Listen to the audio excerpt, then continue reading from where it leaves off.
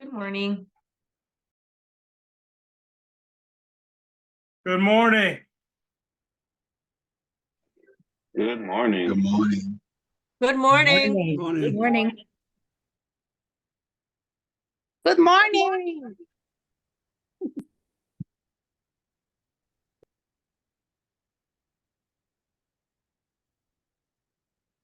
Mm-hmm.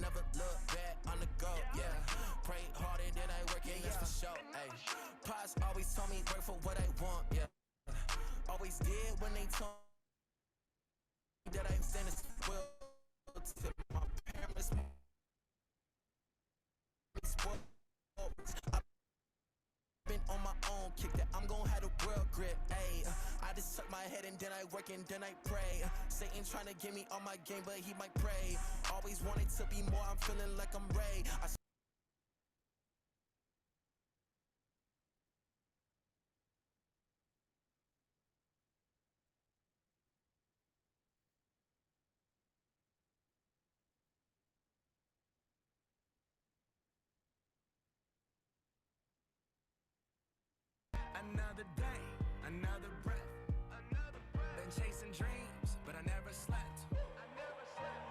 I got a new attitude and a lease on life is a peace of mind. Seeking to find I can sleep when I die. Want a piece of the pie, got the keys to the ride. I'm straight, I'm on my way, get up my way. I'm running late, what can I say? I heard you died twice. Once when they bury you in the grave, and the second time is the last time that somebody mentions your name. So when I leave here on this earth, did I take more than I gave? Did I look out for the people, or did I do it all for fame? Legend is Exodus, searching for euphoria, judging through the mud to find the present, no ignoring. I got 20,000 deep off in the street like we some warriors. My mama told me never bow your head. Whoa. I feel glorious, glorious. Got a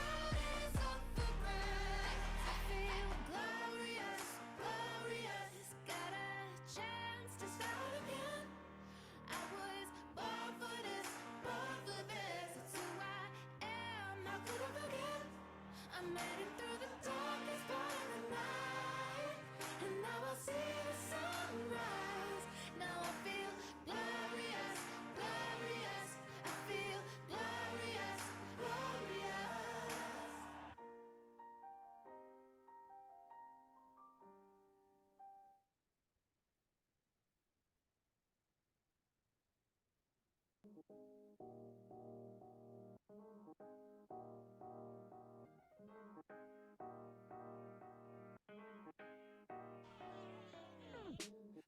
good morning, how you doing? Waking up, shaking yesterday's blues, yeah. Turn the TV off, it's bad news, man. Feeling fresh like a Ziploc new man. OJ with a champagne tune-up. My pulse of Holy Ghost running through ya. Hell yeah, it's a new hallelujah. Popping like the top off a bottle and I ain't stopping yet. Baby, it's a brand new day. Ain't no clouds hanging over me. Something doesn't feel the same. The rest of my life gonna start today. Good morning. Good morning. Good morning. The rest of my life gonna start today. Crawling up the ocean, this is evolution. Can I grow into another animal, the next level? I'm sprouting wings and I just wanna sing. In the future now, the past can't harm me. Forget about yesterday, Paul McCartney. I'm feeling like a Beatle on stage, and the whole wide world's gonna know my name. Baby, it's a brand new day. Ain't no clouds hanging over me. Something doesn't feel the same. The rest of my life gonna start today. Good morning. Good morning. Good morning. The rest of my life gonna start today. Ladies and gentlemen, this part right here is very simple. It goes like this. I've been up, I've been down, but I got the feeling right now. I've been up, I've been down, but I got the feeling right now. I've been up, I've been down, do you got the feeling right now? Baby, it's a brand new day. Ain't no clouds hanging over me. Something doesn't feel the same. The rest of my life gonna start today. Good morning. Good morning. Good morning. The rest of my life gonna start today.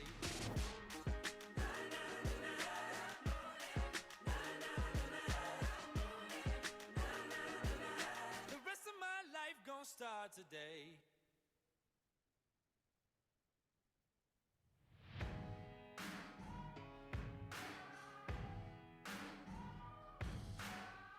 There's a moment in your bones when the fire takes over.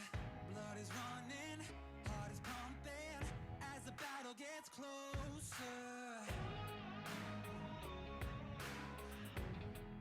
They can say what they want now, 'cause we'll be screaming now. We can be heroes everywhere we go. We can have all that we ever want. Swinging like Ali, rocking out bodies, standing on top like a champion. Keep your silver, give me that gold. You'll remember when I say we can be heroes everywhere we go. Keeping us down is impossible, 'cause we're unstoppable. Oh, we're unstoppable. Oh, we're unstoppable. Every spotlight, every soundbite, everybody who gave up is just a fuel for wanting him more than anybody against us. They can say what they want now, 'cause we'll be screaming now. We can be heroes everywhere we go. We can have all that we ever want. Swinging like Ali, knocking out bodies, standing on top like a champion. Keep your silver, give me that gold. You'll remember when I say we can be heroes everywhere we go. Keeping us down is impossible, 'cause we're unstoppable. Oh,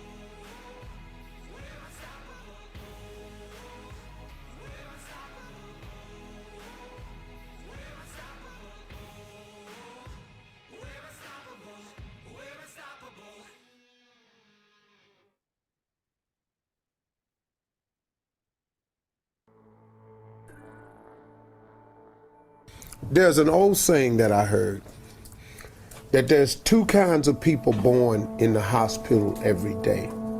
There's a person born in the hospital that's going to get a job, and there's a person born in the hospital that's going to give that person the job. You have to decide along the way which one you're going to be. You can be a leader, but a leader is a developed set of skills. It's a developed set. And the more, but see, here's what stops the average person from being a leader, is the fear of the consequences of leading.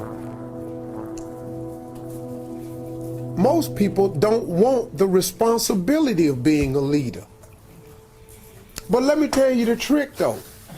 The responsibility and ramifications and consequences of being a follower is more dire and more severe. Because now, as a follower, you just got to go along with whatever. You know how many adjustments you got to make when you're a follower? But the man come in and decide I'm having layoffs, and he hand you a slip and it's Christmas. What? That wasn't in your plans, but you decided you didn't want to be a leader, you want to be a follower. Now guess what? You got to deal with that.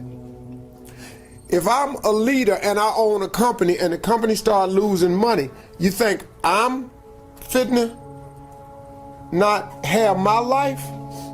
No. Cutbacks start on the follower. The leaders don't go, well, let me quit. Because if I quit, ain't nobody eating. The cutbacks start at the bottom. So you have to make a decision if you're going to be a leader or not. But understand what a leader is, though. Sometimes you just really want to be the leader of your own life. See, you don't have to lead a world leader. I have no aspirations of being Martin Luther King. I have no aspirations of being Gandhi, none whatsoever. I had really no aspirations of being the leader that I've become today.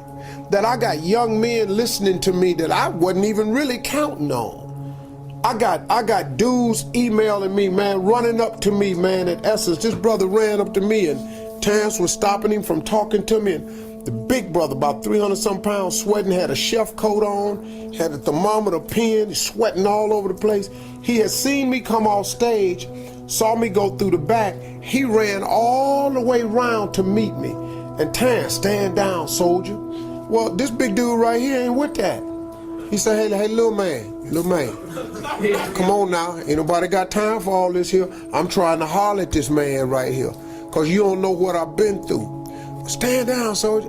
Little man, before this turned into something else, I got to see him today.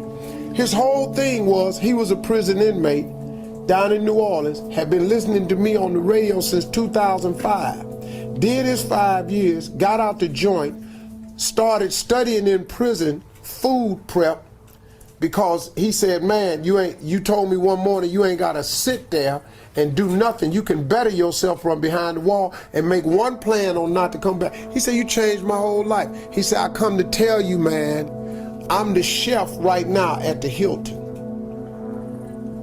But the big dude was just crying. You know, we end up hugging. I cried with him because, you know, I be feeling people like that. I have no idea, nor did I have an aspiration to be an inspirational person to them. But I have always asked God in my own way to make me a relevant person. You know, I don't want to be a cat that when I die, ain't nobody tripping. Church empty, ain't nothing right here. Because, you know, it's two things, you know, when a person dies on their tombstone, there's a birth date, there's a dash, and then there's a date of your demise. And let me tell you something. When you die, they're not going to talk about your birthday. They're not going to talk about the day you died. The biggest conversation will be about that dash, that little dash. That's the life you lived in the middle of that date of birth and the date of demise. That dash will determine who you are.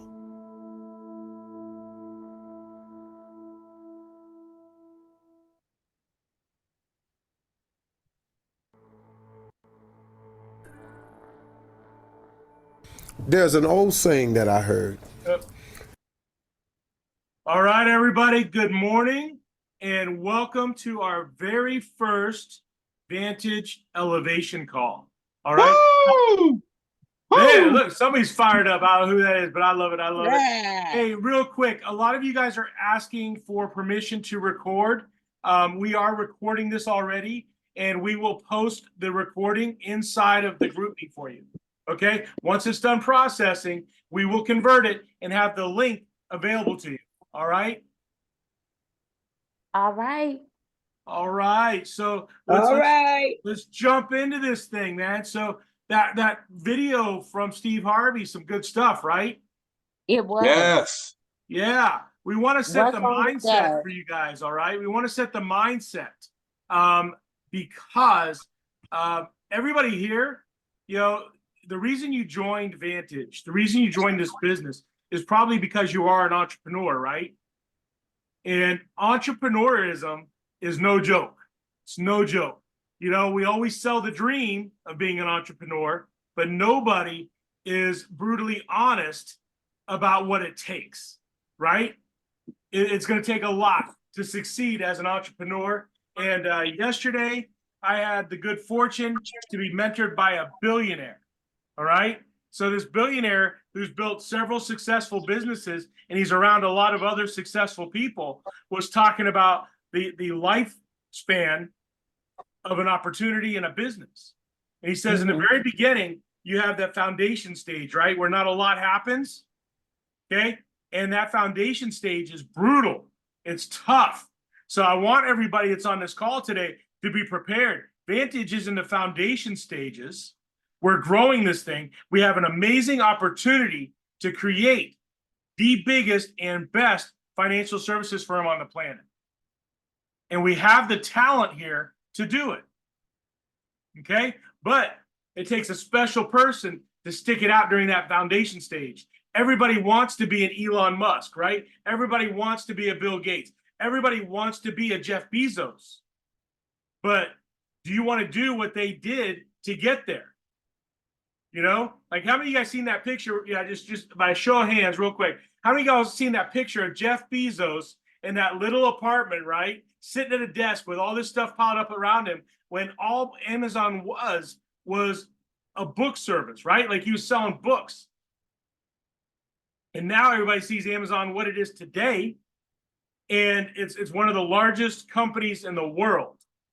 And, look, how many of us did all of our shopping on Amazon during COVID, right? So everybody wants to be Jeff Bezos when Amazon is at its peak. But did you want to be Jeff Bezos when he was in that little tiny room building this company, not paying himself for 7 years? All right. So we have that opportunity right now. And actually, even though Vantage is at that foundation stage, we're about to come out of that foundation stage. Okay, we're coming out of that foundation stage right now. And then what you're going to do is you're going to experience that growth stage. And that's about what we're coming into right now. So most of y'all, you got lucky. You got to avoid most of the headaches that was experienced during the creation of Vantage. You guys get to walk in right as we come out of the foundation into the growth stage. Well, after the growth stage is where this thing really explodes and it goes exponential. And for those of you guys that are about to stick this thing out right now, about to put everything you have into it, pour all of your energy into this to build something massive, you're going to walk away extremely successful. Right now, we have 250 people on this call. This very first Vantage training call, 250 people. Mark my words. At the end, at the 6th session, we're about to celebrate everybody graduating. All the success of a lot of people getting their promotions, a lot of people hitting their income goals, a lot of people winning for their family. That number, unfortunately, is going to dwindle down to around 100. All right? So right now, I'm just being honest with y'all. It's like the ones that are willing to stick this out, not miss any of the classes, do the homework assignments, you guys are the winners, right? So right now, just proclaim it, man. I'm a winner. Right? Say it. I'm a winner. Okay. And you guys are going to be here at the end with me. and you guys are going to change your last name forever. So why am I wearing this jersey, right? I got this nationwide jersey for the Columbus Crew, and I'm not even a soccer fan. We probably got a lot of soccer fans on here. I'm not a huge soccer fan, but this shirt means a lot to me. You know why? Because I earned it. I earned it because it was a contest that Nationwide put in, and I was one of the top nationwide representatives for the whole country. But you know what's really special about this jersey? Look, let me show you. Let me show you. Okay? Y'all see it?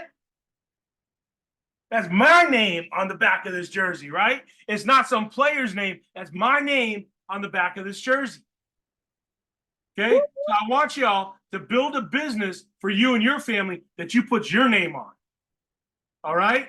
So I want you to build a business that you put your family's name on. So those of you guys that are champions, you guys are winners, you guys are going to finish this course. You're going to do all the assignments because this course was designed to help you win. All right? This is to give you the tools, the resources, everything you need to build a successful Vantage business. So with that, welcome to Elevation Orientation and our first elevation class for spring of 2024. All right? So keep in mind, you guys that are in this class, there's a little quote. It says, grow yourself first, then grow others.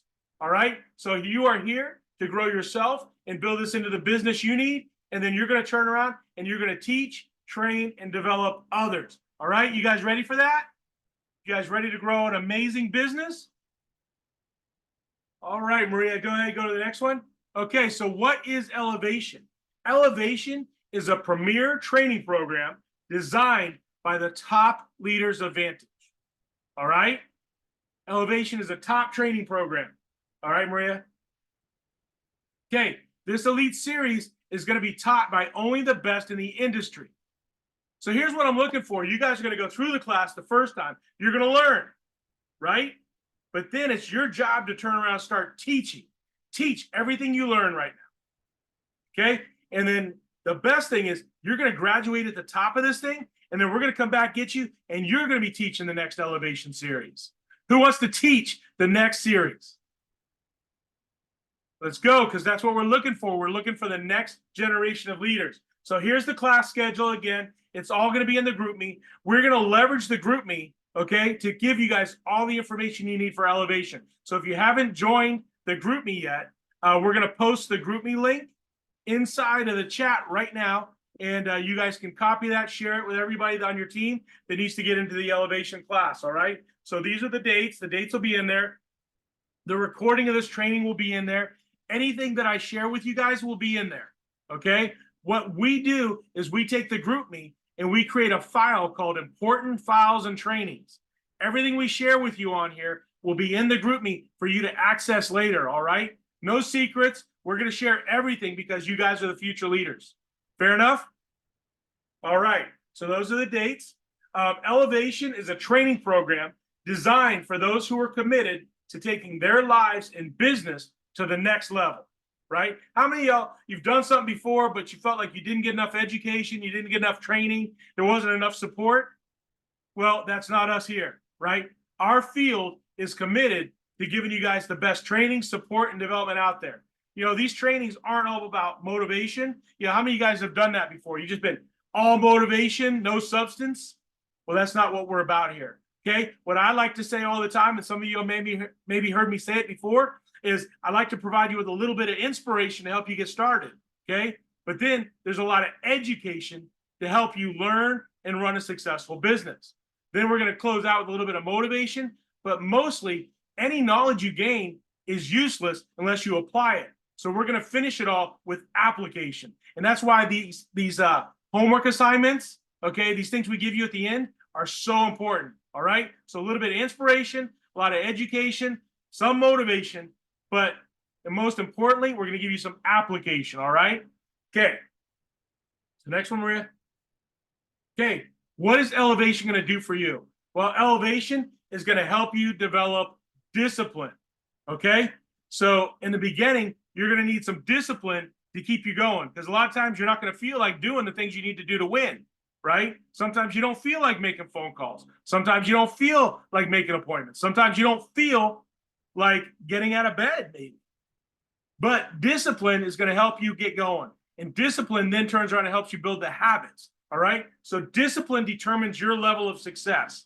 Those that are willing to do what they need to do and they fight through not wanting to are the ones that are going to win. All right. Go ahead, Maria. If everybody could just make sure to mute, thank you. I appreciate it. That's awesome. So elevation is also going to help you be held accountable. So the leadership team is on this call with us. They know what the homework assignments are going to be. And what we expect is for all of you guys to get together after the classes and make sure that you hold each other accountable. I'm going to challenge y'all. Find yourself a running mate during this course.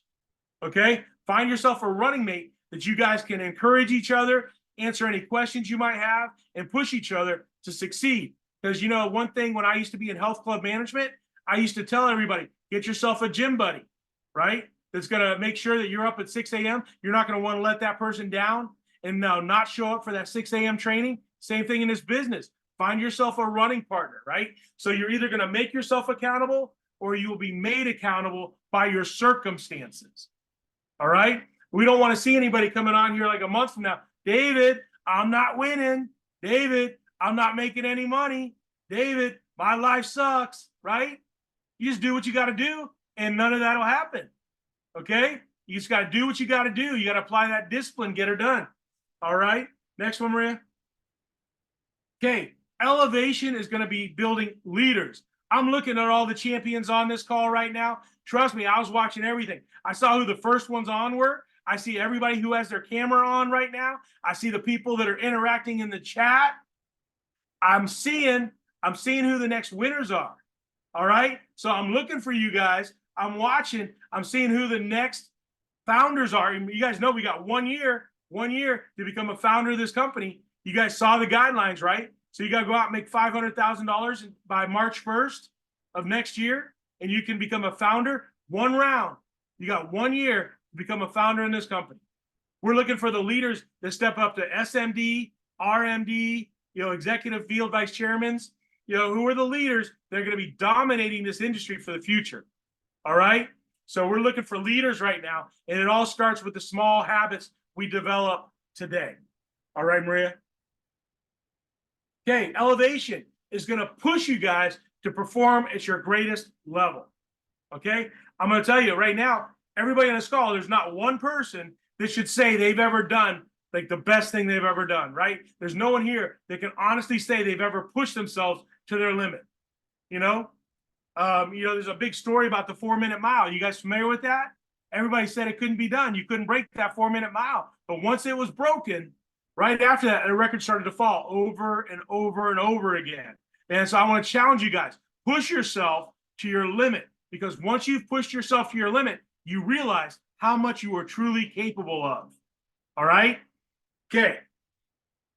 So the exclusive benefits of participating in Elevation with us right now. All right, we're up to 264 people. This is awesome, man. This is awesome. For the very first class, 264 people. So exclusive benefits for being a part of this class. Number 1, we're going to teach you all aspects of our proven system for success. I always said, man, I used to play football. Okay. I've had 3 concussions. I'm not the brightest guy in the room. But what I've learned to do is I've learned to follow systems. If you can teach me, I can replicate it. So all I've done my whole life is I've learned systems. We will teach you the systems that the most successful people in our industry use.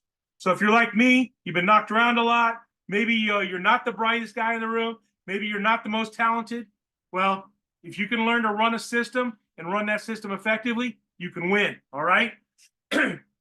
Each one of our trainings will be done by the top leaders, the people that are having success in this company. And we have an amazing lineup of speakers for Elevation. And I'm looking so forward to seeing all of you guys take this over and start to run your own Elevation classes, your own leadership classes, your own Vantage academies, all of that. Because that's where the exponential growth happens in this company. It's not about a few of us being at the top of this company. It's about all of us going to the top together. All right? You guys with me on that? All right. And then we'll have special guest speakers in our Zooms from all across the country. Okay. We have people who are experts in different things coming on to help teach you, train you, and develop you. So those are some of the exclusive benefits in this thing. Elevation is going to build on the stepping stones so that you guys constantly reach your next promotion, right? So here's what I want. I want all of you guys to be constantly focused on what's next, right? Write that down in big letters on your notes. What's next? Okay. What's your next goal? What's your next milestone? What are you trying to hit? Okay. And then I want you to figure out what you need to do to hit it. Once you hit it, celebrate for like 10 minutes. Say, hey, I did it. I pushed myself, like David said. I was like challenging myself. I hit my goal. But then after you're done celebrating for the 10 minutes, what's your next goal, right? Constantly be fighting for your next goal. I'm telling you, if you are on this call today and you are not a senior marketing director already, if you are not a senior marketing director already, which nobody should be except for the leaders that are on here participating, your goal coming out of this class, your minimum standard should be senior marketing director, right? Your minimum goal coming out of elevation should be senior marketing director, right? So write down all your goals, your promotion goals, your cash flow goals, like what do you want to do for your family? We got to be goal oriented, right? We got to put the blinders on. Don't let any of this any distractions hit you. Put the blinders on. Be ready to hit all your goals, all right? And we're here to help you. So make sure you write those goals down, but then share that with the leaders. Share it with us so that we know what you want to do and we can help you get there, right? It's important for us to know what you want. Okay, go ahead, Maria. Okay, rules of engagement. All right, you guys ready for this? Rules of engagement for elevation. Number one, expect to get better. Okay? There's no reason why you should go through this whole class just to be exactly where you are today, right? You should be having the goal of being way better. Plan to succeed. Expect to win. Expect to win. Right now, some of y'all may have some doubts in your mind. Man, I don't know if I can do it. I don't know if I can graduate. You don't even know what you need to graduate yet. I'm going to tell y'all. I'm going to share it with you. But you're already letting that negative stuff creep in your mind. So I'm going to challenge you. Don't listen to yourself. Okay, write this in your notes. This is a good one. Don't listen to yourself. Talk to yourself. Right? Don't listen to yourself. Don't let the negativity creep in and tell you what you are or aren't going to do. You need to tell yourself what you're going to do. You got to start your day off with affirmations. You got to tell yourself, I'm a winner. I'm a champion. I get things done. I make money. I win for my family. Right? Tell yourself what you're going to do. Don't listen to that negative stuff in the back of your mind tell you, man. Plan to succeed, right? So map out your goals. A lot of stuff we're going to be talking about in these trainings is how to map out your goals, how to get to where you want to go. Because number one, you got to know where you want to go, but then you got to set that GPS for your life in order to achieve it, right? You got to set that GPS for that destination and go for it. You're going to learn how to leverage your team, right? Because this thing, I love Vantage and the way our comp plan is designed, because you can win on your own here, right? You can win on your own because there's no recruiting requirements. But man, it's so much more rewarding to win with a team. And it's so much easier to win when you're part of a big team. You look at all the people that are succeeding here, it's people who have developed a big team. All right? So it's so much more fun. I always love team sports. You know, it's my favorite thing in the world. I always played football. I played baseball. I played all these things. You know, my adult life, I love golf now, right? And some would say, hey, golf's an individual sport. Not really, because there's no fun out there on the golf course just by yourself. You got to have a foursome with you to go out there and play and have fun. So even golf is a team sport, right? Okay, so leverage your team. Come early, stay late. Man, like I said, I was writing down. I know who was here like 10 minutes early on the call. Okay, I know who was here. So come early, expect to stay late. Okay, don't just come in, put in your time, and leave. Those are the ones that aren't going to get everything out of us that they need to.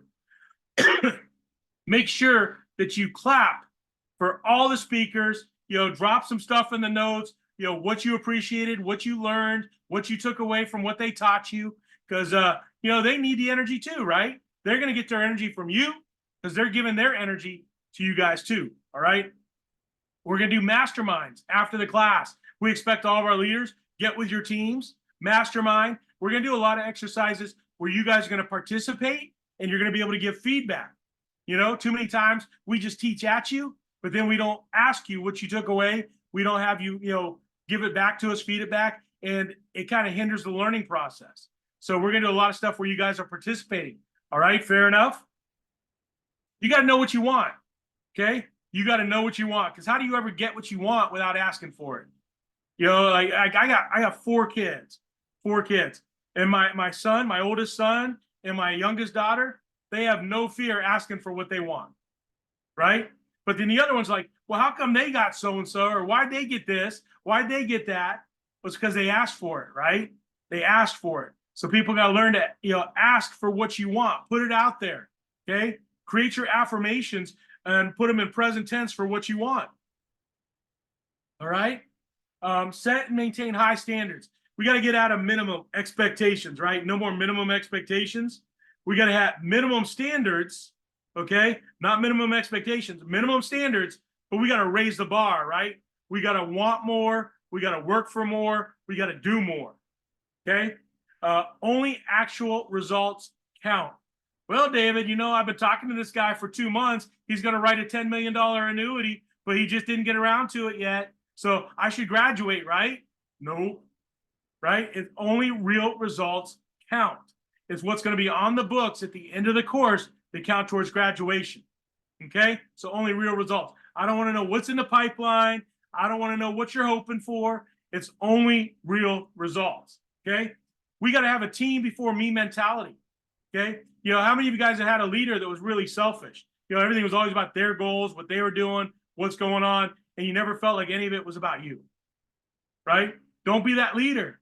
You always got to put your team first, man. I always look at, like, what does my team need? I will sacrifice self for my team, all right? So don't be that selfish leader. Be the leader that you want, and make sure that you're focused on helping your people get to where they want to go. Sometimes you're like, well, I don't feel like learning all this. Well, guess what? You need to learn it so you can teach it, right? That's being selfless, putting in the hours, doing what you need to do so that you can be better for the people around you. All right? That's what elevation is about, becoming better for those that are around you. Attendance matters. So we know things happen, right? Things in life happen. We have 6 classes. Congratulations to all of you guys that are here today. You guys are freaking champions, right? You want to build your business. You want to do better. So we know things happen in your life, right? You can miss one class. Okay, you can miss one class. If you miss more than one class, you will not graduate. We're not going to kick you out of the class. We're not going to say you can't attend. Okay, you can attend all the classes. You can miss more than one, but you're not going to graduate. All right? So we'll have the recording. You can go back and get all the content we had in the recording, but that's not minimum standards, right? You can say, well, hey, I'm going to miss it. I'm just going to go back and watch the recording. That's not having a minimum standard. It's not having a higher expectation. You want to be here live for every class because you want to develop the moral authority, all right? Because next time we have elevation, you're going to challenge your whole team to go through this. And if you skipped classes, do you have the moral authority to go back and challenge your people to go through every class? You got to be a do-it-first leader. You got to do it first, and then you can challenge other people to do it. Mentally, you can never challenge somebody to do something you've never done. Okay? So don't let this one slip through the cracks, man. You got to have moral authority. Okay? So professional dress code. Today, I dressed down a little bit. I want to show you guys the jersey with my name on the back. But look at Armand, man. Look how good that dude dresses. He always dresses sharp. So you know what? Let's dress professionally in all these events and show people who we are. All right? So let's dress professionally. Hey, be your own best recruit. You always say that you're one recruit away from an explosion. Well, guess what? That one recruit could be you. You should be your best recruiter. You should be your best producer. You should be your best leader, right? So you should always be your best recruit. And the one thing definitely I need everybody to take away from today, think bigger. Think bigger. You are not defined by your past, okay? I want you to look and see who you want to be, and that's who you are. Think bigger. Your past does not define you. It does not limit you. It's merely your experience and your wisdom to move forward from so that you can become better. All right? So those are our rules of engagement. Okay, Maria? Okay, here's some things we won't do. We aren't going to make excuses. They say you can either get results or you can make excuses. Which one do you want? So no excuses. This is not a forum to complain. This is a forum to get better, right? Take those excuses and let them motivate you. Let them power you. Find a solution. Become solution-oriented, not excuse-oriented, right? Excuses, that problem, that adversity is merely an example for you to figure out how to improve. All right, let's work through things. Okay, no complaining. Okay, no complaining. I want you guys to understand something, and you guys will see this as a leader. Man, people will come and complain to you all the time, and you know what? It drains your energy. Every time you go and complain to your leadership, it takes energy away from them that they can spend on somebody else, developing them and teaching them. All right, so no complaining. I don't ever go to my leadership. I'm like, hey, today was awesome. Here's what we accomplished. Here's what we did. But I saw an opportunity. Here's how we corrected it. And you know what? Your leadership will love you for it, and you will get more attention. When you do that for them, you get way more attention than you do if you're the one that always comes to them with problems. You ever notice you go to somebody with problems all the time, they stop answering your calls, they stop talking to you as much? But that person, well, you know, like freaking Andre, Beauvais, Juan, Trey, the Sorosas, all the amazing leaders in this company, man, we feed off each other. We come every day, pumping each other up. Last night, 1 o'clock in the morning, we're texting each other, right? We're going feast mode. Here we go. We're taking over the industry, right? We're firing each other up. We're giving each other energy for the next day, right? So let's keep each other fired up. No complaining, no cutting corners, right? You don't want to do something just to say, hey, I did it, right? Don't cut the corners. Don't just go for the sizzle, right? You don't want to just smell the steak. You want to eat the steak, right? You want the substance, okay? So no cutting corners. On these calls, hey, let's try to keep any distractions from to a minimum. You know, don't be on your phones. Like, you know what? You're on Zoom. You can see somebody right in front of the screen like this all the time, right? That just shows disrespect. You're not paying attention to what's being taught. So don't be like that on your phone right in front of the screen. You know, don't be on your phones. Pay attention. Have your notepads ready. Have your pens ready. Be ready to go to light this thing up, okay? Hey, remember, no risk, no reward. Safety is not, you know, a place you want to be when it comes to growth in leadership and entrepreneurship, right? You gotta risk it. You gotta put a little bit out there. You gotta expose yourself. You gotta talk to people. You gotta do what you gotta do, right? Multitasking. Hey, let's be focused on these calls. You know, some of y'all may be good multitaskers. I'm not. I gotta be laser focused on what I'm doing to get success. You know, for all the women on here, you guys are a blessed. You guys can multitask. You guys can do 100 different things. Maria, you know, she's one of the most amazing. She can multitask like a dozen things at one time. Me, if I'm texting somebody, I gotta finish that text before I answer anybody else, right? If I'm talking to you guys, I can't be on my phone. Like you guys can see, there's probably a lot of stuff in the chat. People are gonna say, hey, why aren't you answering my chat? I can't focus on the chat and talk at the same time. You give me bubble gum, I'm done. No bubble gum, no talking, no chatting. I can't do it all. Can't do it all. I gotta focus on one thing, okay? So, hey, and no small thinking. You know, no small thinking here. Man, you guys are the champs. We're going to go knock this out of the park. We're going to do some amazing things right now, man. So we want to get everybody on the train with us right now. So hop aboard. We're going to go do this, all right? Okay, Maria. All points and recruits will be credited directly based on the reports, okay, by the end of this class. So what's it going to take for you guys to graduate? Okay, what's it going to take to graduate elevation? Well, we're going to make this one super simple. You got to graduate as an SMD. You hit SMD, you graduate. You got to attend all 6 classes, you graduate. All right? So get obsessed with checking that leaders bulletin every day and seeing where you're at. Go to look at your reports and see how many points you have. That's it. That's how simple this graduation is. Do all the homework assignments we give you. It'll help you get the points. Graduate as an SMD. 5 months to get the SMD. All right? Who can do it? Everybody on this call can do it. Right? So go look and see what the graduation requirements are, or what the promotion graduate requirements are for SMD. 150,000 points, 50,000 personal. Go grab yourself a team, build a team, do it together. You know what's awesome? What if you have 3, 4, 5 people in this elevation class with you, all running for the same thing? Guess what? If you do that, if you go grab 4 or 5 people all motivated towards the same thing, hitting SMD, you will end up not just hitting SMD, but you will hit RMD, right? Regional Marketing Director. Because RMD is 300,000 points, 50,000 personal. Do you have to increase your personal? Nope. You just got to get some more people involved. You get 3 people to go for 150.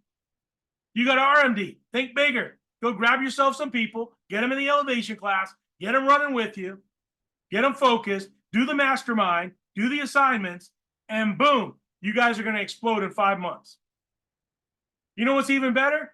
You probably made a good mid six figures while you ran on this run during elevation. All right? So let's set the goals. Let's get after it. So we are going to update you guys in GroupMe, as I mentioned before. All of the links for all the classes, all of the recordings, all of the trainings, all of the information we drop, any scripts we do, any processes we do, we will drop all that information in the GroupMe into important files and trainings, okay? So you will see there's a brand new GroupMe for everybody in here. If you're not in here, Maria posted the link in the chat right now. Make sure you click on that link and you join our Elevation GroupMe chat, all right? So let's go, man. I still got you guys, right? I still got your attention? Still have your attention? You guys still awake? All right, I'm going to ask you that again when we're getting ready to wrap this class up. Who's awake? Who's got it? Right? We got some amazing things we're going to do. Here's the schedule. The schedule will be posted in the GroupMe as well. So hopefully you guys screenshot that, write that down, do whatever you got to do to memorize when all the classes are. All righty. So now, it's my pleasure, I don't know, man. It's more than my pleasure, man. It's my honor. I'm super excited. We have a phenomenal speaker to kick this thing off. In the chat, if you guys are all familiar with some of the other resources we have, you know, Vantage is an amazing company. You know, one of the separators for Vantage is we have a sister company, okay? How many of you guys know our sister company called Better? Okay? We have a sister company called Better. It's an amazing thing. Doesn't cost you anything to join. You sign up, but it gives you a ton of awesome resources to help you grow your Vantage business. Better helped me earn my last rank, okay? Because Better is a great add-on to what we're doing with Vantage, okay? So we're going to share with you guys some of the tools and resources we have, but I'm going to tell you, we're now at 279 people on this call right now, 279 people. And you know the one thing we all have in common? Well, we all have a lot of things in common, but one thing we have in common is we get tax benefits for being a part of Vantage. You guys know that? We have tax benefits for our Vantage business. So one of our better companies is Top Notch CPAs. All right, Top Notch CPAs. We actually have a premier accounting company working with us, helping people with their taxes and their bookkeeping and all of these things. So this guy is a really good friend of mine, man. So much energy. We've been on trips together. We've been doing all kinds of amazing things. And then look, Beauvais always got to sneak in somewhere. Look at him sneaking into the background there with Shane. But our first speaker to kick this thing off is Shane Styne. And I'm going to tell you, this guy's a freaking champion. You want to talk about making no excuses? This dude makes no excuses. Today is his wife's birthday. So everybody tell Shane's wife, happy birthday. That's not his wife sticking his head in the other side. Happy birthday. Happy birthday. Happy birthday. Happy birthday. Happy Birthday. All right, so Happy birthday, Shane's wife. so here's what happened, man. I said, Shane, I want to kick this thing off with you, and I want you to be one of our first speakers. And he's like, what day? And so I gave him the day. He goes, dude, that's my wife's birthday. I said, oh, man, we got to figure out how we're going to make this thing work. He goes, go, I got you. I'm going to make this thing work, you know? So, Shane, dude, like, your wife's birthday is special. So, you know, for all you wives out there, just know we love you guys. We appreciate y'all. Your birthdays are special to us, probably more special to us than our own birthdays.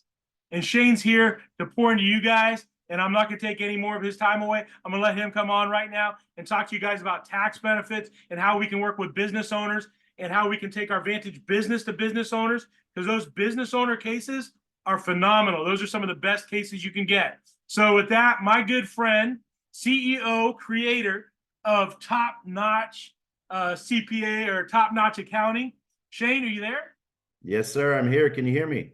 We can hear you. And then we see Excellent. Beauvais creeping listen, in the background. I can't go anywhere without this guy trying to jump in somewhere, right? Hey man, hey, so Dave, not only is it his wife's birthday, which Tracy's awesome, as soon as he gets done with this call, he's got to drive back to Texas. So he's got about how far is that? 17 hours. 17-hour hike back in the old. They drove down here for the week. Kids were on spring break. So I just want to jump on real quick. Hey, I know my screen looks like there's no camera on, but I was moving houses. Right, we're on the move all the time. John and Tony live down the street, so just hit cancel.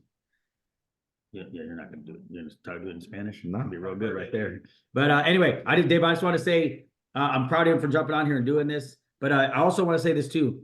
The secret sauce with Shane and Tracy, and Shane's on the screen right now, is they're also inside of the business that we run, right? So they're also RMDs. They also understand our infrastructure. So it's very unique right here. Not only do we have that as an outside, but they also grew up in the There we business. go. Happy birthday. Come in here. They want to see you. They don't care about Shane today. Thank you. Hey, But Tracy. anyway, I'm gonna let Shane rock and roll. Happy Do some great birthday, stuff for you guys. Tracy. Yeah, there's just All right, anyway. I just Shane. want to say what's up, Dave. I'm gonna pass it over to him. I love All this right, guy. take it away, He's not Shane. gonna like I'm gonna do this, but it's happening because I'm not gonna see him for a little bit. All right, see you guys later. Oh man, I don't do well with like the lips on the face stuff, right? Excuse me. Oh, I'm okay with that one. You know, man, David, thank you for having me. Number one, I know a lot of you. A lot of you have met me and my wife when we were in WFG together. But I'm glad that Jason brought that up. We are in the trenches with you every day. Yes, I'm the CEO and founder of Top Notch CPAs. We have a ton of things going on in the business, but I'm in the trenches every day. I literally got a text yesterday. We were out celebrating Tracy's birthday. Shane, hey, can you talk to this dude real quick? He wants some life insurance and he needs some help. But things like that don't happen by chance. Things like that happen because we pounded the phones in the streets, in the meetings, and the networking events every single day for years. Okay? We did get blessed enough from our hard work to see immediate success when we started the WFG journey, right? SMDs, ring earners within the first year of business.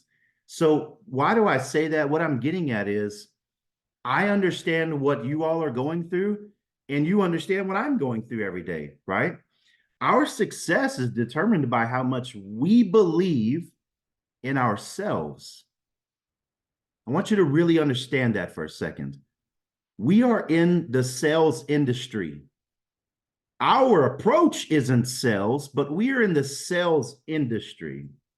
Our approach is to teach, educate, motivate, uplift, and help people go to the next level in life, whether it's planning, strategizing, right? Giving them something that's going to benefit them and protect their life, health, and income forever, their children, their grandchildren's children. But before any of that can happen, we have to either love, be okay with, or figure out how to change what we see in the mirror.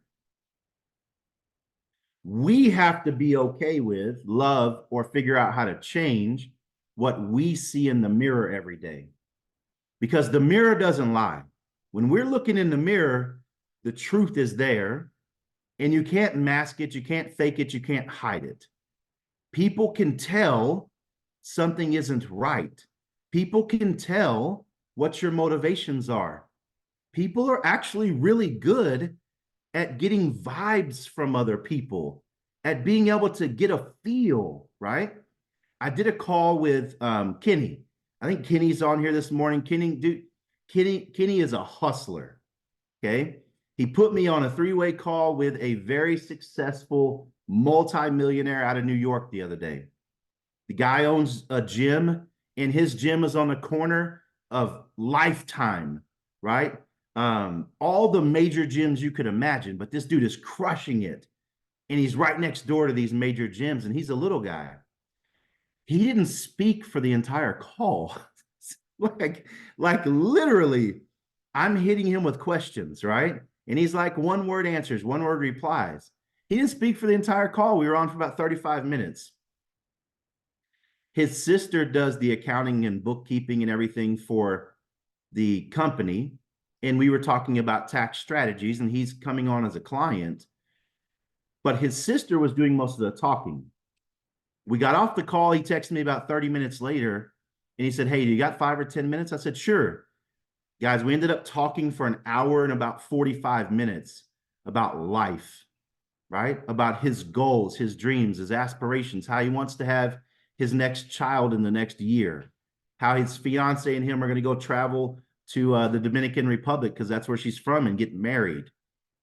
But he told me, he said, Shane, I want to be honest with you. I'm sorry I didn't speak during the call, but I wanted to spend 35 minutes just watching you. I wanted to spend 35 minutes listening to what you were saying, watching your mannerisms, because I want to know who I'm getting into business with. If you don't think everyone is watching you, you better open your eyes. Everyone is watching every single one of you. You might not feel that important. You might not feel like you're at that level, but you got to start living like you're at that level. You got to start owning the ownership of your business, right? I hope that makes sense. I hope that really resonates, because I guarantee you someone on this call right here, right now, because you haven't put up any points, you don't feel like you're winning. Well, I got news for you. The fact that you're here right now proves who you are and that you're winning. The points are irrelevant, to keep it real. If you're focused on the points, you're focused on the money, you're focused on the wrong thing.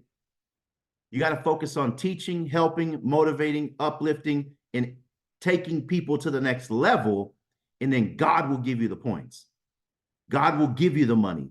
He will provide for your family. So it's all about approach here, right? Now, I love the fact that we're in a company that understands alliance, that understands partnership, right? That's why that alliance is on the end there.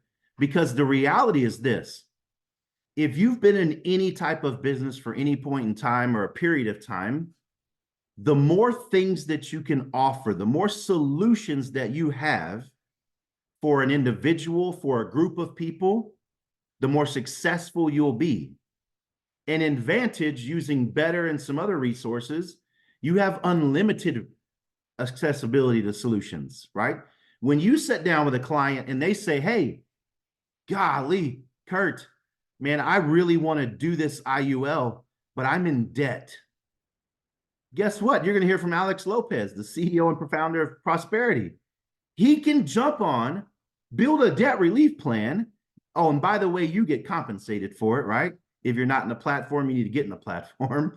But he's going to jump on, build a debt relief program for them to get them out of debt so that they can go and plan and put money toward their future. If you get on with an individual and they're a high net income earner, or they're just a W-2 employee, right? Or they're a business owner, a lot of what I'm going to talk about this morning is going to be really structured toward business owners, but I'm going to give you some value for people that are not business owners yet, and how it looks to become a business owner and how simple it is, and what the value behind that is with deductions and strategies, right? But if you're sitting with someone and they honestly are not happy with where they're not happy where their finances are at, or if they're in business, they're probably getting underserved, they're probably overpaying for the services they have, right? But you'll never know that unless you have the conversation, unless you ask the question. So let me give you hopefully some takeaways or some key things to be able to say and ask people when you're having these conversations. Number one, I never walk up to somebody and ask them if they have life insurance. I never walk up to somebody and ask them, how's your financial planning? How's your financial strategy working out for you? Never. When I meet someone, I ask them what their name is, right? We ask them what their name is. Basics. I know it sounds elementary, but I think we get lost in the script sometimes, right? We get lost in the script and then we lose track because we miss a piece. Some of us are very structured. Some of us are very fluid and liquid. But listen, there's no script to this really. Be you. How are you doing? right? Donnie, how's it going? Man, how's life treating you? That's simple, right? Terry, how's life going today? What do you do for a living? I know you like to travel. Where have you been lately? You got to start a conversation to make a friendship and a relationship, because here's what happens. If you'll use their name, and if you'll repeat something that they've said to you that's of value and importance to them, their wall will start going down. And then you can start to have the conversation of how you can help them. Because people naturally want to tell you what's going on in life. They naturally want to unload and let someone know, holy crap, man, my kid got sick the other day. I had to take 2 days off of work. I don't know how I'm going to pay the bills. Or it's great, we just bought a new rental property. We're doing Airbnb. Or Shane, I literally just wrote a check to the IRS for $250,000 the other day. Ouch. Holy crap, right? It's all about getting to know them. It's all about starting and building a relationship very quickly, right? Because our ultimate goal at the end is to figure out how we can help them. And if they're not telling us things, then we can't help them. But if they feel like we're asking them questions very pointedly or aggressively or trying to get in their business, right, then they kind of shy away from us. So there's a lot of little ins and outs and things you guys will learn if you don't know already. But what I would tell you to do is be yourself, love what you see in the mirror, and you'll be successful. Now, we're in the business with you, but we own a tax strategy company. All right. So tax strategies, preparation, filing, accounting, we do all of it, right? We do all of it. What a lot of you may have experienced, or what a lot of you are going to run into is, oh, well, I have a CPA. I have an accountant. That's good. We're not trying to replace them. One thing that we are not going to do is we're not going to talk bad about them, because a lot of times that's their sisters, brothers, uncles, mother's daughter, their cousin, their niece, their nephew. So one thing for sure, that's one way to end the conversation, is to act like they don't know what they're talking about, say they don't know what they're talking about, say they don't know what they're doing. We're not in that business. We're in the business of asking some questions to hit some pain points so that we can see how we can provide value, right? I did a call with Juan the other day. Relative of his, very successful, owns tons of businesses, owns apartment complexes. His CPA has been in the game for 30 years with him. One thing I never did was try to say that guy don't know what he's talking about. He don't know what he's doing. I asked the client very simply, hey, client, what does tax season look like for you this year? Oh man, I'm going to write a check for 150 grand, 200 grand. I said, why? He said, well, my CPA did all my stuff and I own a bunch of businesses. We made too much money. I said, well, how much money did you make? Right? And he's like, oh, I think we cleared about 600,000 net after everything. And I said, well, are you doing or have you done a cost seg study on your properties? He's like, what? What is that? I said, well, we can accelerate the depreciation on your properties from 27 and a half years to the first year, or 5 years, or 10 years. And we can save you hundreds of thousands of dollars in deductions. He didn't have a clue, right? I said, hey, have you ever heard of tax code 101J? I don't know who's unmuting themselves, but if we could change it to where people can't unmute themselves, it'll be beneficial for everybody. Plus, you're being recorded. You don't want to say something crazy on a recording, right? I said, hey, Juan had already set up a financial plan for him. IULs. He's already funding them. He's already doing them. But Juan was like, Shane, we need some more strategies for him. And since Juan learned about that 101J tax code, we wanted to go and have that conversation. But I didn't approach him about a 101J. I approached him about his struggle. Okay. I approached him about his pain points, and I gave him something of value with the cost seg study so that when I went into the 101J conversation, it's an easy transition. I'm not telling him to take money out of his pocket to put into a financial strategy. I'm putting money in his pocket to put into a financial strategy, right? So when I asked the question, I'm like, hey, have you ever heard of 101J? He's like, no. What is that? I said, well, we can build an IUL that your company can fund. Your business gets the tax deduction. Yeah, you heard me correctly. Guys, I battled with Nationwide, Transamerica, Pac Life, you name it. Their top advisors are telling us you can't deduct life insurance. It's because they're not EAs. They're not tax strategists, tax specialists. They strategize with life insurance.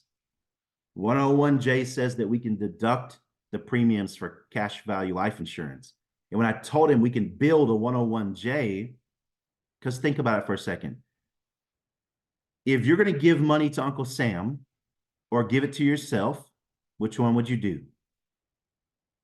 If you're going to give $150,000 to Uncle Sam or give it to yourself, which one would you rather do? Every single time, how do I do it? Every single time, how do I do it? If they're healthy, right? Let's be clear, life insurance requires healthy people, and it requires, a certain kind of age range, right? If they're 60 plus years old, it's probably not going to benefit them.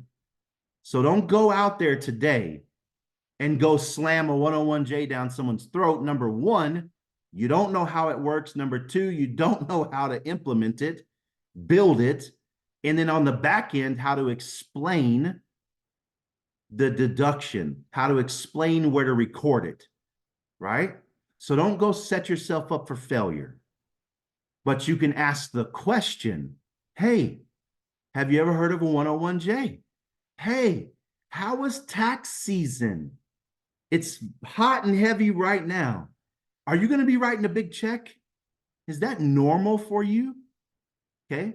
So as we're talking to Juan's client and I'm asking these questions, I'm identifying very quickly. And he's identifying, holy crap, man, my CPA is a great friend of mine. They've been ride or die for 30 years, but they're missing something. And then he admitted it. He said, you know what? I knew there was something missing. I knew something wasn't right. I said, listen, no worries. We can partner with your CPA. We can partner with them, build a strategy, give them a step-by-step guide of what tax forms have to be filled out, give them a step-by-step guide of what documentation and paperwork has to be filled out, give them a step-by-step guide of what tax forms and line item that the deductions go on so that they can plug it into their system and keep rolling. And then we gave you, the client, some value.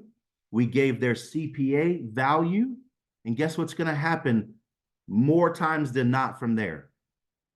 Their CPA is going to start referring business. Their CPA is going to want to start referring business. Guys, this is way bigger than you having one conversation with one person, right? This is reaching world-changing activity. World-changing activity. We can reach everybody, but it's going to take a little time. So, number one, if someone doesn't own a business, they need to own a business, especially if they're an individual that's making high net income earner, right? If they're a high net income earner, W-2, that means they're an employee, they need to own a business. And they might say, or you might be thinking, Shane, I don't know how to build a business. I don't even know where to start. All right, we were here with a bunch of the ladies last night and they were like, Shane, can you set up an LLC? I said, sure. We charge $1,000 to set up an LLC, but why would you pay me $1,000 to set up an LLC when you can go to YouTube and you can do it yourself in about 5 minutes for $350? I'll charge you to do it if you want me to, but I would rather give you some value, save you $650. If you can't figure it out, then come back and we can do it for you, right? But you don't have to have an LLC to be a business owner. An LLC is just a limited liability corporation, which gives you a separation between your personal and your business. It gives you kind of a corporate veil that gives you protection. We can get started as a sole proprietor, okay? Now, I want you to be thinking about what I'm saying here. When you're having the conversation with people that are W-2 employees and they make a ton of money, they're paying a ton in taxes. What if I could show you how to, or what if I could put you in contact with a guy that owns a CPA firm that does this for over 15,000 clients?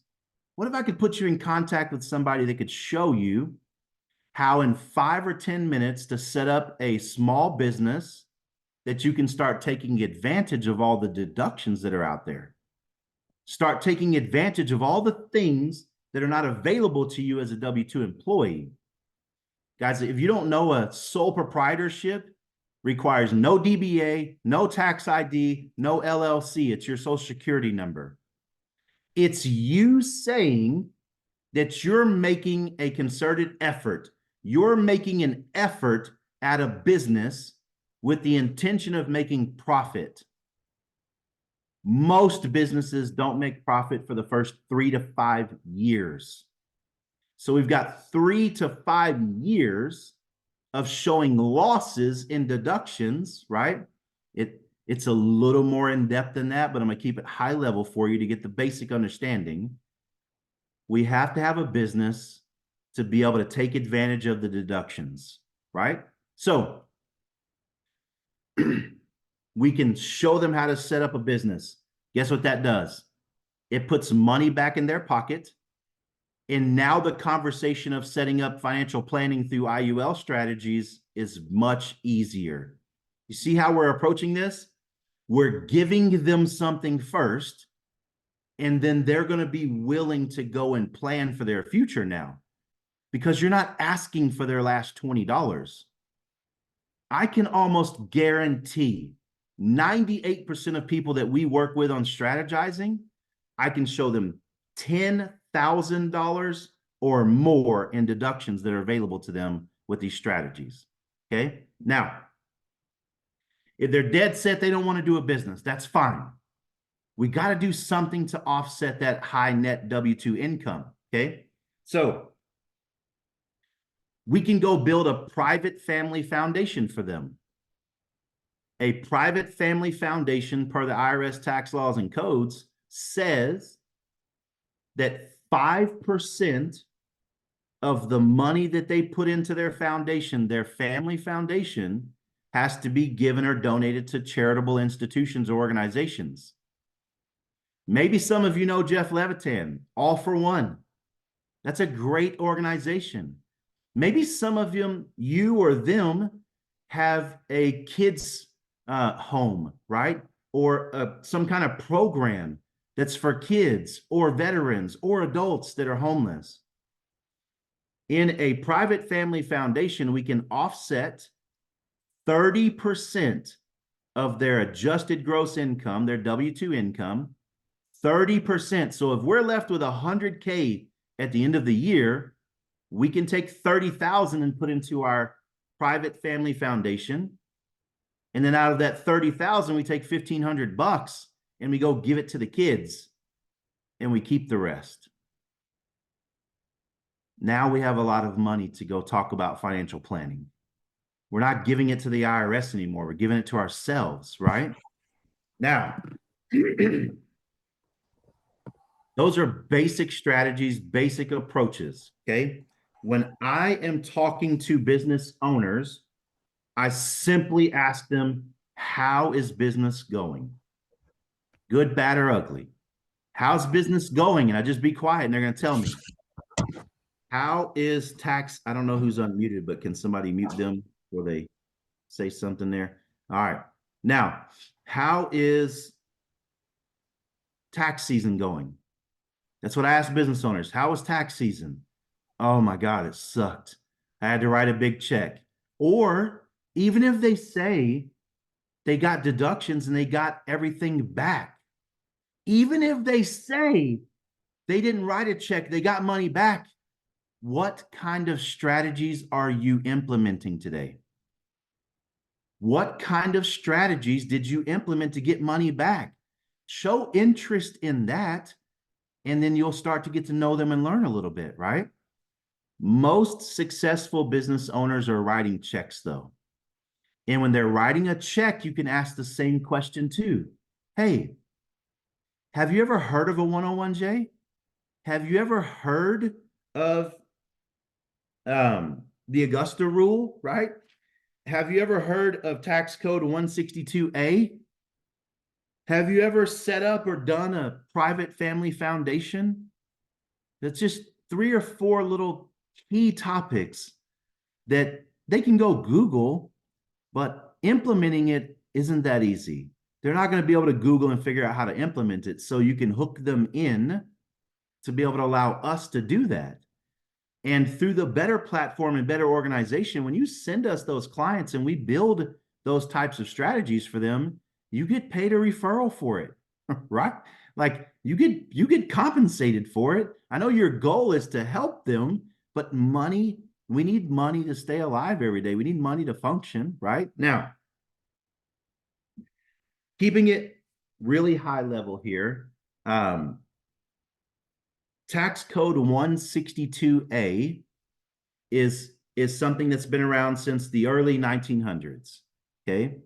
And this tax code is what outlines and tells us how we can deduct and claim ordinary and necessary expenses as a business owner, all right? So for a lot of you, I don't know if you're doing this today, but every single one of you are a business owner. Your car, your vehicle is now a company vehicle. There is no reason you should be paying for a car, fixing a car, spending money on a car to drive around, and you're not deducting the expenses and mileage, or you're not depreciating the vehicle on your tax return.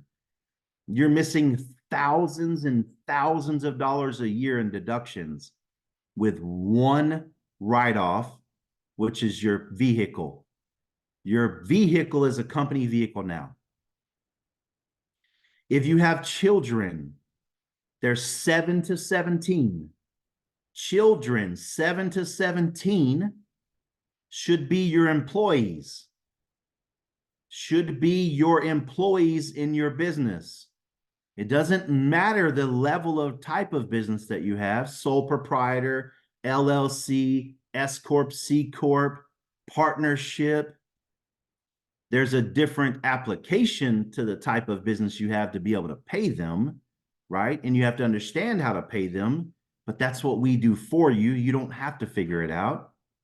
Your children for 2023 could have made up to $13,850 per child. I'm not talking about the child tax credit, right?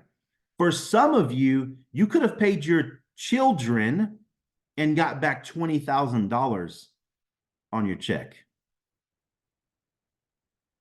Genuinely, legally, legitimately.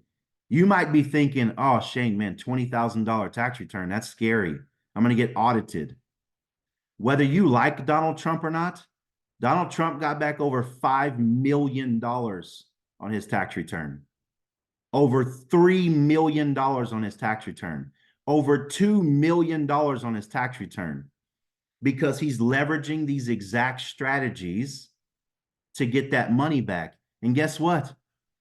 No matter what they say on the news, when he went to court, he was charged with lying on a loan application about how much his property was worth. He was never charged with tax fraud, of lying and taking deductions that weren't real. He was charged with lying on a loan application and saying his property was worth double what it actually was. If you think $20,000 check back is scary, imagine getting a $5 million check back, right? We are taught and brainwashed to think you don't want to play with the IRS. You don't want to chance an audit. Well, guess what? If the strategy is outlined like 162A, 101J, 280A. That's the code and law. As long as you follow it, you have nothing to worry about. As long as you document what I'm talking about the right way, you have nothing to worry about, right? So your car is your company vehicle now. If you have children, they're your employees now. They have to be your children. They can't be nieces, nephews, cousins. They have to be your children. You have to be the legal guardian, or it can be a stepchild, but it has to be your children to be able to pay your children, okay? So your home office, right? Where you work every day, where you sit every day, your bedroom, spare bedroom. Those are all places that you conduct business. Depending on what you do, maybe you keep your inventory in one of them, right? Maybe you work out of the other one. You can deduct your workspace in your home as a business write-off, right? Your computer, your cell phone bill, your internet. When you go somewhere, you're going there for business purpose now. You're not driving for no reason. You're going to Starbucks to have a business meeting. You're going to Starbucks to talk to someone about business, right?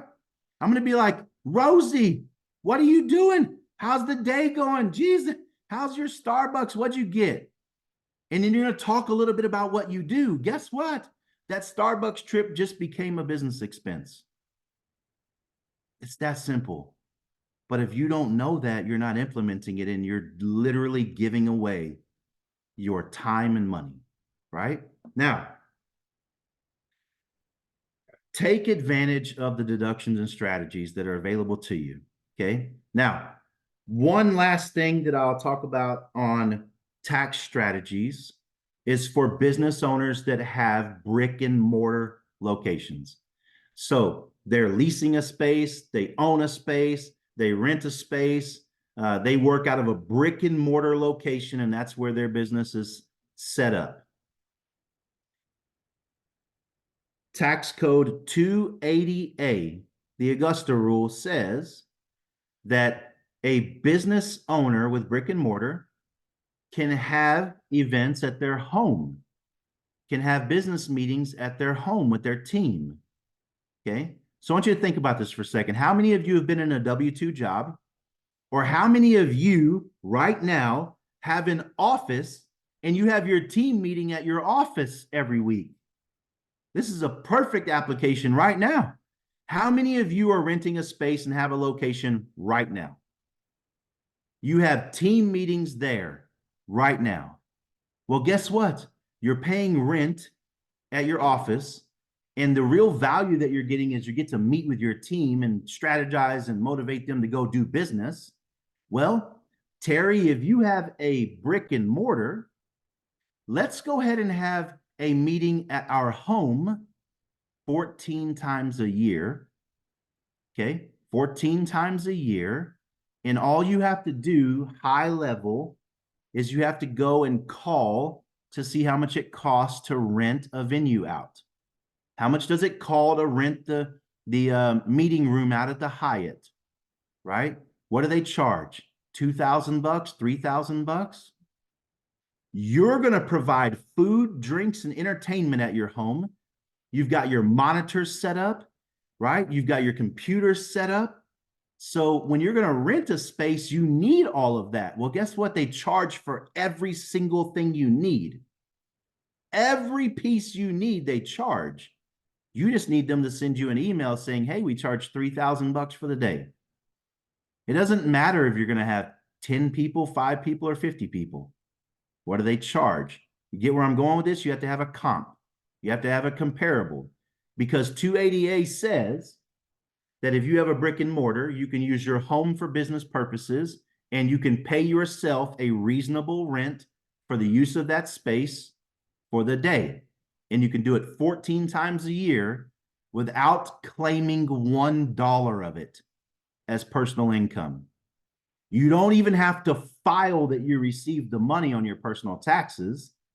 as long as you do it 14 times or less for the year, as long as you document it by the guideline, right? Our strategy outlines all of it, provides you with the history of it, the tax law, the tax code, the explanation, the benefit to you, provide you with the documents you have to fill out to properly document it, and then provide you with a step-by-step line item example of where to implement the deduction so that you can claim it on the business side. Why would you only use your office when you can offset your taxable income by $36,000, $24,000, $40,000 for the year in tax-free income to you as the homeowner? I'll give you a little backstory to it. Augusta, Georgia is where this started, right?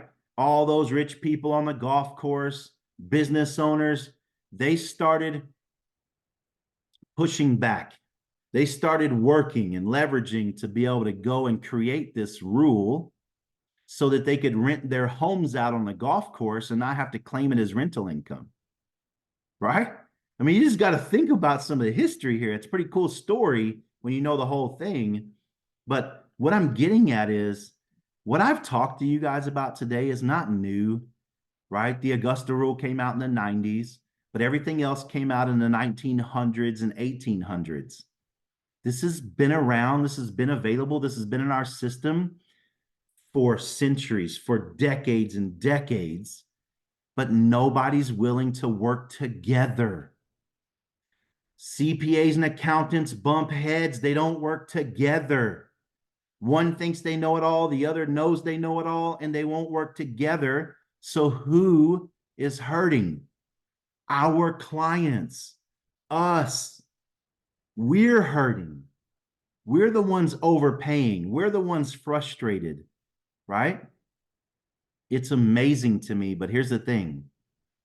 That no longer has to be that way, right? With our partnership with Andre and Pennington Law, guys, listen, I'm going to give you one more piece of value here because it was brought up last night.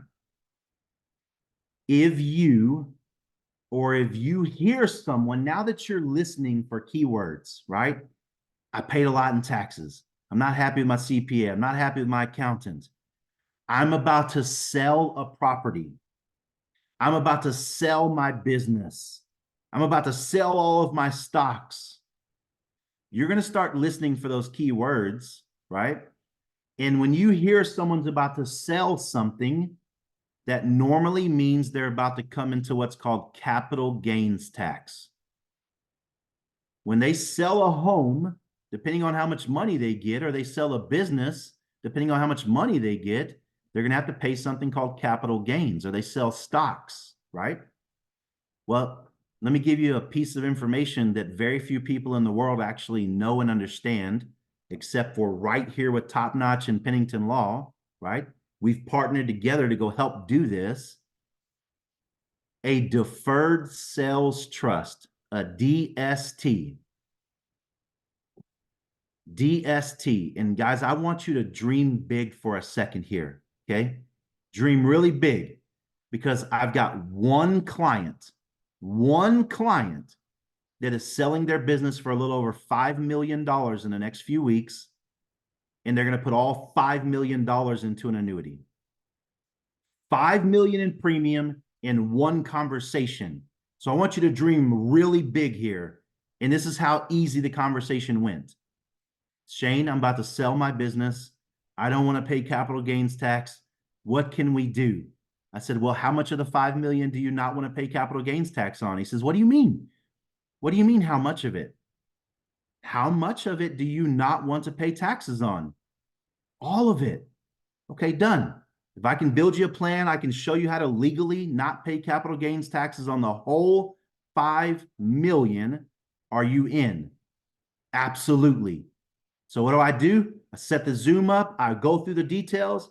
Andre and I get on. We deliver a DST. We explain it. And the dude's like, holy crap.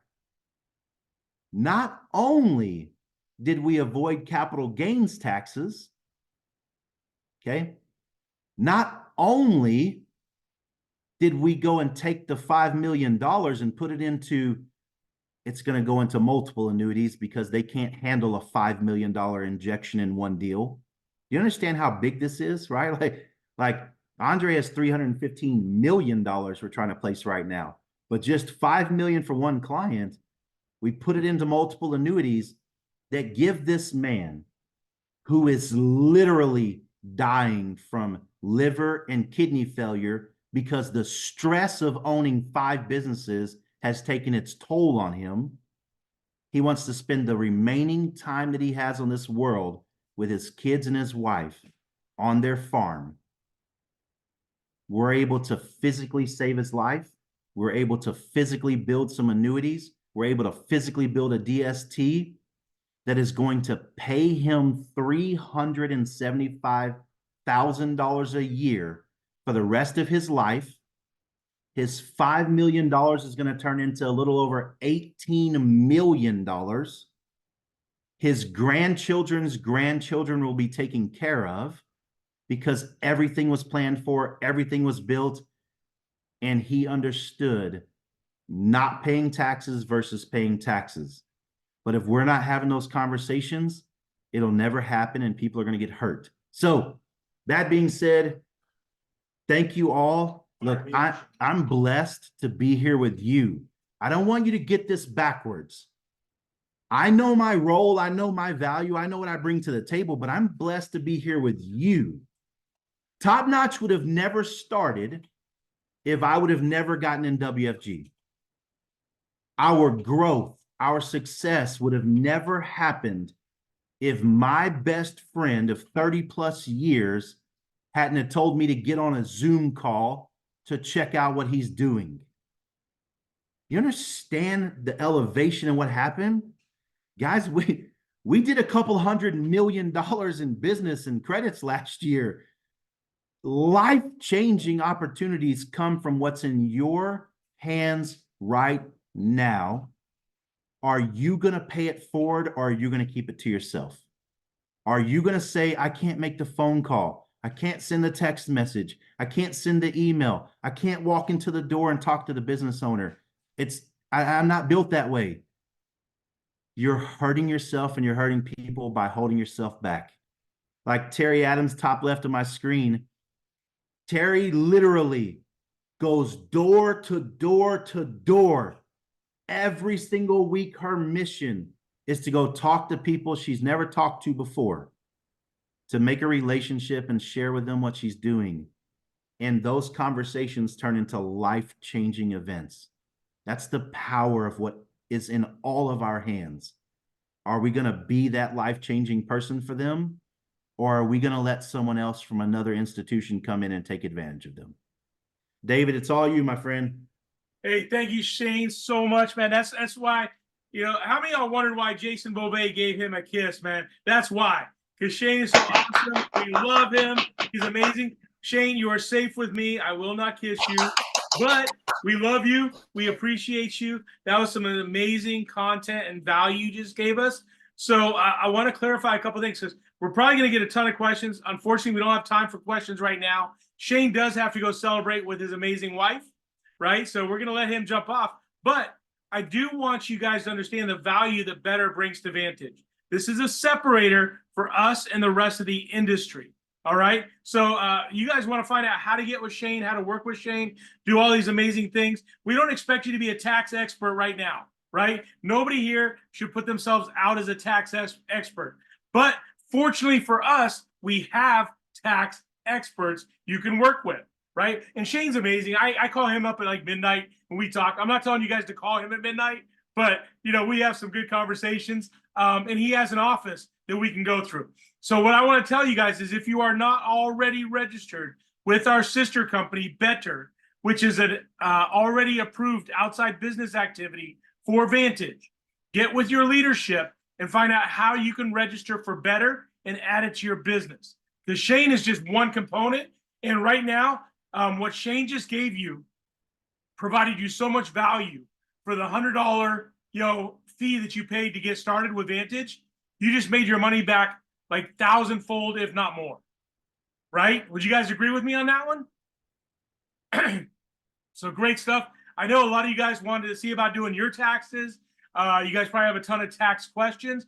Go get your leadership, go through them, get registered for Better, and then go to Top Notch CPAs and register and set up a consultation.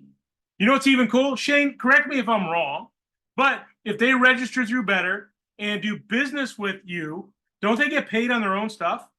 Yes, sir. 100%. When you're a partner with Better, right? And Better is actually free. When you're a partner with Better, you have access to a bunch of us. Alex Lopez is going to talk today. You'll have access to him. And we are partners with you, right? But on that Better website, you have a dashboard and you have a link to top-notch tax professionals, top-notch CPAs. My website is topnotchcpas.com, but I would encourage you to use your own link to either refer yourself or refer to clients, because if we prepare your taxes or we build a strategy for you, you're going to pay us for the service, but you're going to get a commission back. It's like a discount, right? It's built into one. So yes, there is a link that you can share for yourself and others and get paid for it. Thank you so much, Shane. That was awesome. Go have an amazing day with your amazing wife.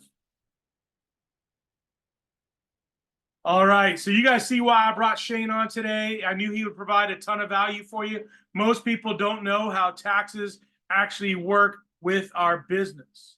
All right, so the two work hand in hand, but we are not tax experts. But fortunately for us, we have some tax experts we can work with. All right, so Shane, thank you. Now I'm gonna turn this over to another good friend of mine.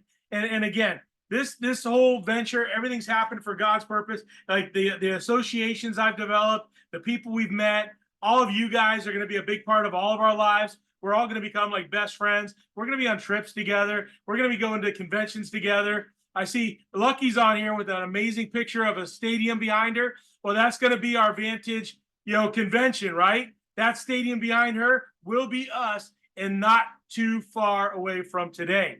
So another one of my amazing friends that I've met and become very close with, I'm going to bring him on because he's going to show you how you can add prosperity to your Vantage business. All right. Would you guys agree that a lot of people are struggling financially right now? A good portion of our country is struggling. We have record inflation. Everything, the prices of milk, bread, even water, gas, everything has gone up. How about rent? Has people's rent gone up? Right? The cost of homes, the median household price right now, $450,000. Average household income in the United States right now is $76,000. Average household expenditures are $86,000. Let's do the math real quick. Average income 76, average spending 86. That's a $10,000 shortfall annually for your average family. How long can we sustain a negative $10,000 shortfall? Not long. So guess what's happening? We have record defaults on student loan debt. We have record defaults on credit card debt. We have record default on car debt. I saw a video the other day. Some guy was walking through a car lot, and all these cars were being repoed right now. People are losing everything they have. And it's causing a financial pandemic in this country. The only way to help people fix that is reduce what they have to pay or help them make more money. Do we provide both those solutions for people? Absolutely, 100%, right? We can help people make more money. We can help people reduce their debt. And that's why Prosperity Financial is so important. And I don't want to steal any of his thunder. This guy's amazing. Hold on, I got to make sure he's here. I got to make sure, because I know he's moving. He's moving. Alex, are you here?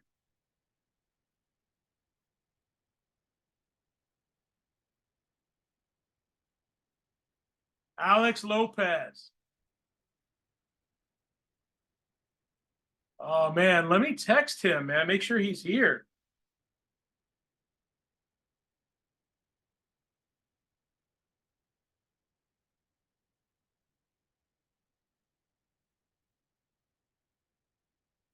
Yep. So I just texted him. Alex, you'll be on in a minute, but we have a massive pandemic going on right now, right? Massive pandemic. And dude, it's scary. It's scary for a lot of people.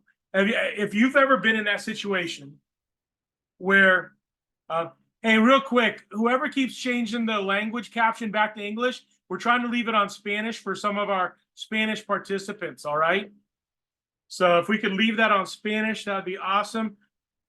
Okay, so he might be in the wrong chat room.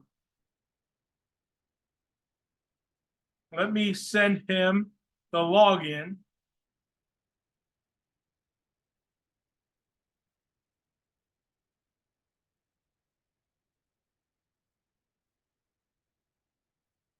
See, not everything goes smoothly, but we don't panic, we pivot. We pivot, right? We're good. We make everything work. It all works for the better. So Alex is going to jump on in just a second. But, my personality is I'm extremely empathetic, right? I always put myself in somebody else's shoes.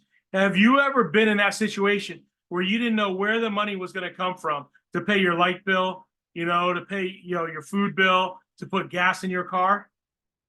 That's the struggle of a lot of people in this country right now. So we need to be on a crusade. We need to be getting out there and helping as many families as we can. And by helping more families, you're actually helping your own family as well, right? So it gets to feel really good that you get to help people, and we get paid more by helping more people. That's powerful. So debt is a major epidemic right now. It's a major epidemic, and we got to get out there and help a lot of people. So, how many of you guys have used Prosperity before? Okay, so Terry, real quick, give us a little quick testimonial about how you worked with Prosperity, and how it benefited your client. She was a self-employed individual who was disabled, and of course they had racked up all kinds of credit card debt, and she wasn't able to work, and so they consolidated all of their debt relief and have been making payments. And then since then she's been able to, her and her family have been able to rent a bigger home because they were able to reduce some of their credit card expenses, and they're doing much better. So awesome. So typically what will happen is if we can free up debt for a client, right? Let's just say they have like $2,000, $3,000 in credit card debt, student loan debt, and we can reduce that debt down to like $1,000 a month. Now they have the ability to breathe again. They have the ability to afford, their bills. They have the ability to start saving and making sure their family's protected. All right. So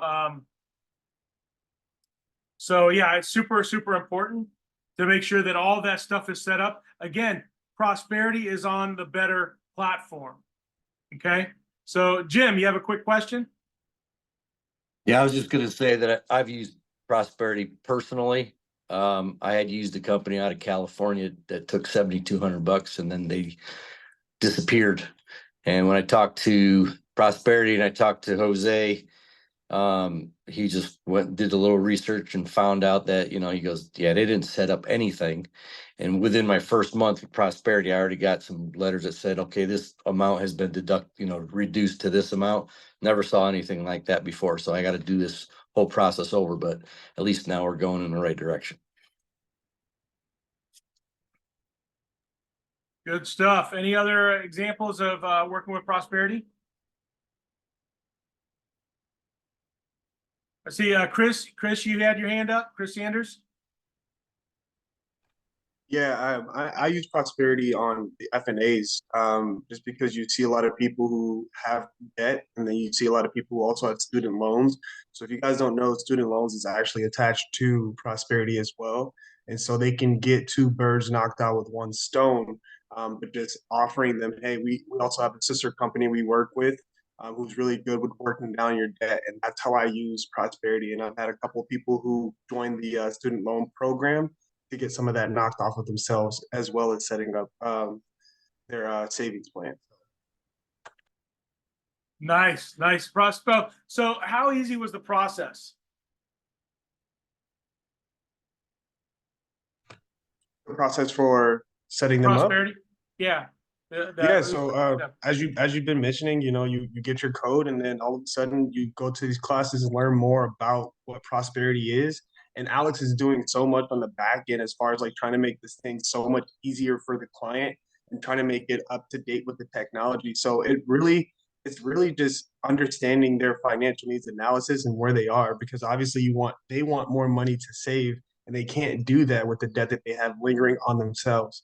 So I plug it in every time I can. Like, if we can take care of this, you have a little bit more money on the back end to do a lot more things that you want to do, and aim it towards their goals. So they have a goal obviously in mind. So they can't do that with the debt that they have. So it's super easy to just plug in. We just did it the other day on an FNA. So it's one way you can use to keep get them all the way set up.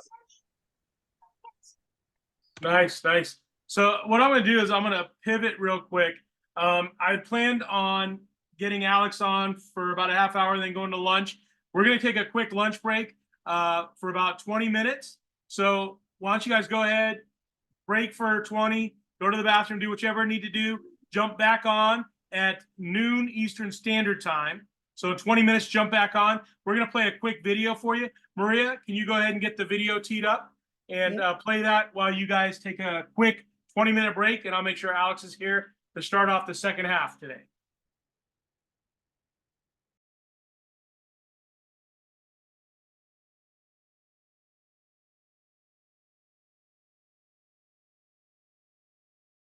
That you don't want to do anything? Were you too tired, too sore? You just don't feel like it? Those days? Those are the days that count. When you have those feelings, it's even more important to step up and get some.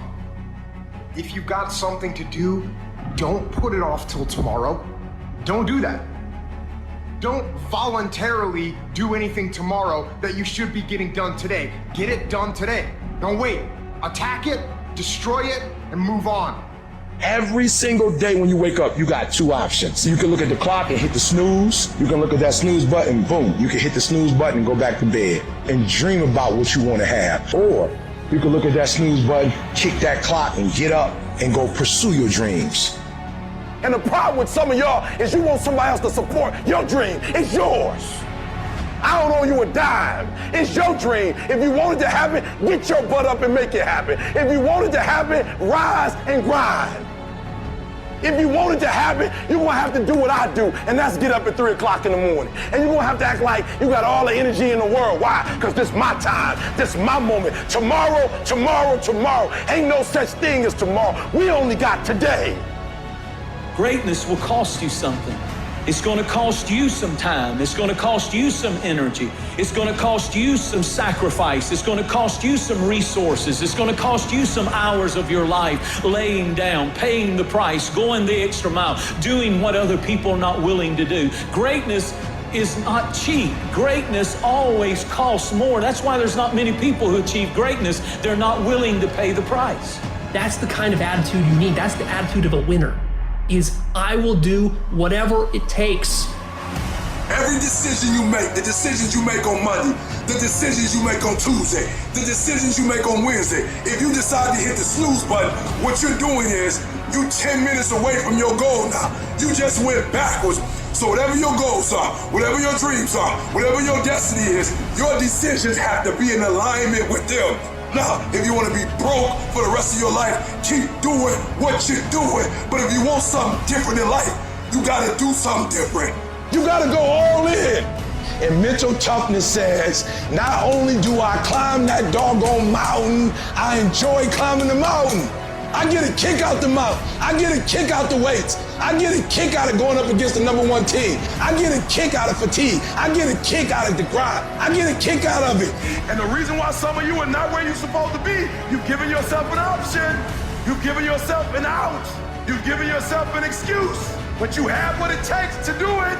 And the problem with some of you in this room, you don't have no drive. You ain't got nothing pushing you. You have no reason. You better find one before you get out of here today. You don't belong at the bottom. your butt from down there. It's time for you to stop being comfortable at the bottom. Get your butt up and get to where you're supposed to be. You are a royal priesthood. Get where you belong. Do what you're supposed to do. Live like you're supposed to live. How many more nights of sleep you gonna lose running around complaining about your life? Stop being a lazy, bum-ass person that's full of excuses, sitting around on the pity potty, coming up with every excuse in the world as to why you ain't winning. You are the reason you're not winning. You are the reason you look the way you look. You are the reason you're unemployed. You are the reason why your surroundings are so dysfunctional and negative. It's a choice. You have thought your way into a depression. You have thought your way into negativity and misery. It's all in the mind. Change your mind and it will change your life. It's time you get off the pity potty. Stop complaining about being out of shape when you never go to the gym. Stop looking at your stomach when you get out of the shower and your body and complaining about the way you look when you're eating everything in sight and never going to the gym. You just have to wake up. You just have to break that negative spirit. You have to break through all of that shit that you're carrying. You want to improve? You want to get on a workout program or a clean diet or start a new business? You want to write a book or make a movie or build a house or a computer or an app? Where do you start? You start right here. When do you start? You start right now. You gotta have the mentality to show up every fucking day of your life, no matter what life throws at you. It's our responsibility to show up to the Coliseum of life, prepared for fucking battle. If you can get through to doing things that you hate to do, on the other side is greatness. The savage mindset, when things are going bad, guess what they do? Quitting's out of the question. All they think about is how the fuck am I gonna get through this? There's no quitting, it's just get through and thriving, not surviving. You gotta get comfortable being uncomfortable. Every day you have to do this shit. Because why? When you stop doing it, you don't just maintain it. If you stop shooting a gun, you're not gonna be a great shot when you pick a gun up a year from now. The only way to keep from getting rusty is to constantly oil that motherfucking machine. The machine exists. You gotta keep challenging every day. No one wants to grind. They just want the end result. You can't get the end result without the grind. But you gotta crave that end result so intensely that the work becomes irrelevant. But if you really want to set some goals and you're willing to do what it takes and sacrifice to put yourself around that and not worry about what everybody else is gonna say, not worry about hurting feelings, you're guaranteed success in whatever you do. Most of the time, we don't have someone there to keep us in line, to make us do push-ups and give us a good, swift kick in the ass when we slack off. What we have to do is we have to be our own sergeant, to hold the highest standards and allow no slack. Your problem is you start something, you stop it. You start something, you stop it. You feel good, you do it. You don't feel good, you quit. People who do stuff consistently and on time, they surpass people who talented and gifted. Stop waiting for something to move you and move yourself. You're your biggest problem.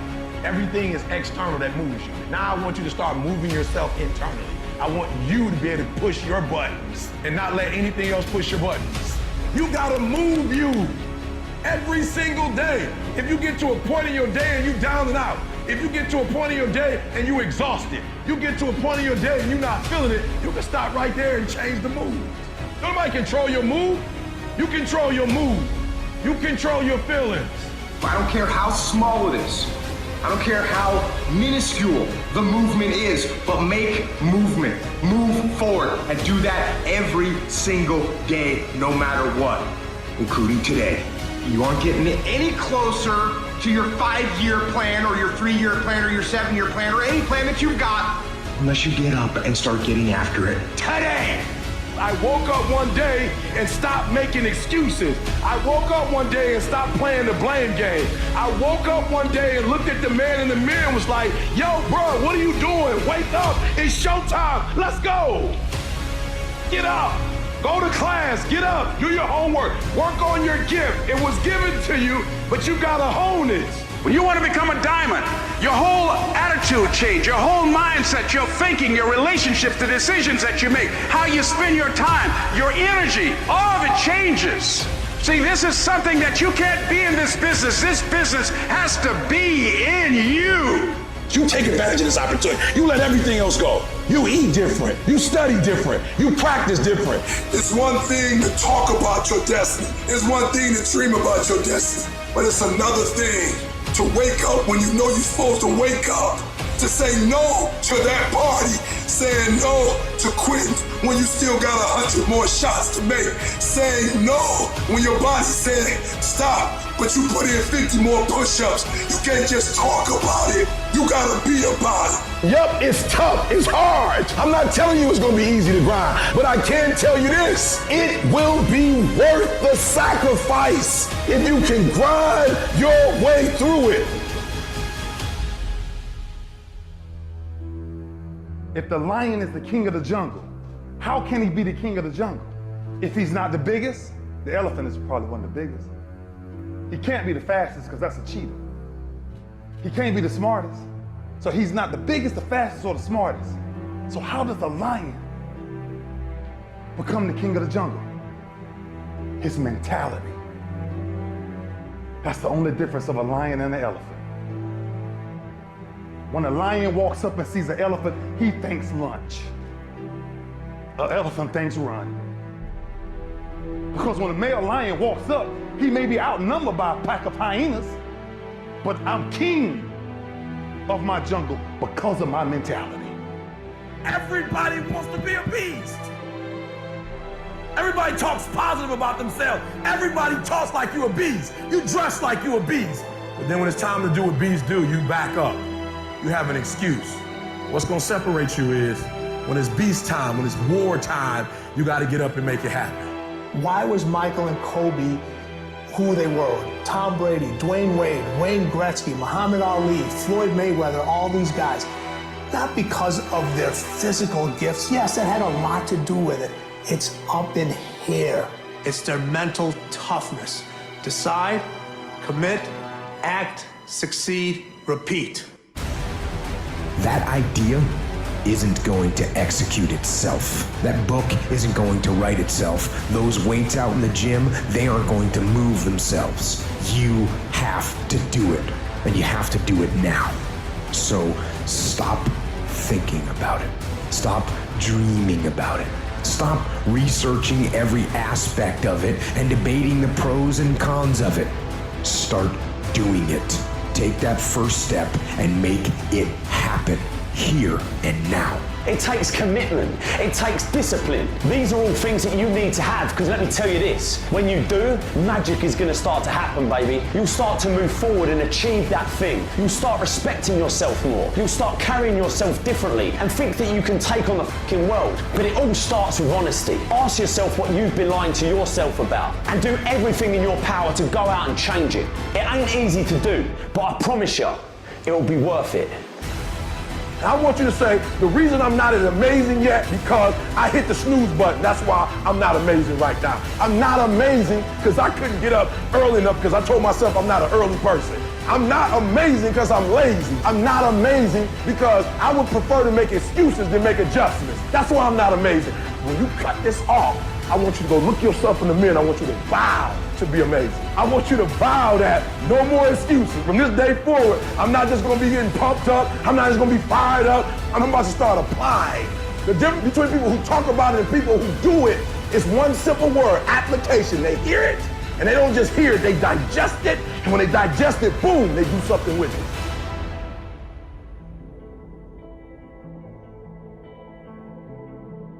What gets you out of bed?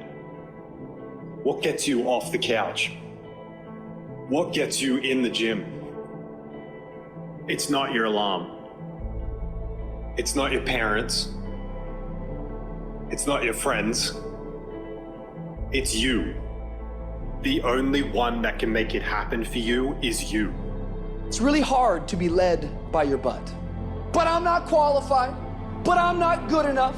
But I'm not smart enough. but I didn't go to the right school, but I don't have enough money, but, if you're ever gonna step into your future, if you're ever gonna step into your destiny, you're gonna have to get over your butt. And that's what a pity party is when you have an undisciplined mind and you meditate on the wrong thing over and over and over again. If you're going to throw a pity party, I give you 3 days and that's it.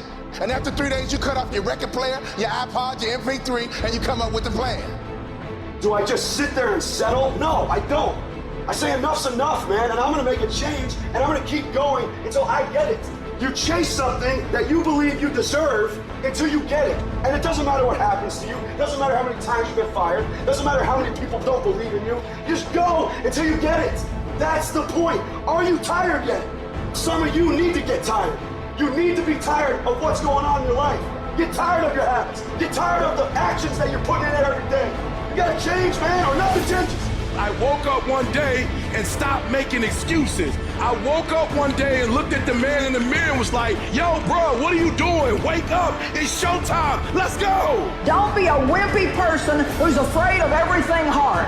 Do not take the easy way out. You need to walk through the mud in life, guys. If you ever want to get to the higher ground.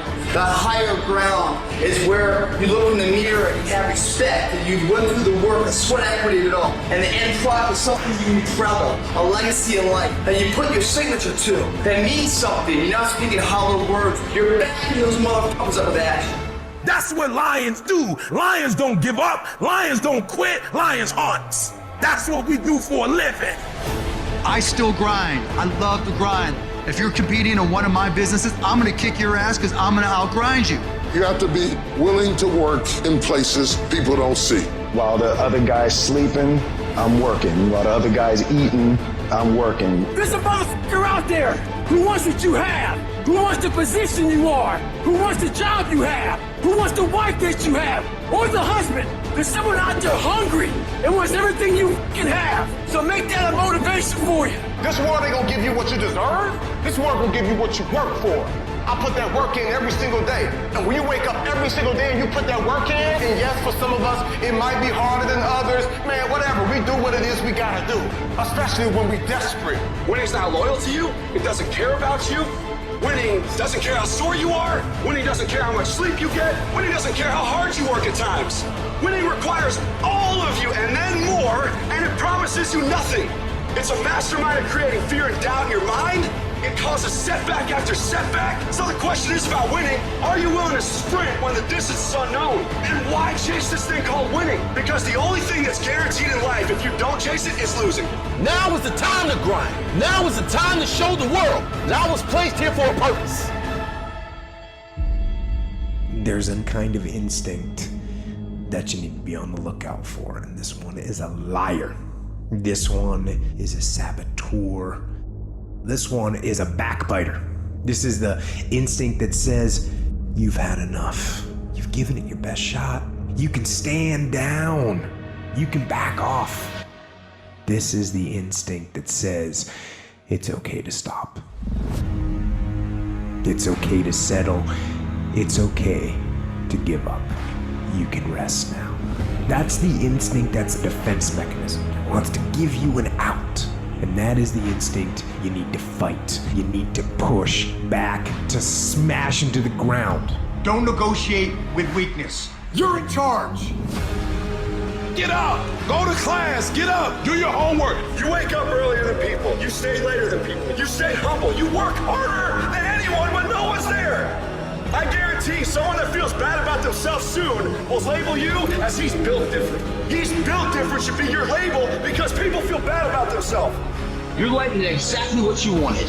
Because every day, you've had choices to make. You're responsible and credible for every single choice. You've made the choices. And what I need you to do for me is why are you here and then take ownership of why you're here. So you control you. We don't have forever. Let's not act like it. We're all going to die. And so I don't act like I'm gonna live forever. So every opportunity I get, I murder it. Process driven, I love it. I'm about that life. I get up every morning at 3 o'clock. When I wanna get up, when I don't. When I feel like it and I don't feel like, why? Because I'm process driven. I'm not feelings driven. Champions are not feeling driven. Champions don't get up when they want to. And if we're gonna be champions, process driven.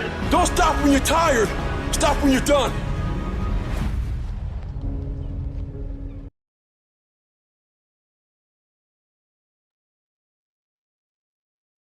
All right, everybody. You guys ready to get going again? So, little confusion was the time change, because Arizona does not do the clocks, right? You know how we had the spring forward, fall back, all that stuff, the time zone change? Arizona just stays the same. I wish the rest of the country did that. It'd be so much easier, right?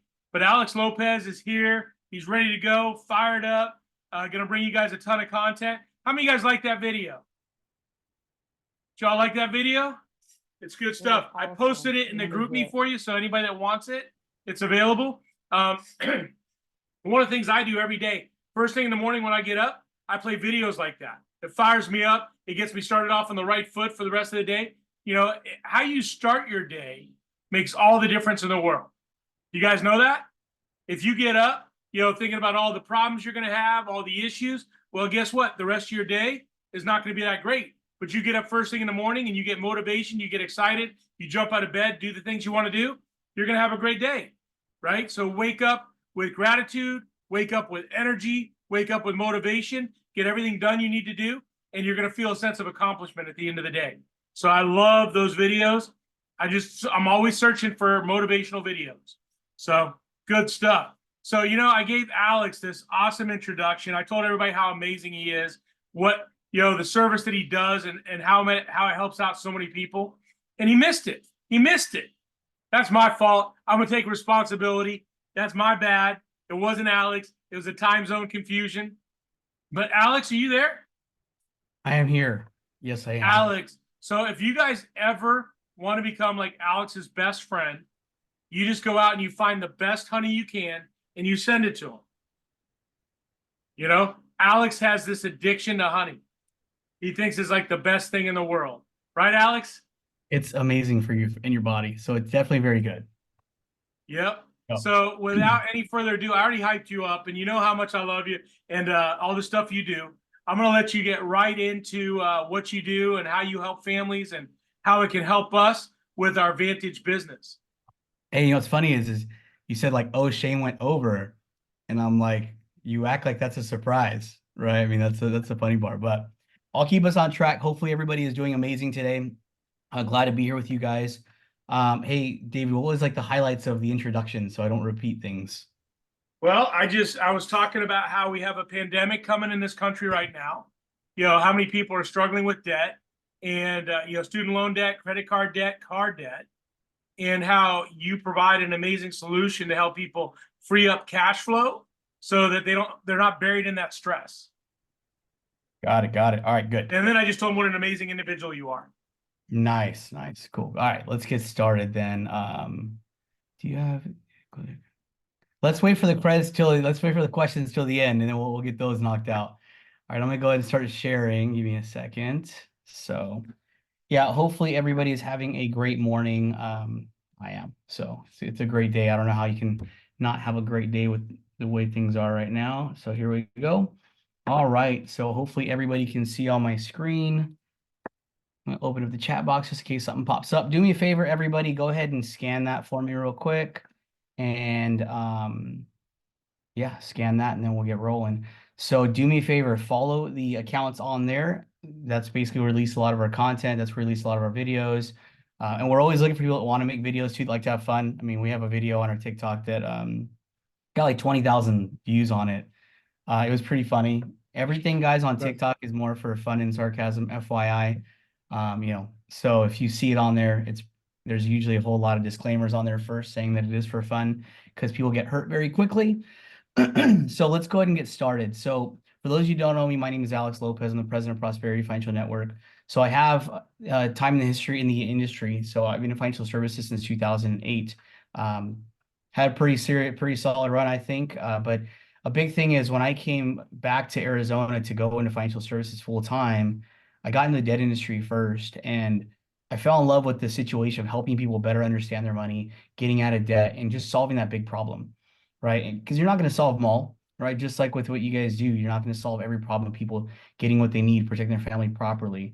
But I think using prosperity as a way to get in the door to help people free up more money, to have more monthly to be able to take care of stuff, be able to save more and get out of debt faster is a huge factor. in terms of helping you guys success your business.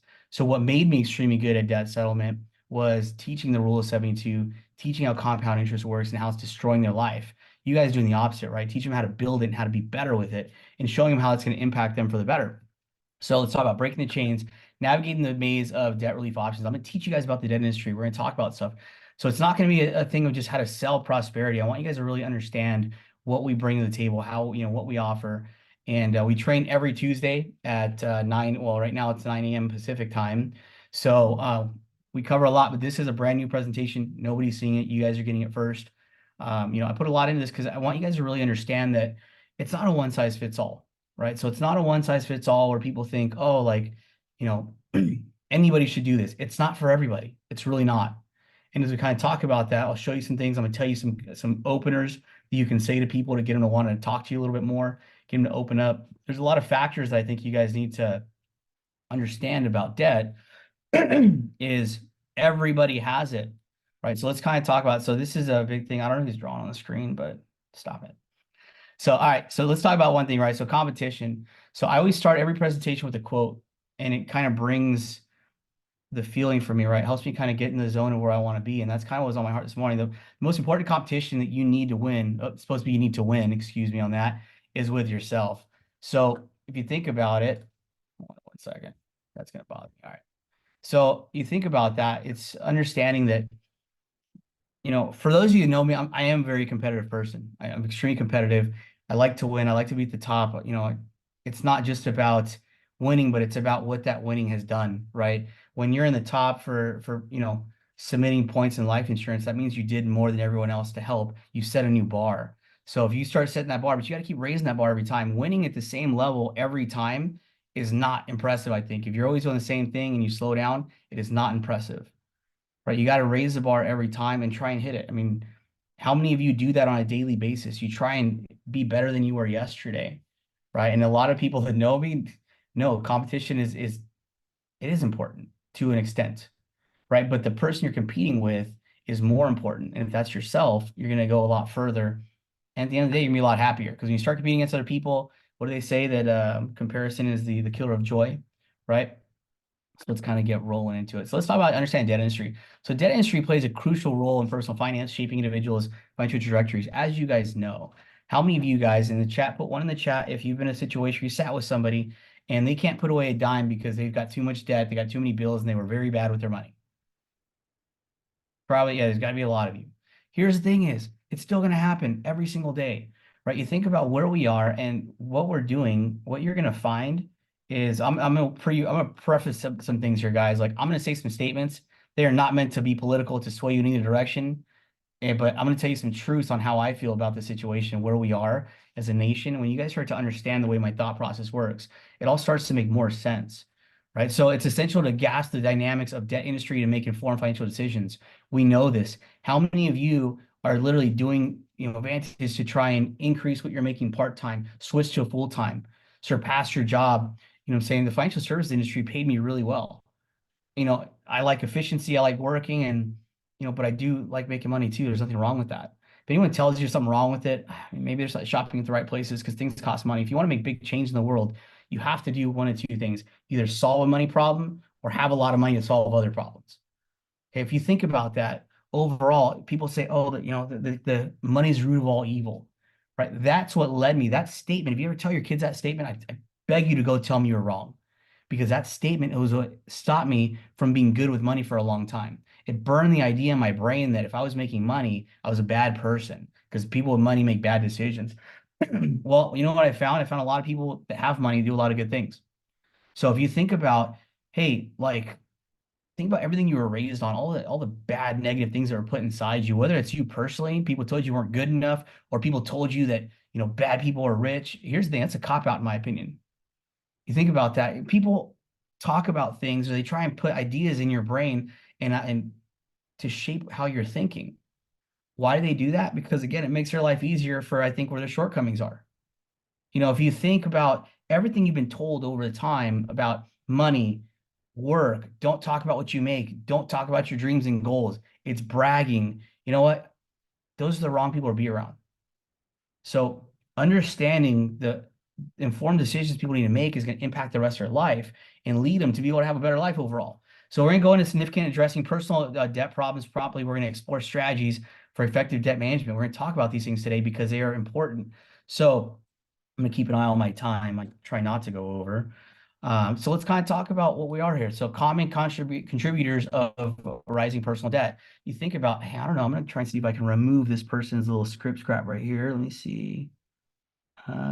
Disable annotation for others. Okay.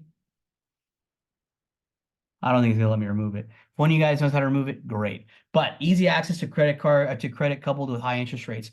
So how many of you, when you're 18 years old, got a credit card, and put a 2 in the chat if it's you, got a credit card and that thing was like maxed out within, I'd say, a week or so. Mine was maxed out in 3 hours and 15 minutes only because I couldn't get off work for another 2.5 hours to get to the mall. That credit card came in, went home, got it. Literally, thing was maxed out within about 45 minutes overall. Again, why? Because these things don't come with a manual. They don't want you to understand how to use these things because they're tools, but the things are they're tools of war, but not for you, right? They're literally the things that they give you to make your life more miserable, more difficult.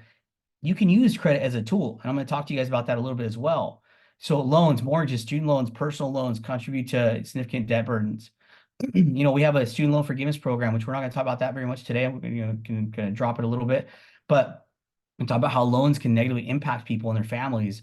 You know, you got economic factors that are changing everything. How many of you in 2018 or 2019, 20, 2021, 2008, 1999 had some kind of life impact that changed your whole family's financial futures?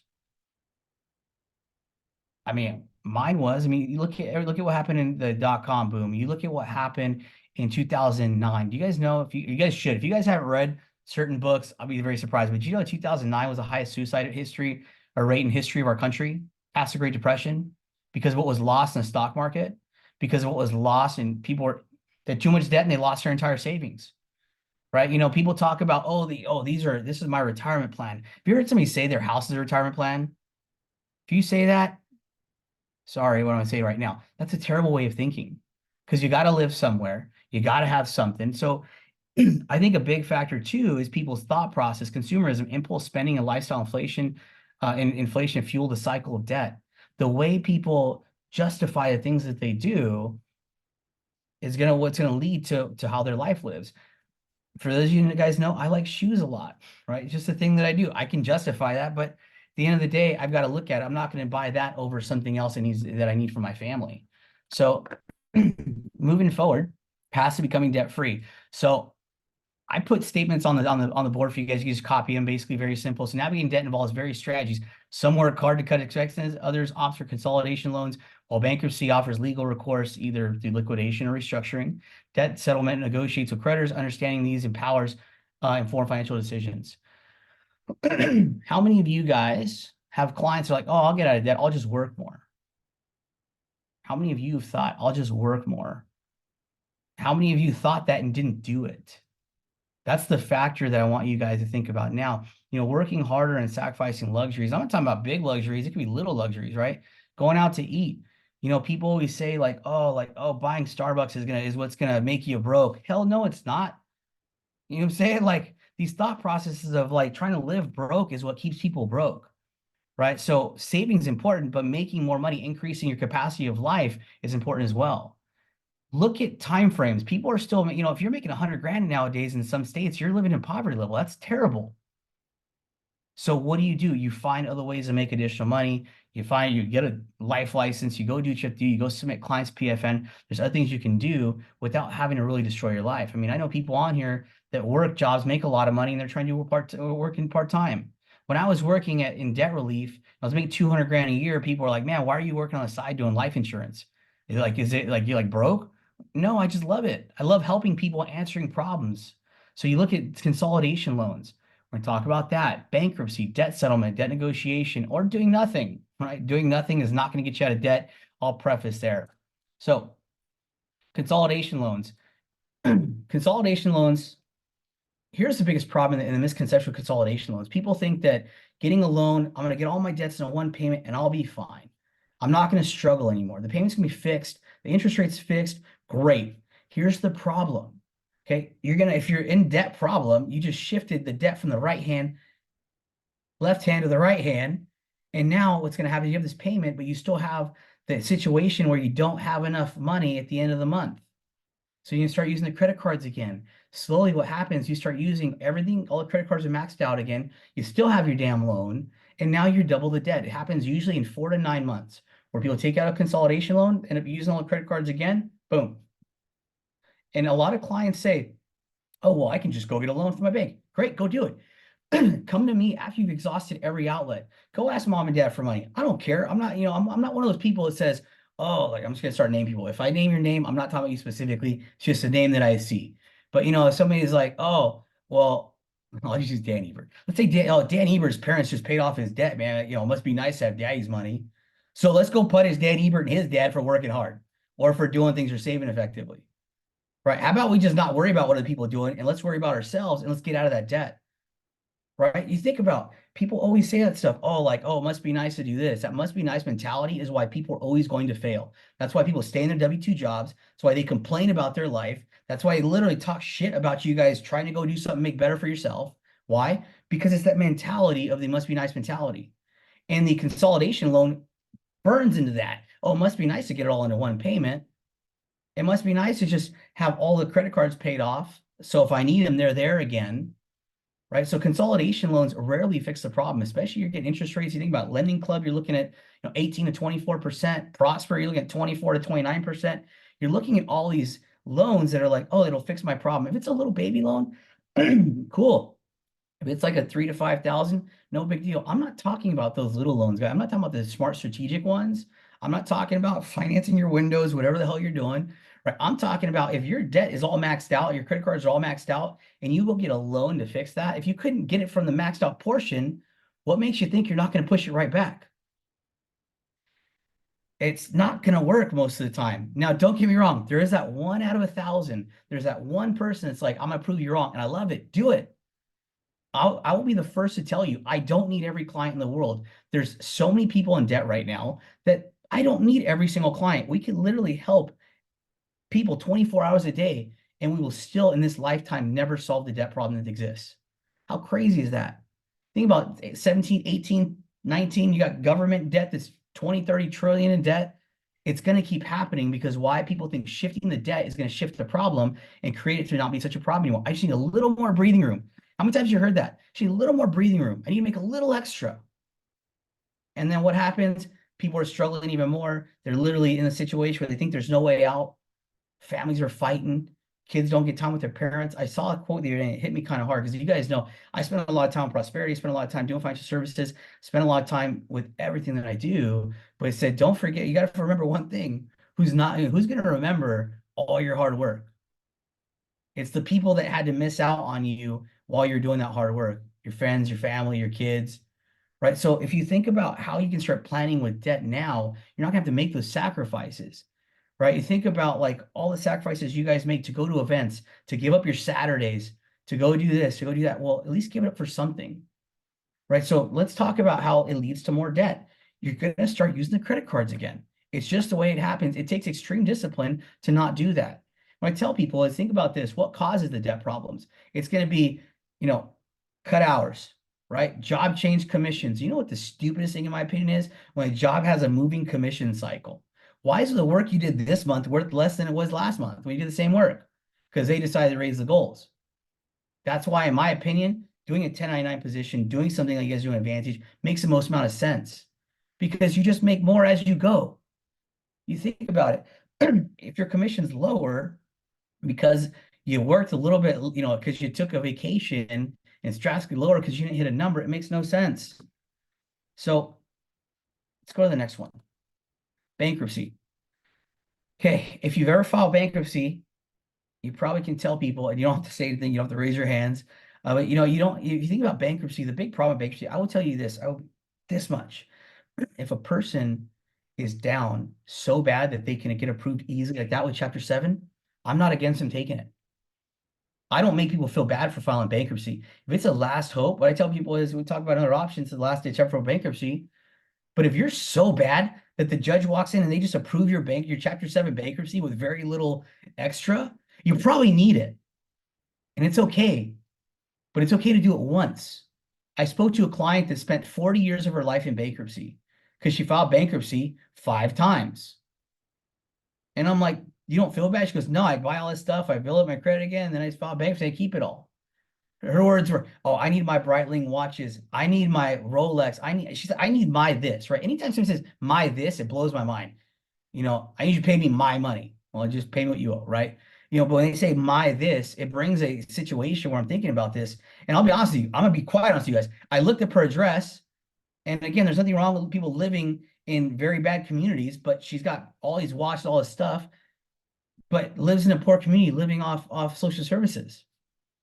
Because the credit cards enable her to buy the stuff, not the income, right? And then it just builds up a little bit of time. Boom, they do the same cycle. They abuse the system, and that's where the problem lies. Chapter 13, bankruptcy, and I'll start reading the comments after a little bit later, guys. But you think about chapter 30, chapter 7, we'll just kind of read it, right? Strikes fear with liquidation process where assets are sold to repay debts, leaving individuals vulnerable, losing possessions, enduring credit score damage, facing uncertain financial futures, make it a terrifying prospect, symbolizing a descent into financial turmoil. Yes and no, right? You think about it. People say, oh, this person filed bankruptcy, blah, blah, blah, to save 10,000 jobs. I don't care. Good. You're smart. People complain about what people pay in taxes. If you provide 10,000 people with taxes, maybe you should be tax-free on your income. You guys, the problem is the government instills these ideas in our brains, right, to keep us in a position. Tell me how a person's a bartender 5 years ago, and now they're worth $28 million. Because they're not playing by the same rules you guys are playing by. We're allowing them to indoctrinate our kids with these ideas of the school system that you need to go to work, make your boss look good, and be okay and shut your mouth and be happy with you get paid. That leads to these kind of problems, guys. You think about people are so in a situation where they're limiting their income, and they say, oh, well, it's okay. What happens, happens, just what's meant to be. I don't agree with that. But again, chapter 7, I'll be the first to tell you, it is not a bad situation if that's the way to go. If you have to lie, cheat, and steal to get your way there, probably the wrong way to go. I will tell you guys that right now. You guys know me. I'm all about just deal with the cards you're dealt and win the hand or don't, but play another game. Chapter 13 instills apprehension as debtors face a structured repayment plan. I'm only laughing because I'm going to tell you guys something right now. It's funny. Plan over several years. The fear of prolonged financial strain, strict budgeting, court oversight looms large. While offers protection from creditors, the long-term commitment and potential setbacks make Chapter 13 a daunting prospect, symbolizing a prolonged struggle for financial stability. Let's say you're 35 years old and you're like, Dad, I got to move back in the house. He's like, that's fine, dude, but I'm controlling your money for the next 5 years. They're going to assign a trustee who's going to make you ask questions. You have to go to court approval to get a new car if your car crashes. Car dies, car crashes out, right? I had a client when I was working in debt settlement. They were in Chapter 13. They lived in Scottsdale, Arizona. Their whole life changed, right? When the economy changed, their whole life changed. And I'm like, man, so they were in a situation where he's telling me, he's like, I'm like, hey, if you ever want to get out of Chapter 13, come to debt settlement. Just come here and we'll figure it out. He's like, I don't know. But, they're getting through. 7 months later, calls me. He goes, Alex, I need out of bankruptcy. I'm like, what happened? He's like, well, the bankruptcy trustee told us that we can no longer board our horse. And I'm like, okay, well, that makes sense, right? You're paying an extra expense. He's like, that horse, my daughter, my wife couldn't have kids. That horse is basically our child. We literally see it every day. We take care of it every day. We don't have a caregiver for it. It's us, but it's at a stable. And I'm like, okay, so what happened? I'm like, well, I told him, like, what do you want me to do? Like, put it in my living room? He's like, can you put it in your backyard? He's like, no, I live in Scottsdale, Arizona. It's got to be a stable. And they're like, wait, how much is the horse worth? Think about that. The trustee now says, you put it in your backyard. No, wait, how much is that horse worth? Literally told me he had to sell the horse, almost got a court order enforcement to sell the horse to pay off more creditors. Imagine that situation where you're, again, Chapter 13 to me makes no sense. When you can do debt settlement, I'll tell you guys why here in a minute. But you think about it, if you have to literally say, oh, Mr. Attorney Michael Fox, is it okay if I take my family out to dinner because we just had a great situation and I know you said my budget was overspent already? Do you want to be asking those kind of questions? Probably not. You think about it. If you want, I'm sure Julie doesn't want to be asking if she can go visit her friends in Arizona whenever she wants to go do that. So think about Chapter 13. If somebody's going to file Chapter 13, tell them to avoid it. Go to look at a debt settlement first. And then if they can't do that, then go to Chapter 7 if that's the case. If they're insolvent. You know, if you think about, okay, well, bankruptcy, you think about bankruptcy, you can literally go get a car next day after Chapter 7. You can get a high interest rate, right? It's going to hit you for a while. But again, I think in a lot of cases, if people file Chapter 7 that shouldn't, they don't learn. They don't learn how to manage their money better. But Chapter 13, all they're going to learn is misery. They're going to learn how to ask permission for anything they need. Right? Oh yeah, 5 years, it'll all be gone. Well, you can reduce the debt amount and get the same thing done. Right? So tell me this, would you guys agree? Bankruptcy for the right fit is a good fit. You guys agree with me on that?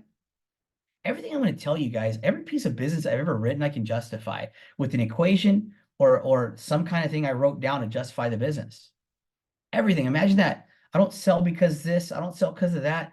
I don't sell because I need to make more money. Just go sell more to more people than one person. So the right fit for the right client is always going to be the solution. So hopefully that explains bankruptcy for you guys. Debt settlement. So for those of you guys don't know, I've been in debt settlement since 2016. First time I actually did debt settlement was 2008. I got basically brought to Arizona. So I was leaving the Marine Corps and I got offered a job for $60,000 a year in Gilbert, Arizona in 2007. If you guys know Gilbert, Arizona in 2007, the world was your oyster making 60 grand a year. You know what I'm saying? Like Higley over here was a dirt road where I live and houses were going for very low. Right? So I come in and it's working at an auto shop. I was supposed to be the regional training manager for electronics and a bunch of stuff. And I come in and I show up in Arizona after we leave Camp Pendleton. They're like, hey, the job's not ready yet. I'm like, well, I'm here for the date you told me to show up. Like, hey, we need a few more weeks to get it approved. I'm like, I got to make money. Say, hey, we can put you in the auto shop and give you an assistant manager position, but it's like $12 an hour. I'm like, I'll take it. Until I find something else, I'll take it. And I worked anywhere from 60 to 72 hours a week, every week, just to pay bills. So I fell into debt. Think about it, 62 grand to, 37 with all that overtime. You think about it.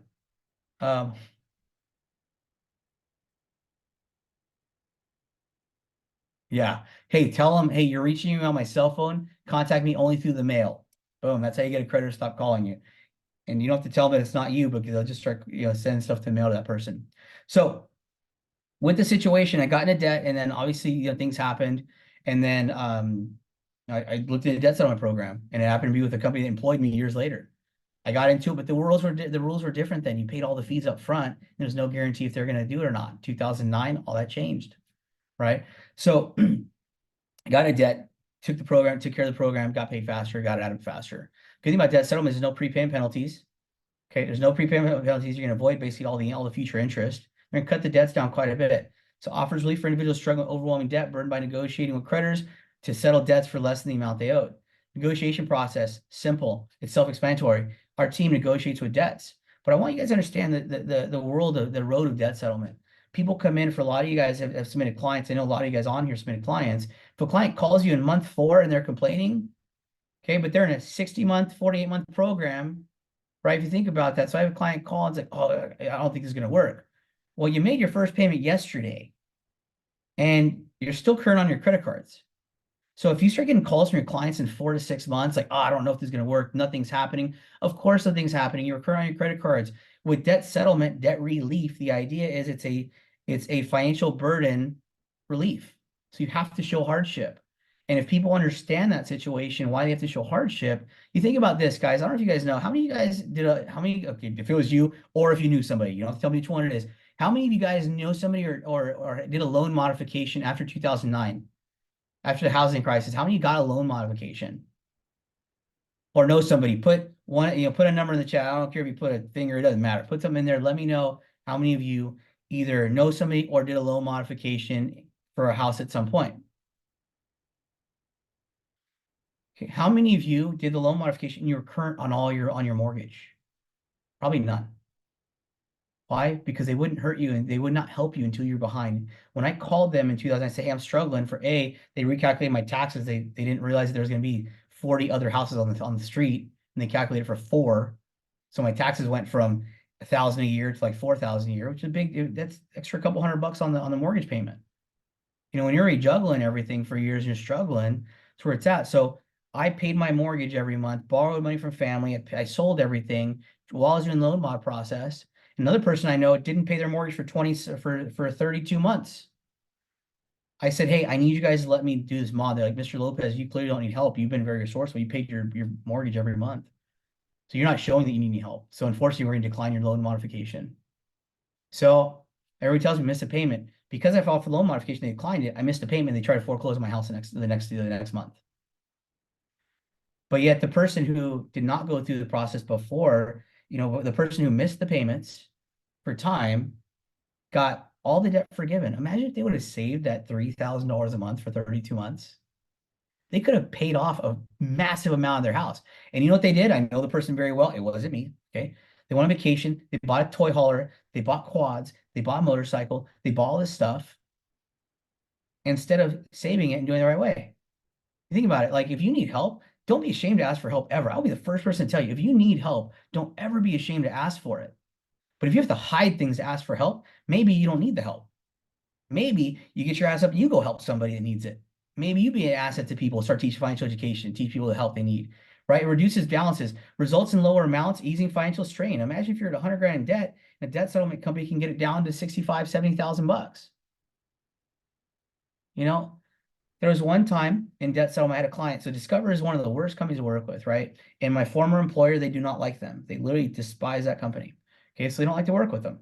And that's not me talking trash about the company. It's just a fact. And it sucks because it's not really fair, right? But the person says, the debt was like 30,000 with Discover, and Discover with fees and everything, the client was gonna get out of it for like 28,000. I'm like, man, like normally it's like 17. The guy's like, Alex, I don't care, because I get to save $1,000 and I'm not paying any of the interest.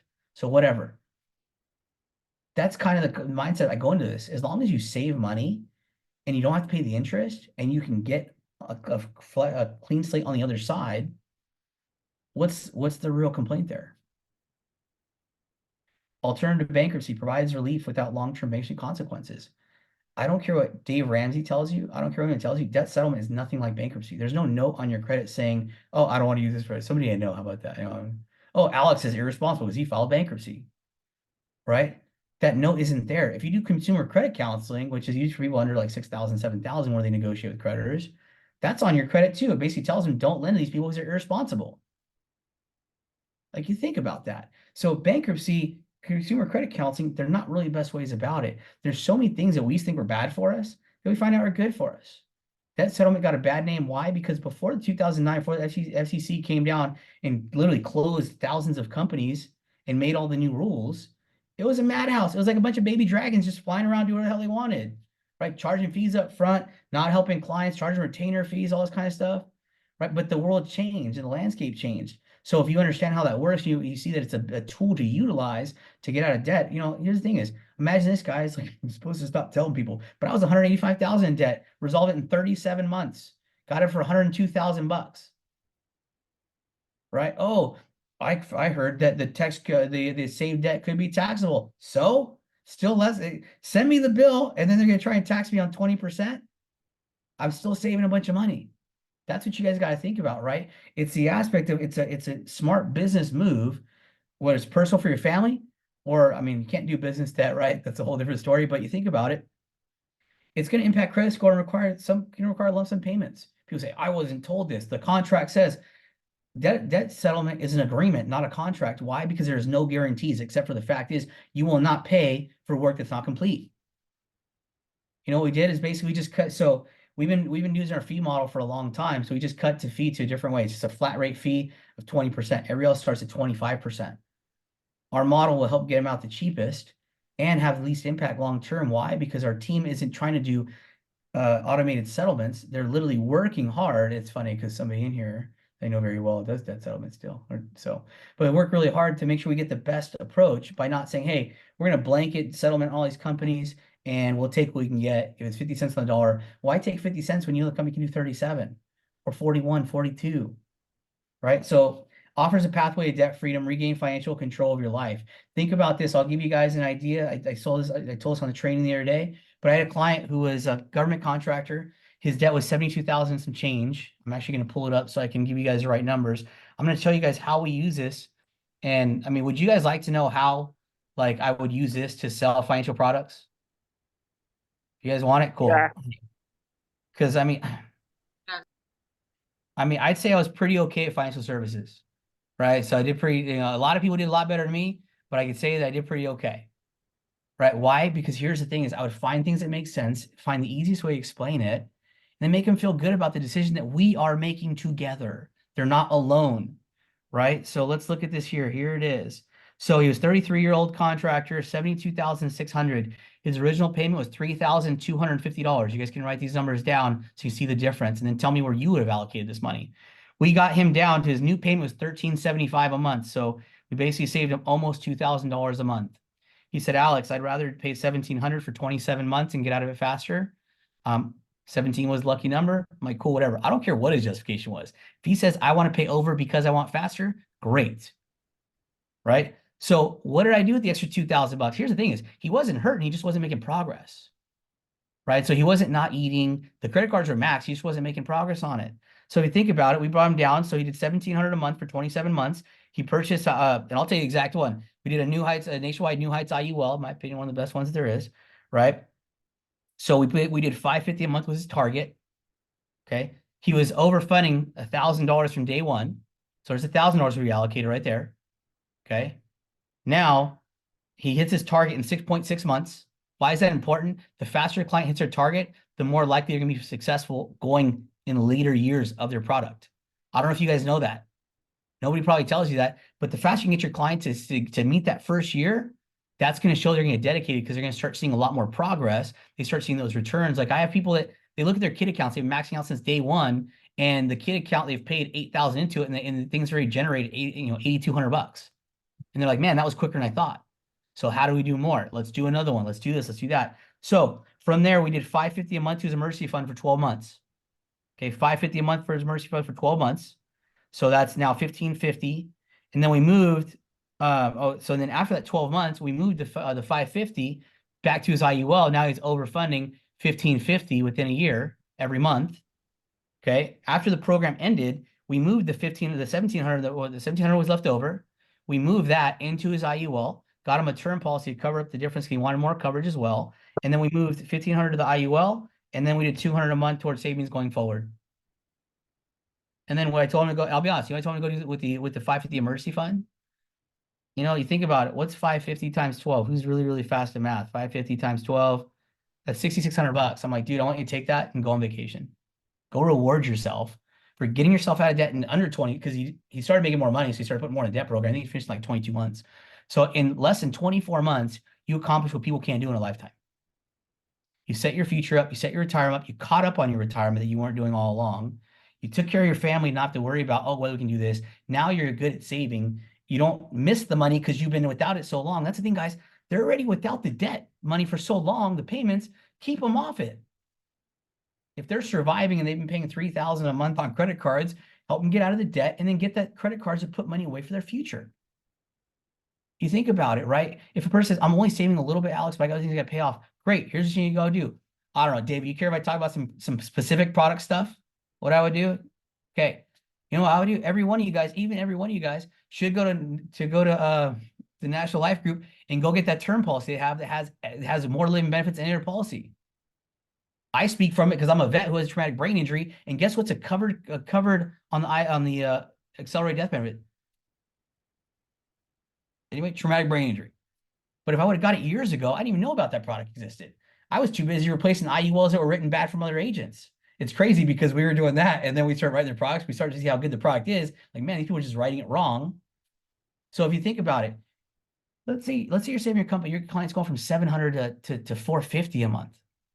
Go get a term policy, cover the immediate needs now, help them start saving for 3 to 6 months, and then go back and talk about an IUL once they start freeing up some cash. Get them used to it first. Condition them to I don't care, but you think about Greg Cap, what do you always say? Make a friend with, I want to make a friend. A lot of my clients have become friends of mine, and it's because I care about them, right? I mean, think about it. If you do business, or you can go do business the way other companies do, and you churn and burn people, and you don't care about them, you know what I like to do? I like 5 to 7 clients a month. And if you're doing your 10 to 15 appointments a week, you'll probably get about that. And they'll get better, bigger, stronger, bigger cases, better cases. But if you think about it, why did that happen? Why does it enable for people to do better in the financial service industry than other people? Because they care about the people first, and the reward comes later. If you care about the person, you care about what's good for them, and you care about what's good for the family, and you do that right all the time, and you show them, right? You really have to show them that. You know, I don't know Johnny Perez on here, but he'd always say, like, his quote he would use, people don't care how much you know until they know how much you care. Right? That's a big factor, and that's big in debt settlement. What made me strong at debt settlement wasn't the number. I love numbers, guys. I truly love numbers. I literally play a number game when I'm stressed out on my phone. Like, it's just numbers. It makes people nauseous to do. But I love it. But here's the thing about it is what made debt really so powerful is being able to solve solutions for people, give them, you know, be able to solve a problem that they have by making sure they were good to go on the future. I don't know if you guys have heard this story, but I had a client who was going to take her own life over $8,000 in debt. She packed up her apartment. I just happened to call her on her way home. It was my first client. I just happened to call her on the way home. And a year later, after I enrolled her, says, Alex, I got to tell you something. Like, I was going to take my life that day over the $8,000 in debt, but you made me understand that it wasn't worth it. She said, I literally was walking home from kissing my daughter and my grandkids goodbye, and they had no idea. And she's like, and they never will. You know what I'm saying?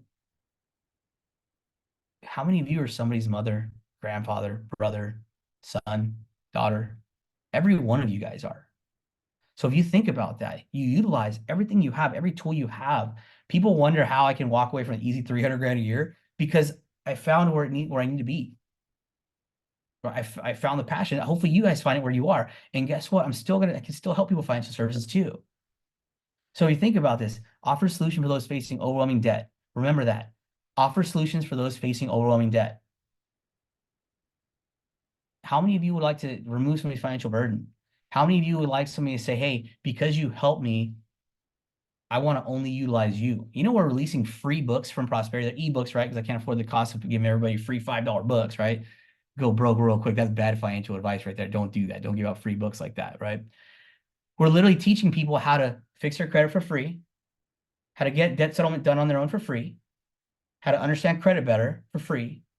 And at the beginning of the book, it says, hey, this is your chance to try it on your own. If it's too much, at the end, our contact information is there. We'll gladly help you. At the end, it says, if this is too much, call us. We got you. Who are you going to call first? The guy that tried to help you for free and you just said it's too much? Or the guy that's trying to shove something down your throat to get you into something? I don't know about you guys, but I'm going to go for the person who took their time, right? So, just kind of some takeaway, debt-related strategies, right? Work harder, sacrifice luxuries, right? I mean, I don't know, guys. I mean, I'll sacrifice my own luxuries, but I'm not going to sacrifice my kids' luxuries. You know what I'm saying? Like, for those who don't have kids and, you know, but I'm not going to sacrifice. People say, oh, well, you spoil this, you do that. I don't care. Live your life the way you want. You know what I'm saying? Go entrench your childhood traumas on somebody else. I don't need it. Don't tell me how to run my kids. Don't tell me how to run my life. Right? So consolidation, it can work. I'm not telling you it's not going to work. I'm not going to tell you it's impossible, right? But in most cases, it's not going to solve the problem.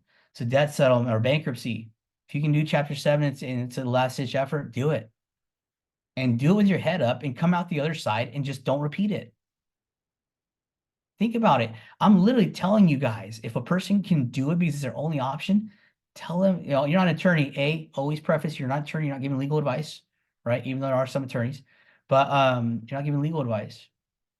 But again, like I had a friend of mine that the court even waived the fees. That's how bad it was. I'm like, he's like, you should do it. I'm like, if they're waiving the fees, dude, just go do it. Like they're literally telling you like you're like below poverty. Like, you know, he was in the hospital for 6 months.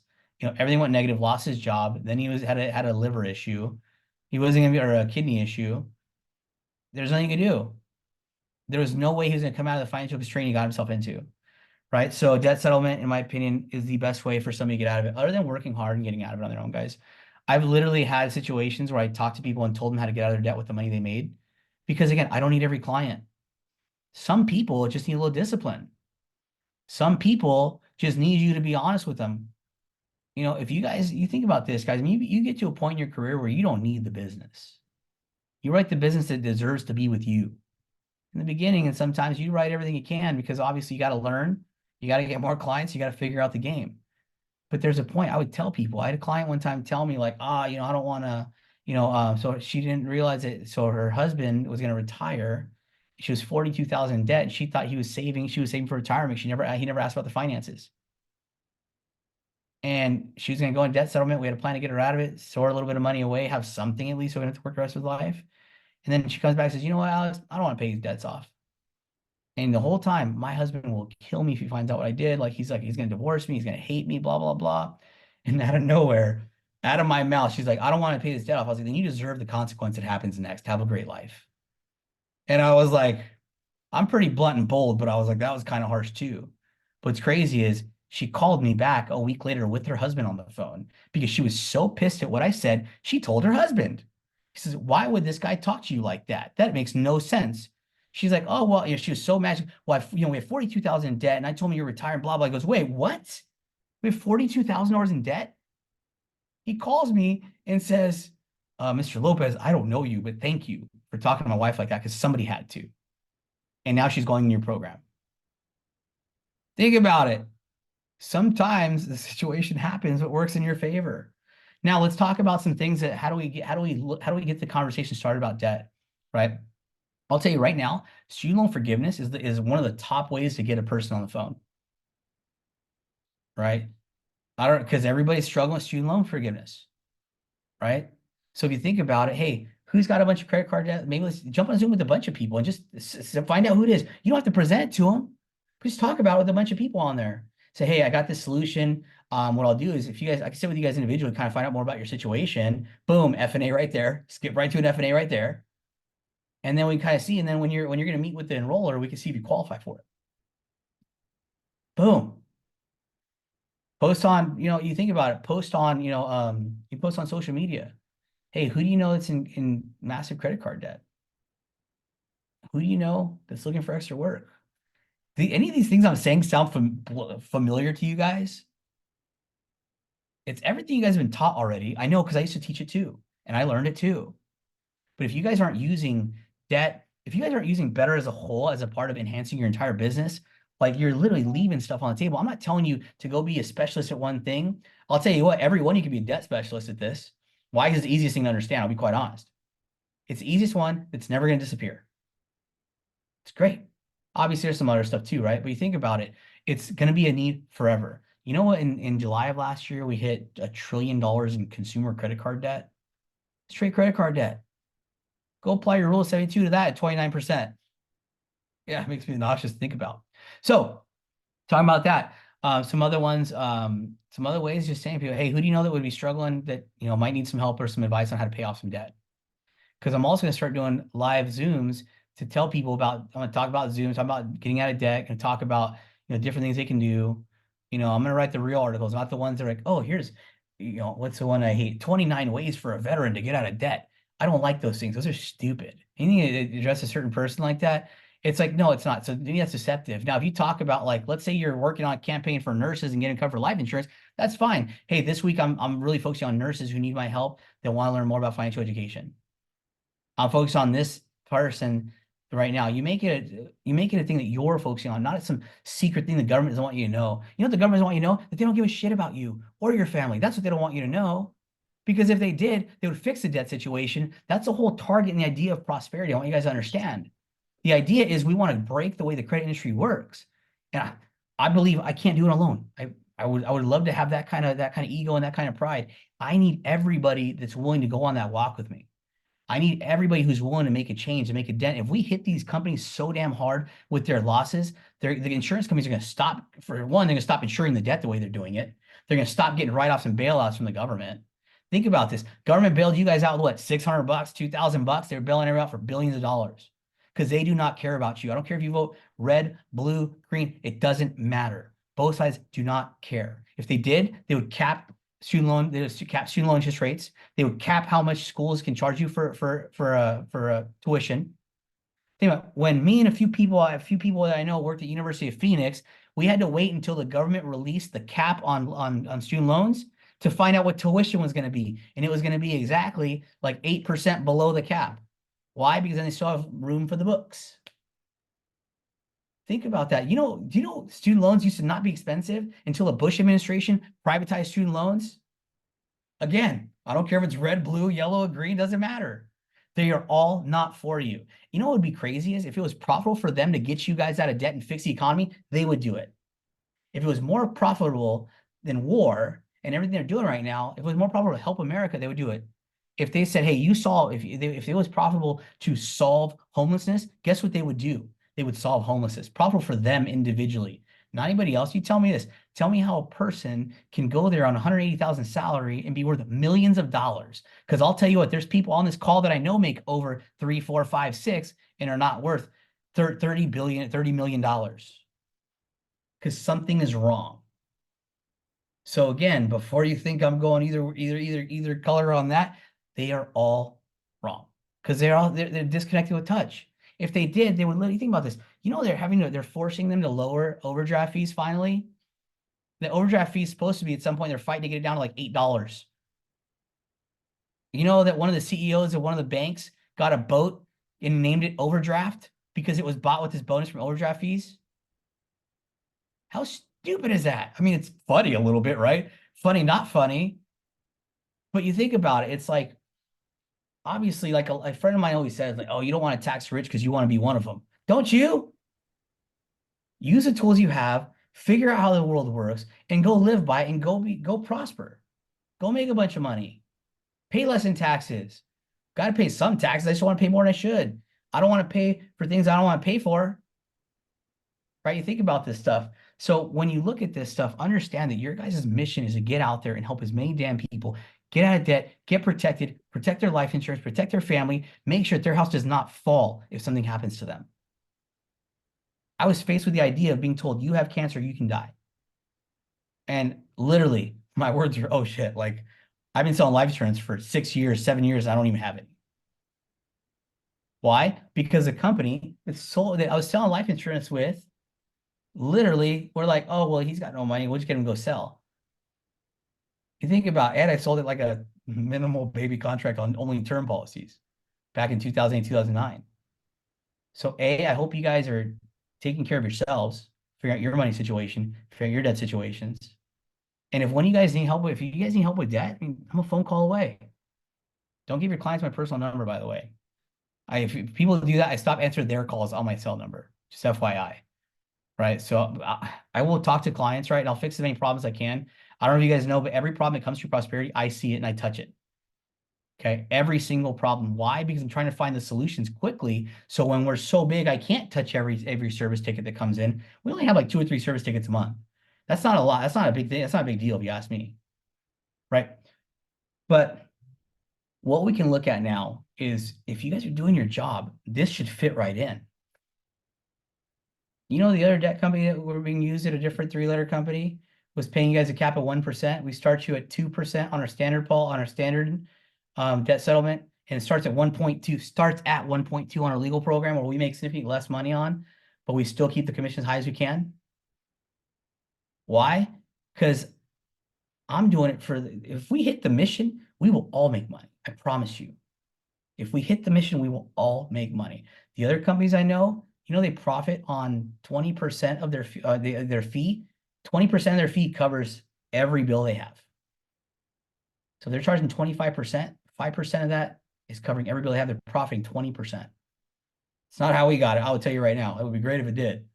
So, because that Vision Jet that I want, that's on my board, that Vision Jet I want in the PFN colors, it's not like a mega one. Look it up. Cirrus Vision Jet, 7-passenger, $2 million, not like 20 million. But you think about it, I got to help a lot of debt to go do that. Like, you guys got to start changing your mindsets of how you're looking at stuff. Are you putting the things in place to go take care of the bills you take care of? Are you creating passive things for yourself to go determine things? Are you setting up yourself properly to do that? I don't know if there's another slide. Okay, make PFN part of your business. I literally just said all this. So thank you very much to you guys. For the people out there need you guys, I'm here for you guys. If you guys need anything, if you guys ever, financial service help, I still know every product out there. So if you want to know how to apply something, I'm very simple about it. I always like to be wealth knowledge. Plus, for those of you who know, I love product talk for some reason. I'm pretty much a nerd when you talk about products. So I love them, I enjoy them. But I don't know, we got 7 minutes for my timing up. So I don't know if anybody has any quick questions. I'm going to scroll through this real quick and see if I can answer some questions. It's kind of some keys there. Let me see here real quick. Okay, agree to money. Yes, it is agree to money. Yep, exactly. So layoffs in 2020 after purchasing a home, that happens to a lot of people. Husband tries to tell me life insurance policy is my retirement plan because he's an expert. Oh yeah, no, people. We do not want people to die to get their life insurance to be our retirement plan. Not at all. All cause suicide. Yep. All the time. Boom. I just want to make sure I answer any questions. Yeah. Okay. Michael Fox, there's so much things, too much money. You're right. There is no such thing as too much money. Dude, guys, here's the thing. You want to be rich? I just want to go give it away. Right? Like, I just, it's like for me, like, I don't know if you guys, for those who know me, like, I like giving people gifts. You know what I'm saying? Like, 'cause that's my, so love language, physical touch, and giving gifts, not accepting, giving them. I don't like taking things from people. So payment extremely high. Yeah, okay. Shifting through process. Okay. Fully paid off my debt before quitting my job. Yeah. Life changes very quick.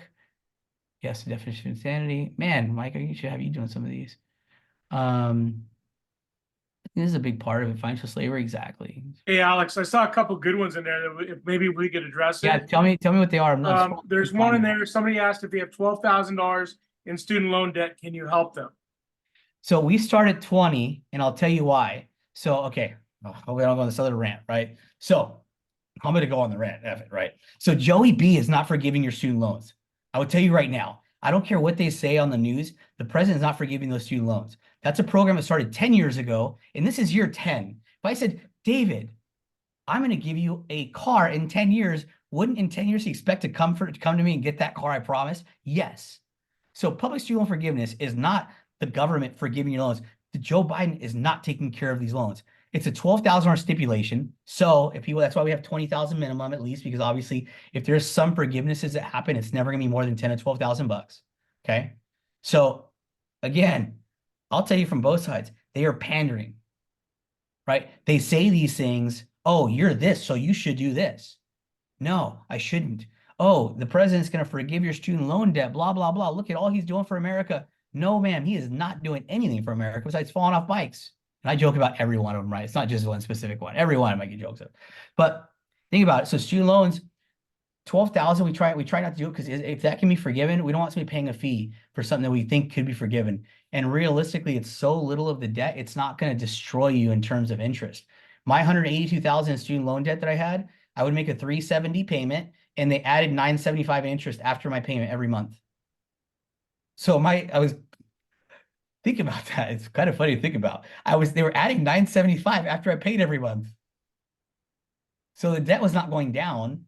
I literally would have had to make, $1,000 payments for a long, long time to even start cracking it.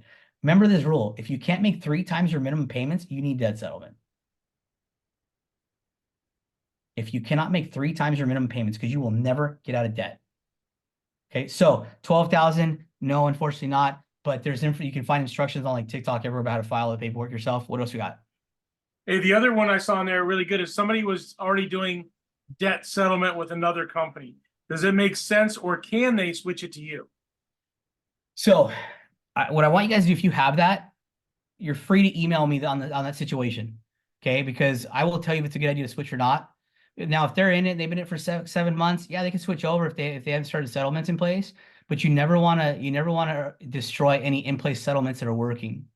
Okay, so I've told people before, hey, like you're in too deep, might as well just finish off. But I will tell them how to get a little faster and save a little money. You know what I'm saying? Like that I'll do. So yes, they can switch. They can totally switch if they don't like the company, not getting the support.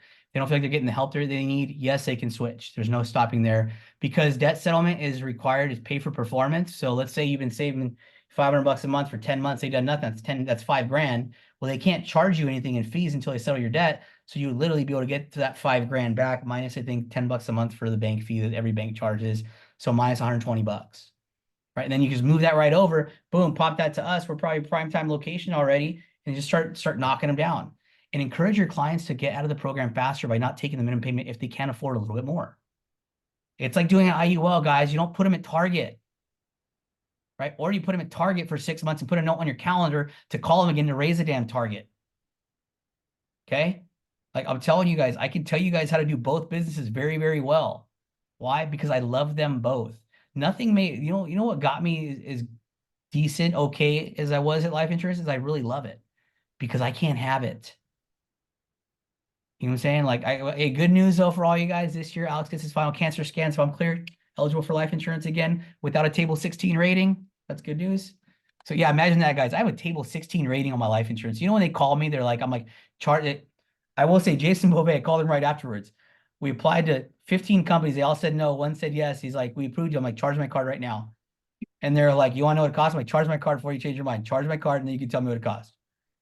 And they told me what it costs. He's like, I'm like, I have no choice. Got to pay it. I got $1 million policy for 10 years at a table of 16. And I took it. Why? Because I had no choice. What are your options? Had someone tell me debt settlement affects my credit. My response was like, yeah, how's that? Yeah, of course it's going to affect your credit. I used to tell me all the time, of course it affects your credit. You made some bad decisions. The bad decision may not have been the money, but not to plan for a bigger situation. Let's be realistic. Whether we like it or not, everything's a little bit our fault. Right? Everything's a little bit our fault, either all or a little bit. Right? When 2012 or when I got cancer, that was my fault. When I'm like making 20 grand, I'm like, I'll make more next month. You know what I'm saying? That was my life living. I'll make more next month. Why? Because I was damn good at making more money. Right? Because I would not just sit there and be like, hey, I'm going to just work my job, work overtime. No, Alex had a car part moving company, a stereo company. I would do anything. Why? Because it made sense. But it was my fault when I literally lost everything. It was my fault. I mean, I got cancer, but like the life up to that point was there. But getting in debt is not really their fault. What they do forward is their fault. Right? And we got some questions. Kelly, you got a question? Hey, if someone is in collections, like for medical, can that go into the debt relief? Yes, ma'am, it can. It has to be in collections. I'm gonna put that QR code back up. Yeah, it has to be in collections. The thing about credit too, with some laws changing, even though they'll still owe the debt, we can put it in debt settlement. But because of HIPAA policies, it may not be able to be on their credit report any longer. So yeah, Michael Fox, what do you got? A lot of great information. The question I have is this, because I've talked to a few people about prosperity, and the few people I've mentioned it to were very apprehensive. And it's kind of what you just touched on. Oh, I've done something in the past, or I have a friend or family who did it, and it completely destroyed their credit. We have to kind of own our mistakes. I fully understand that. But given your vast knowledge and experience in this, can you summarize kind of like a 1 or 2 sentences or something just that we can bring to a client or potential client, or how to start the conversation on why this is different than some of those other companies? What's your plan? That's my question every time. What's your plan? We have my plan. What's yours? And if they tell you anything other than I'm gonna pay 3 times the amount and not use the credit cards again. So Jenna on here, I don't know if Jenna's here, but she had a client like, I pay $5,000 a month with my credit cards, but you're racking $4,600 back on. So revolving the debt, I don't care how much you're paying. I care how much you're paying down, right? So I heard bad. Well, you know what? 60% of people hate Disneyland, but yet we still go, right? Think about it. How many people does McDonald's destroy their health every year, but yet we still eat it, right? I mean, here's the situation, right? The good thing is you guys have a company that you know the person running it, right? You know, and that's a big factor, but the biggest factor is say what happened. Everybody's a case-by-case basis. You know what I'm saying? Think about it. Like, I was in the program, got approved for $180,000 truck. No way. I did. I don't know who said that, but yeah, I did. So when I was there, so it's like you think about this stuff. People start saying like, oh, it destroys your credit. Within 6 months, these creditors are gonna start giving you credit cards again. Why? Because they want you back in debt. Now use a credit card correctly. Don't use it as an extension of your bank account. Like we used to joke around talking about, I got like 3 Gs. I got like 500 in the bank, 2,500 on a credit card available. Let's go. Vegas, here we come, baby. Vegas, here we come. Right? Kayla, what do you got?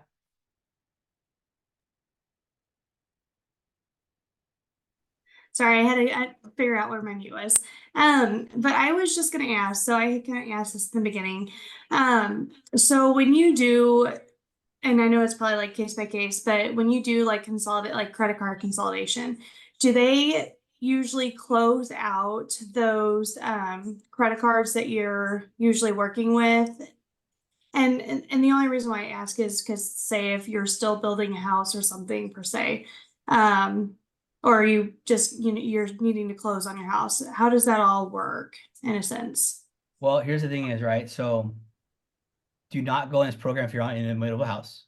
Wait till it's done. So like buying a car, right? A mortgage broker's worst nightmare is you buying a car the day before close, right?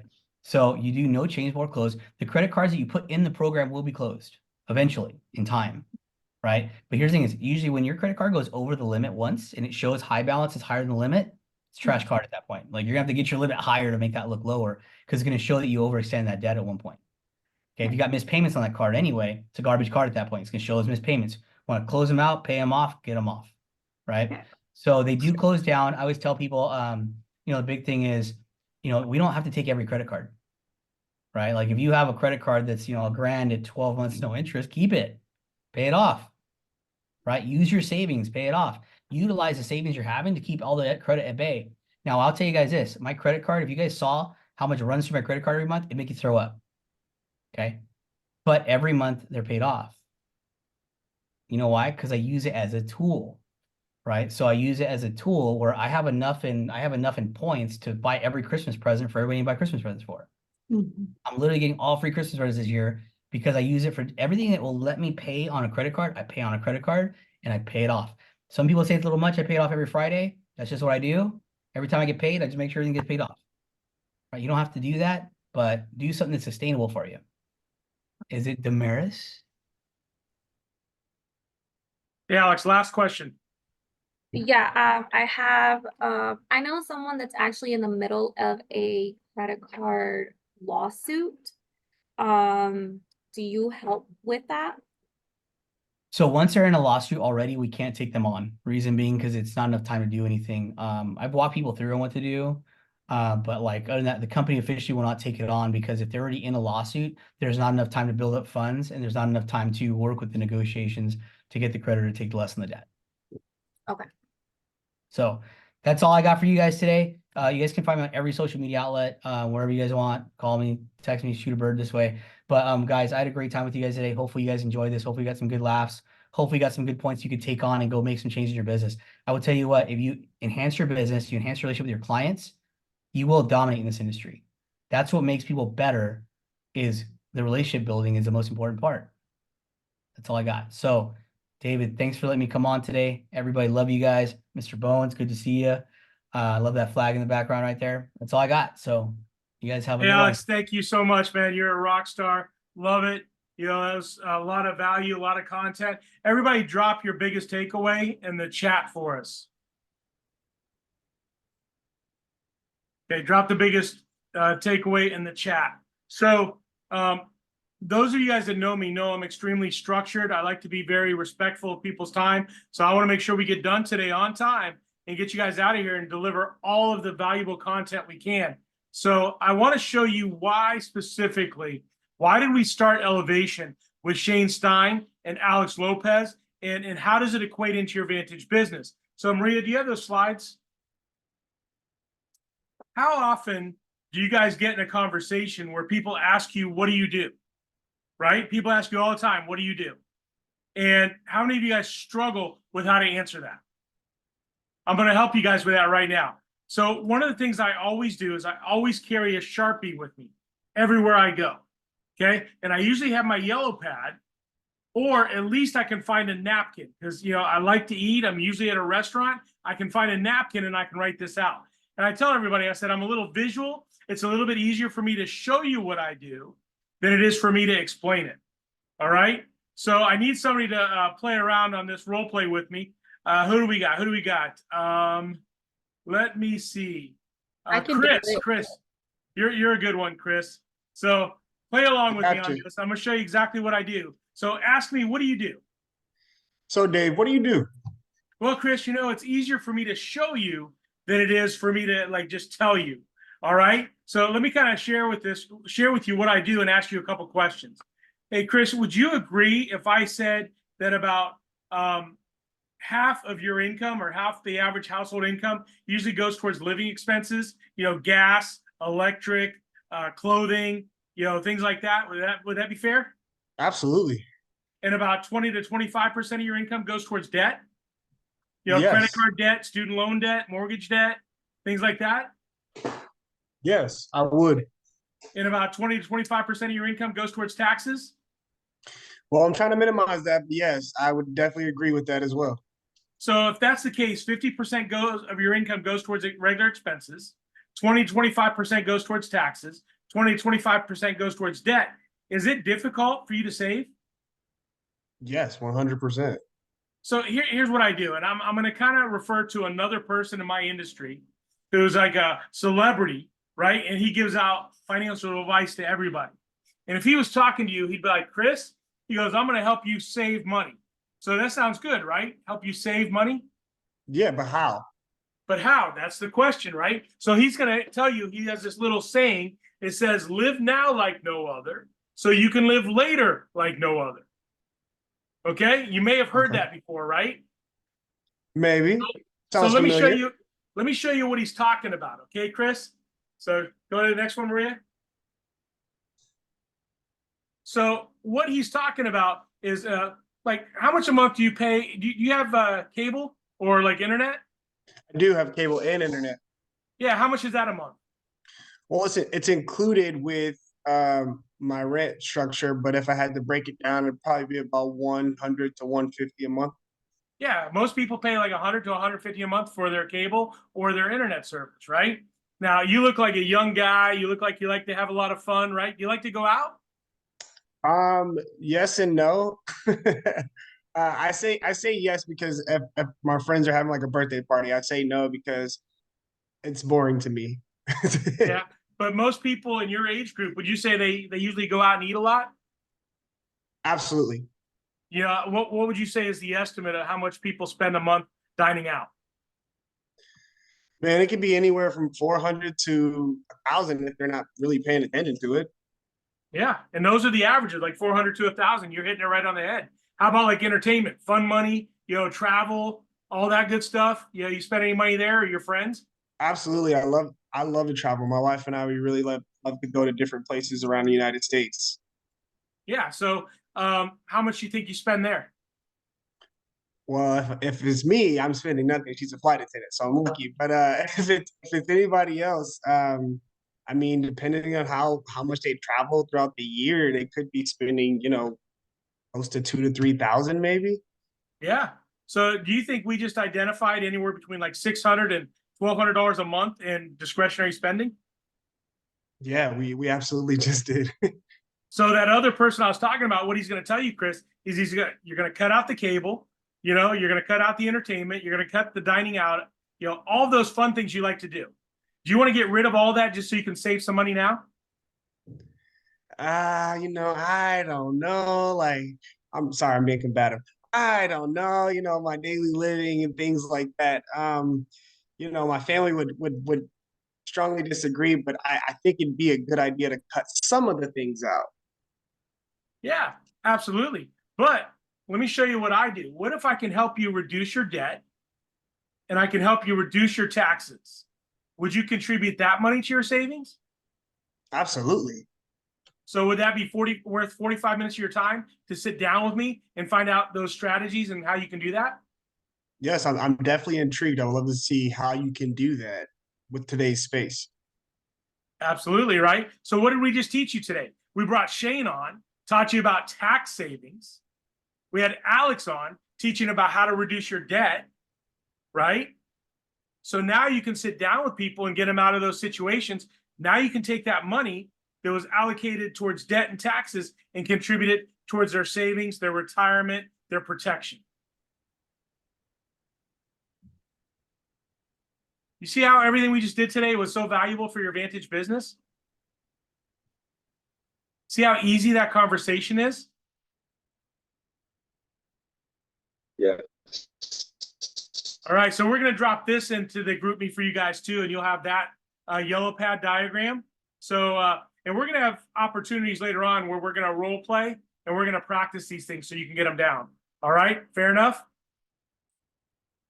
So it is now my pleasure to introduce our next speaker. And we're erecting a statue right now at the Vantage home office for this gentleman because he is that valuable and that important to this business. He is incredible and amazing, and he's like genius level, right? Like there's Einstein, right? Einstein is up there on the IQ chart, right? But then there's Jesus. Jesus Villalobos is like an amazing part of Vantage and all the things that he does for us. I see all the hard work he puts in, and and what he does for this company, and he is a game changer. He is literally a game changer. We are changing our technology, our tools, our resources on the fly constantly, you know, and we were going to have a special announcement after he's done today. But what he's going to do is he's going to show you all the tools you already have at your fingertips, all the stuff you have in your back office. He's going to show you how to utilize it. All right. So make sure you guys pay close attention to everything that Jesus has to share with you right now. And you are ready to implement everything he shows you. All of these tools are designed for a purpose, and we want you to take advantage of them. And then he's going to close out with a special announcement on the technology and tools. And then we're going to give you some practical application with Juan Nunez right after. We're going to do a little mastermind, a little role playing, a little breakout for you guys to utilize some of the tools he's going to show you. So with that, Jesus, are you here? I am here. I heard the prayers. Yes. This man is my bestie, right? And pay close attention because he will change your business. You know, we are on the cutting edge of technology. And with that, Jesus, go ahead, work your magic and share with everybody the tools, the resources, and what we have. You know, they say I work in mysterious ways. Let me revise that quote, right? I work for mysterious reasons, right? And I think it's because we want to make sure this team has every advantage possible. I would like to further add to what David said about Top Notch and Prosperity and Shane and Alex. Think about what you just went through. I really just want you guys to take a minute. What's going to make Vantage so different is not so much the tools, but the people that are in it, but more specifically, just think about this for a second, right? Where else does a company want their agents to, one, be the example, right? Most of us come from a culture of just sell a policy, make money, keep doing it, repeat that cycle. Very few companies are going to show you how to get wealthy. Very few companies are going to show you how to reduce your taxable income. Very few companies are going to show you, the agent, not just the clients, you, how to make sure you don't end up in these financial hardships. I wish a lot of our leadership had that in mind, right? Like, let's show you how to set up your LLC. Let's show you how to set yourself up so that in 10 years, you're actually proud of what you've accomplished. I don't know about you, but that's game changing. No, companies don't really do that, but we're investing in you because we know you're the future. We know you, the agent, are the future to Vantage. And because of that, we've invested time, resources, therapy, right, with some of you to make sure that you guys have all the things that you're going to need and going to continue to need. Now, I just do want to say this now. There's a lot of things that were in the process, right? I constantly get emails or text messages or DMs from you that have suggestions, have ideas. I honestly read all of those, and I love it. Some of you guys have come up with some really cool ideas, and I definitely want to implement some of them. Just remember that not all of it is going to be next day, right? Some things we can implement within the hour, and some take some logic, right? But let me just share my screen and just kind of walk you through some of the things that you should be very much aware of, right? How many of you guys have seen this, right? This is your back office. You get there by going to vfa.hierarchybuilder.com. You might want to bookmark this, right? You might want to bookmark this page because you're going to go here. This is where it's going to tell you where your business is at, where is everybody else, right? Because look, we're all competitive in our nature, even though we say we're not competitive. I don't know about you, but if my name is on a list somewhere, it doesn't even have to have a title. I want to know why my name is not at the top of the list. I just grew up differently, right? I grew up with this mentality of you got to be at the top of the list.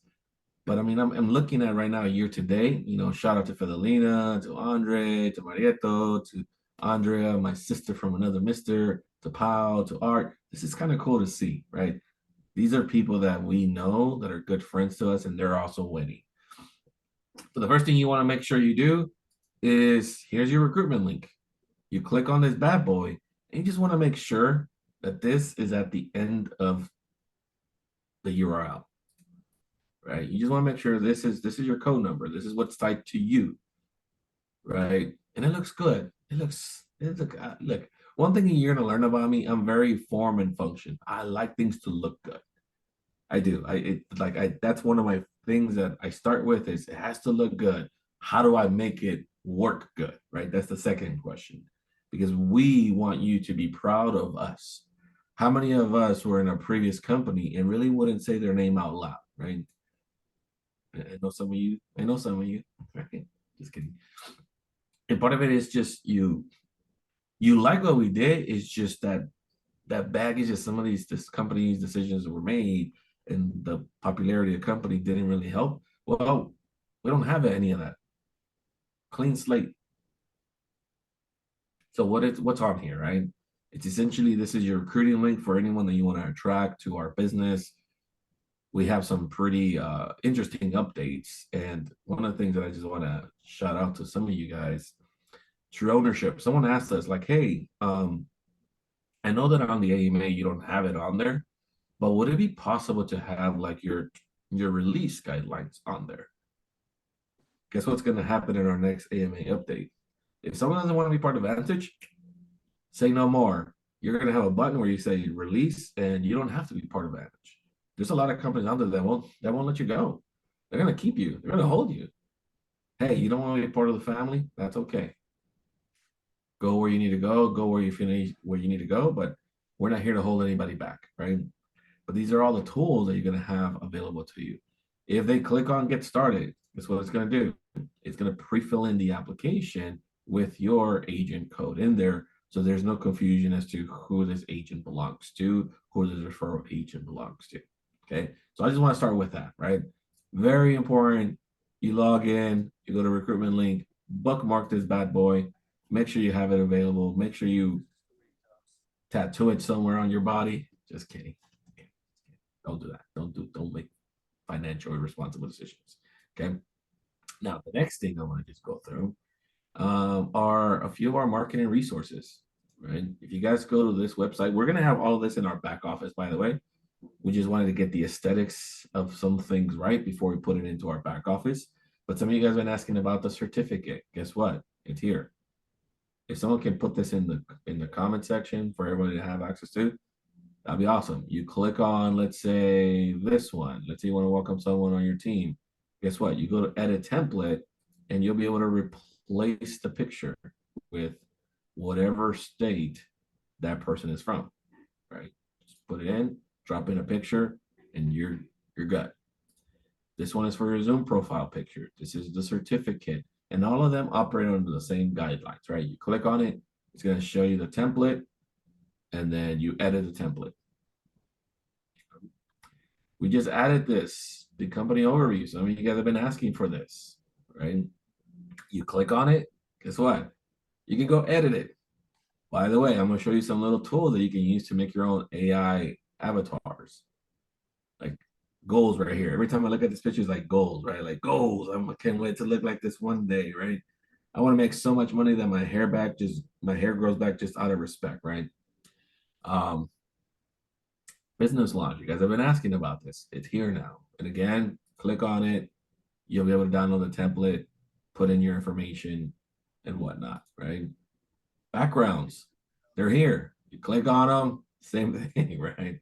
You're going to be able to download them. I see some of you guys are already doing that, so looks good. Looks real good. Now, business cards. This is one thing that right now, this is a quick fix, but it's not the permanent fix. If you wanted to order your own business cards, you can do so by clicking here. You can buy them directly from Canva, right?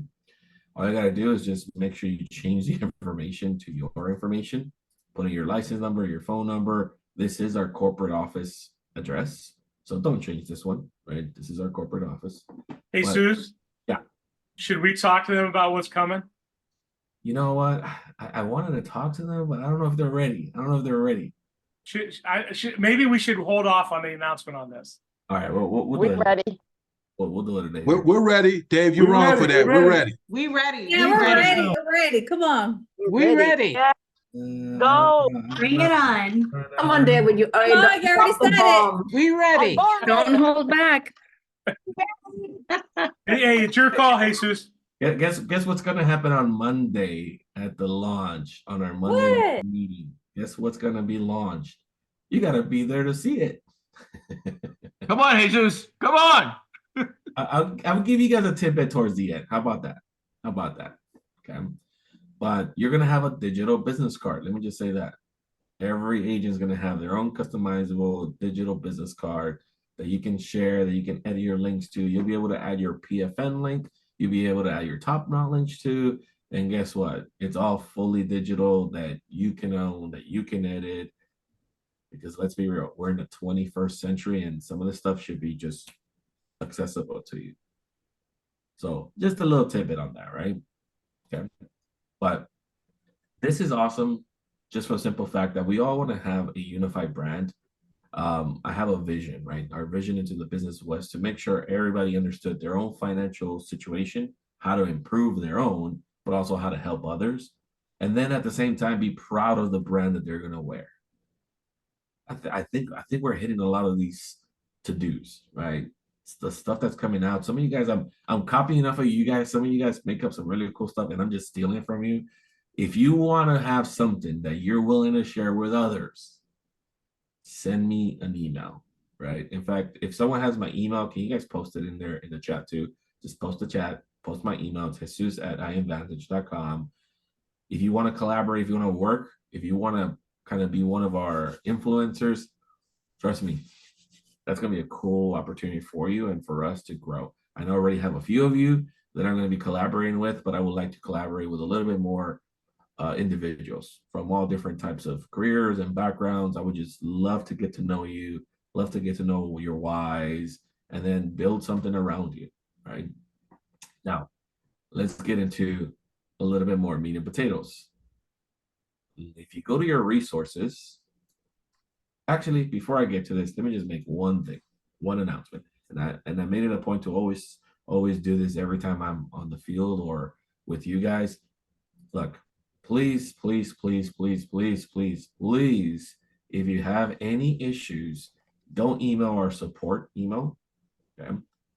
Submit a support ticket. We're training our AI right now. We're teaching our AI to learn what the concerns are. We have a database that we're trying to get to make sure you guys are getting quicker responses, because sometimes, you know, we don't have people that are working during the weekend, but we want to be able to solve whatever issue is 24/7. So if you're having any type of issue, please go to the support request, enter the agent ID that's being affected, and if there isn't one, put yours as the upline, put in the issue, right? If it's a contract level change, if it's a commission issue, put it on here, right? Now, we're going to be automating and turning a lot of these things next week too. So no more emailing back and forth for signatures. That's going to be done next week. I can't wait for that, because it's like kind of weird, right? That we don't already have that. It's kind of silly, right? That we have to manually get that. So guess what? You're going to be able to just submit a request, and it goes to everybody that needs to sign it, and then it gets approved same day. Within 15 to 20 minutes of that's all the signatures being collected, it gets approved, right? Because I know a lot of you guys have been requesting that. So can I please have you all, please submit a support ticket. Don't email, support ticket. That way we can log in and find out what are the biggest issues that we're having as a company, so we can address them quicker and more efficiently. Okay. So I'm speaking as home office. Okay. Now let me speak to you as an agent. Some of you guys have been playing around with this and noticed that you guys are submitting a few of these and made some recommendations, and we're working on those right now, by the way. I know I had a conversation with Hector. I know Maribel sent me some recommendations. Again, we're trying to make this work so that you are the most effective. But let me give you a history of what this is, why we use it, and why you should too. So for many, many, many, many years, right? I've been in the business for over 15 years. I was in WG for over 15 years. Okay? And one of the challenges that we had when we're working at our company is we didn't have all the resources. So can you imagine you have to grow as a leader, be a financial professional, and then also lead an army? That's a lot of different hats. And oftentimes can't really do them all effectively. That's why you want to delegate and have assistants and so on, right? But this came out of necessity to do two things. On one end, we wanted to train our agents on what information are you looking to gather? What is the vital information you're going to need from someone to be able to make a proper recommendation? That was objective number one. Objective number 2 was to kind of shock and awe the client. Sometimes the best solution to many of our problems is self-acceptance, meaning you realize you are the problem. So how do we do that?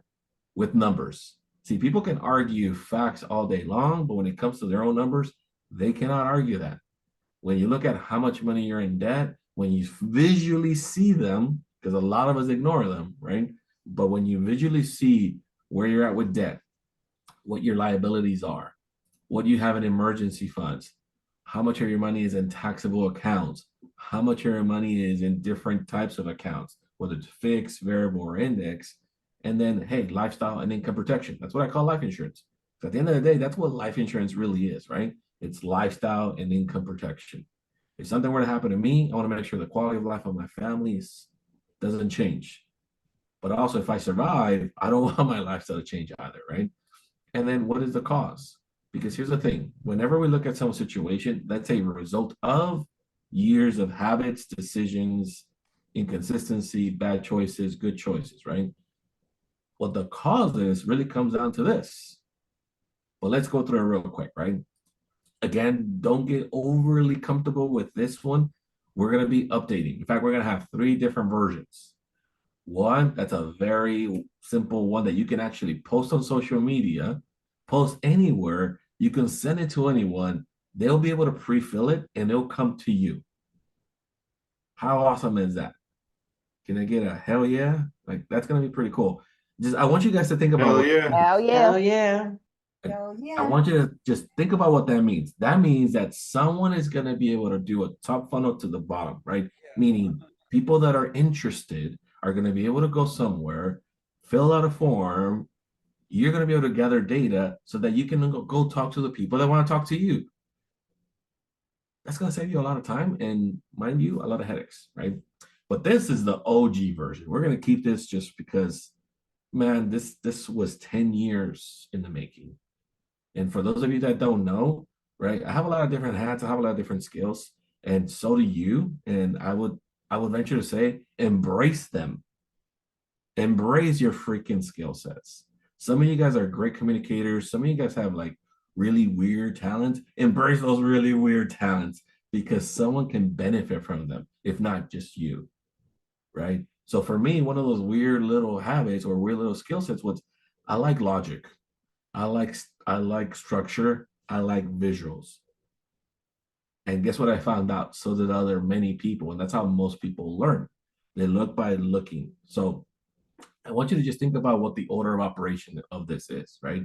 So we want to find out what's important to them, right? I mean, think about it. I want you guys to ask yourself this question, right? Think about all the financial goals that you want to accomplish this year, whether it's getting out of debt, buying a house, buying your dream car, traveling. I mean, just think about all the things you want to accomplish this year in 2024, before 2024 goes out. What do you want to make sure you crossed off your list, right? I want you to think about those things. Then I want you to think about the top 3 of those. What are the things that really matter to you the most?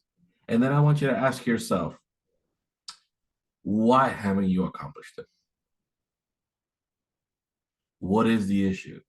Is it money? Is it time? Is it stability? Is it career? Why? Because that's going to help you understand why you're not where you need to be. My question to you is this: if we can help you achieve every single one of those goals, would there be any reason why you will prevent us or stop us from helping you get there? Right? Because if the answer is no, then guess what? Right person, right mindset. If the answer is yes, you have a good one. We'll see you later. Peace out. I don't have time for this, right? And neither do you. But let's kind of go through this, right? Ideal retirement age. What does that really mean? What does retirement mean for most people? It means when they stop working. If you ask most people, hey, when do you plan to retire? The most common answer you're going to get is, well, I don't think I want to stop working. Like, no. I think you misunderstood my question. When do you want to be in a financial position where you work because you want to and not because you have to? That's a different question. Think about it. It's a different set of stress. If you go to work right now because you want to, let me tell you, little things don't bother you. If you go to work because you have to, everything bothers you. Traffic, someone that cuts you, right? Like every little thing. But I want you to understand or ask yourself, at what point in your life, at what age do you want to be in that financial position where you work because you want to, not because you have to? And then think about what number or that dollar amount is going to need to be for you to be able to do that. Is it $5,000 a month? Is it $20,000 a month? What type of income would you need to live to be able to provide yourself the lifestyle that you aspire to have? And then how many of us have tax deductions? I mean, dependents, right? Right. If you know, you know, right? But why is this important? Because here's the thing. A lot of us do a lot of the things that we don't want to do because of this. And here's the thing. Why did I say how many people depend on you or your income, not how many kids do you have? Because in most cases, it's not just kids. It could be a sibling. It could be a brother. It could be a parent. How many of us have ever been in a situation where we have to take care of a family member? You know, I'm so glad that Alex just shared that he's cancer free. That's all awesome, or not necessarily cancer free, but that he's over that window. I just want to share something with you guys. Like, I'm a very private person. I seldomly, if ever, will bring any of my personal problems and talk about them.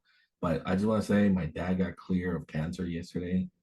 Like, he is cancer free. He went through radiation. And let me tell you, to see someone that you always looked up to that was fearless, nothing will bring him down, and to see him in one of the hardest parts of his life to be that vulnerable person, let me tell you, it did something for me.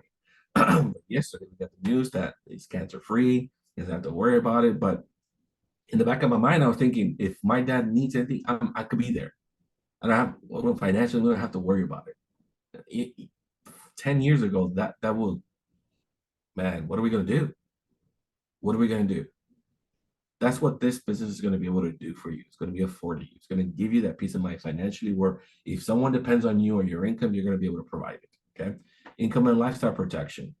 Again, I want you guys to consider all the questions I'm asking. If there's something I can teach you today, is I'm very good at asking questions, and not just any questions. The verbiage that I use has a particular concept, right? Like, there's a purpose for it. I don't just ask what the weather is. I'm going to ask you a very specific question. Why? The number one rule in business, and all of you guys are in sales, all of you guys are in helping other people, but the number one rule you got to remember is you don't ask a question you don't already know the answer to. Meaning, hey, is your family important to you? Right? Like, those are questions we should already know the answer to, right? Debts and liabilities. We just went and had a really good conversation about this with Alex. I can think of a better person that can articulate the craziness, the nonsense, but also the opportunity in this topic alone. I just can't think of a better person that, I mean, he wears his heart on his sleeve, and I have so much respect for him, because when he's in his zone and when he's talking about this stuff, like, man, you can all tell he's passionate about it. He cares about people. Same thing with Shane when it came to retirement and investments and tax advantages. I can't think of another person that's just as good, right? So why are we collecting all this information? For one, it's really to help you put options together. One of the things that we were doing way back in the day, right, is we would have our agents come in and say, hey, what do I recommend the client? I did the F&A, but what do I recommend? Right? We never really got that part of the instruction of, how do I recommend something? How do I make sure it's suitable? How do I make sure I'm not just putting someone in a target account, right? We didn't really have an answer for that. So a lot of what you see today is a lot of my mistakes, right? A lot of the questions that I wish I would have asked, but I forgot to ask. And now it's kind of weird that I have to go back and ask that question. So a lot of this is for you to learn, what are the key questions I need to ask someone in order to help them make a decision? Because at the end of the day, that's all we're really doing. We're helping someone make a decision. Because what's enemy number 4 about money?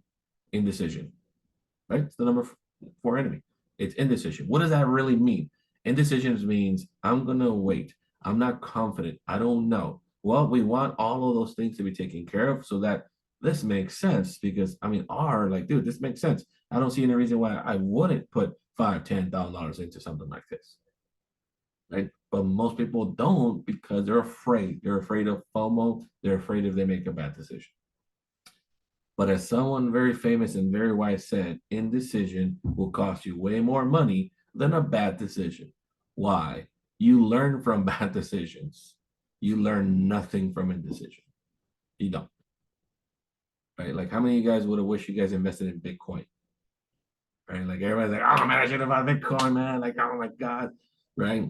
Or how many of you guys would have bought Dogecoin? Right? I'm just kidding. I bought something. I was one of those. I was one of those trender guys, right? But what stopped you? Indecision. You just didn't have enough information for you to make a decision on. Okay. Now, as a client, if I'm looking at this, and let's say, by the way, my birthday next month, right? So you guys want to, you know, remember, awesome dude, right? Awesome dude. Okay. And my wife is just as awesome. Awesome lady. Okay. She's the real boss. The real boss. Because we all men know that this is to be true. Every man here, I'm an alpha. I run the show. Yeah. I've heard that before. Okay, let's say I want to stop working at 60. I want to have at least, I don't know, to live my life here in California the way I need to, I need at least 50 grand. At least, right?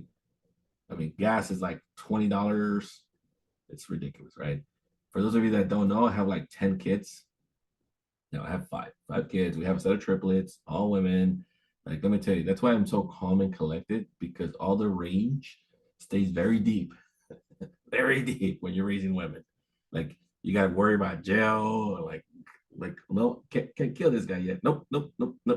So 5 kids. I have a set of triplets, right? Like I said, our youngest is 15. She just turned 15. And I just can't believe time is going so fast, right? Income protection. Do I have life insurance? Of course I do. I have way more than 3 policies, and my total coverage right now is $2.5 million. Okay. And always make sure your beneficiaries are up to date, right? Always. But you see what's happening? It's pre-populating some of this information for you. It's telling you, hey, there's some calculations in here that are already happening. Let's say my total debt right now is $357,000. That includes everything I own. Okay, I'm going to close this. Retirement, 401, who? No, we don't do that here. How much? And then I had a previous 401k for $150,000. Why is it previous? Why? Because this is an opportunity for you to ask more questions. How many of you guys have ever been in a relationship and broke up? Does it make sense that you keep your money with your ex? Of course not. Questions are the answers. Okay. What am I contributing? Well, it sucks that that's the max I can contribute to a Roth, right? It's like 5 something, right? My wife, and let's just say she doesn't have anything, real estate property, $1.5 million, because if you live in California and you own anything, it's $1 million automatically. Okay. Right? Automatically. California. You own like a trash can, $1 million. Reserves.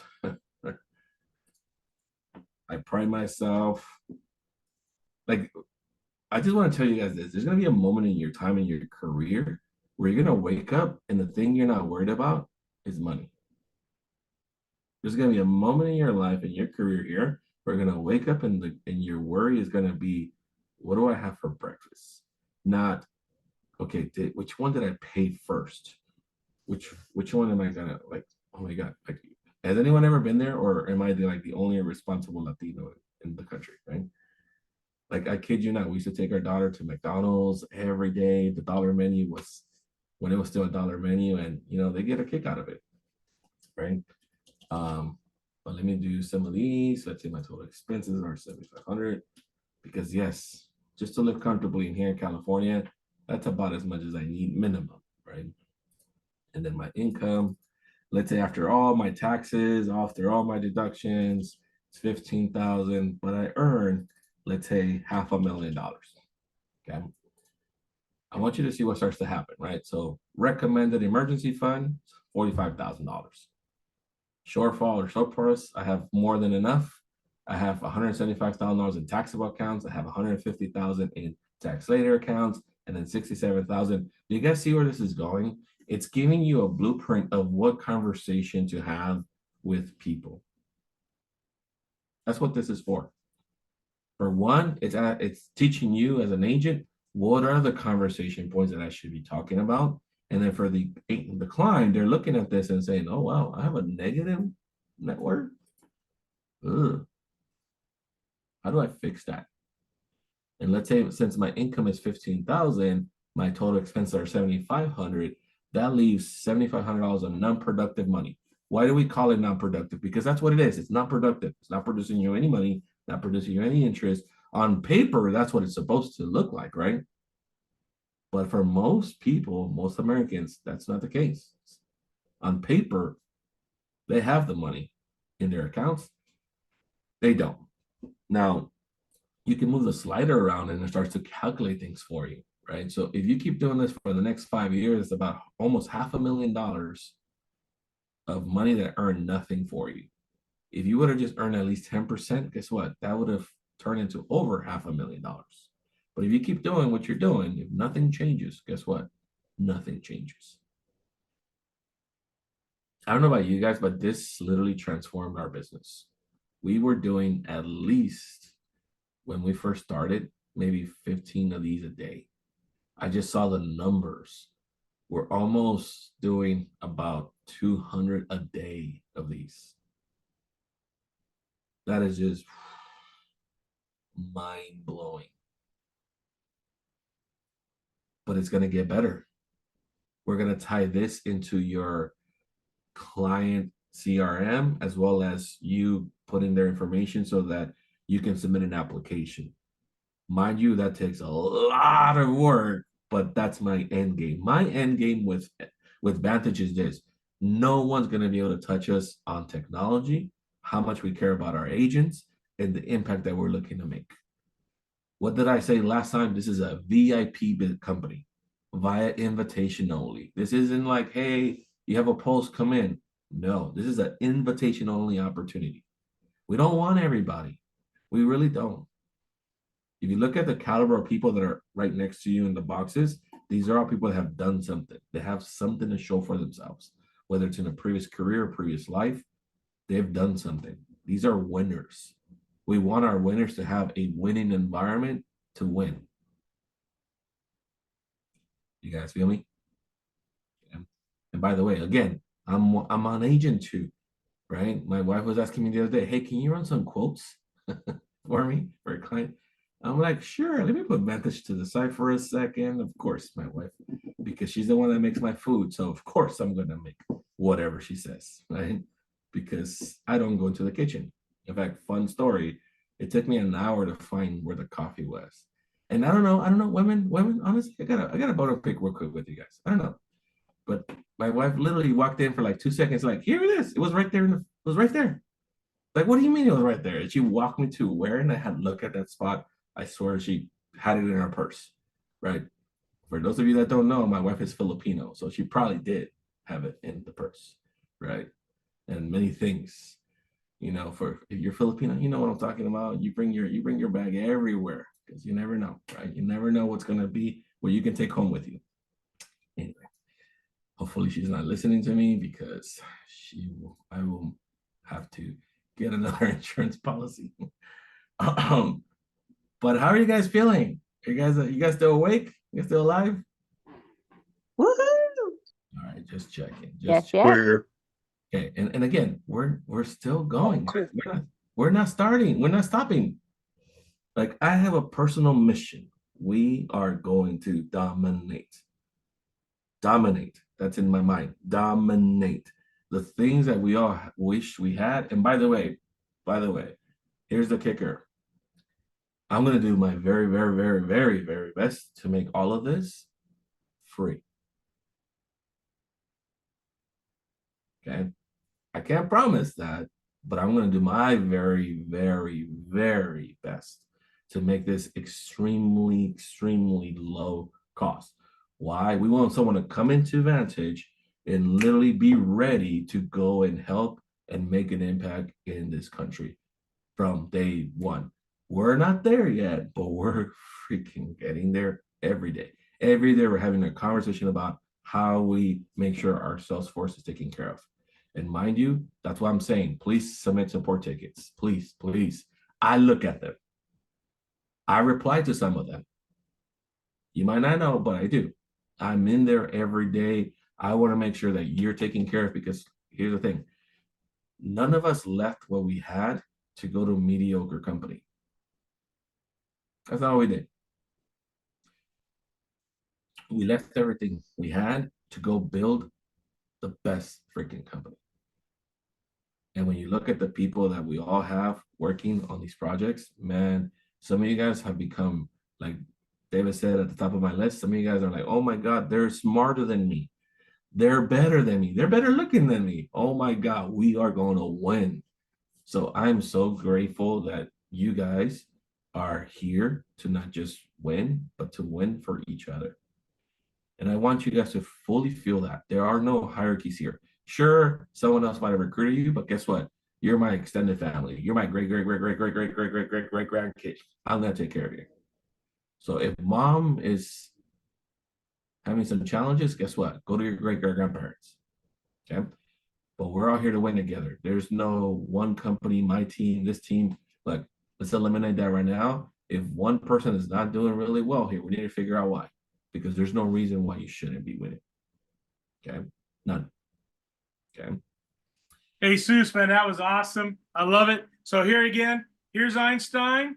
Here's Jesus.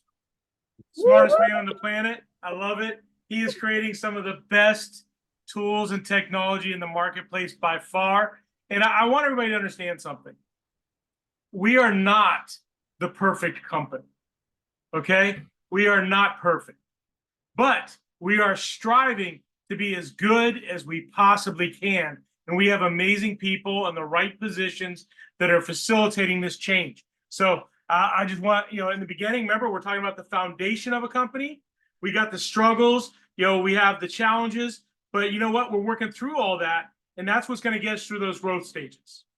So what Jesus is doing right now is game changing. What the leadership team is doing right now is building a solid foundation that we can grow through. So you guys are all a part of it. We look to you as the next generation of leaders, and we have an anticipation that you guys are going to contribute to making this the best company in financial services. Are you guys in with me? Yeah. Oh, awesome. by the way, sir. Yes, the video is coming up.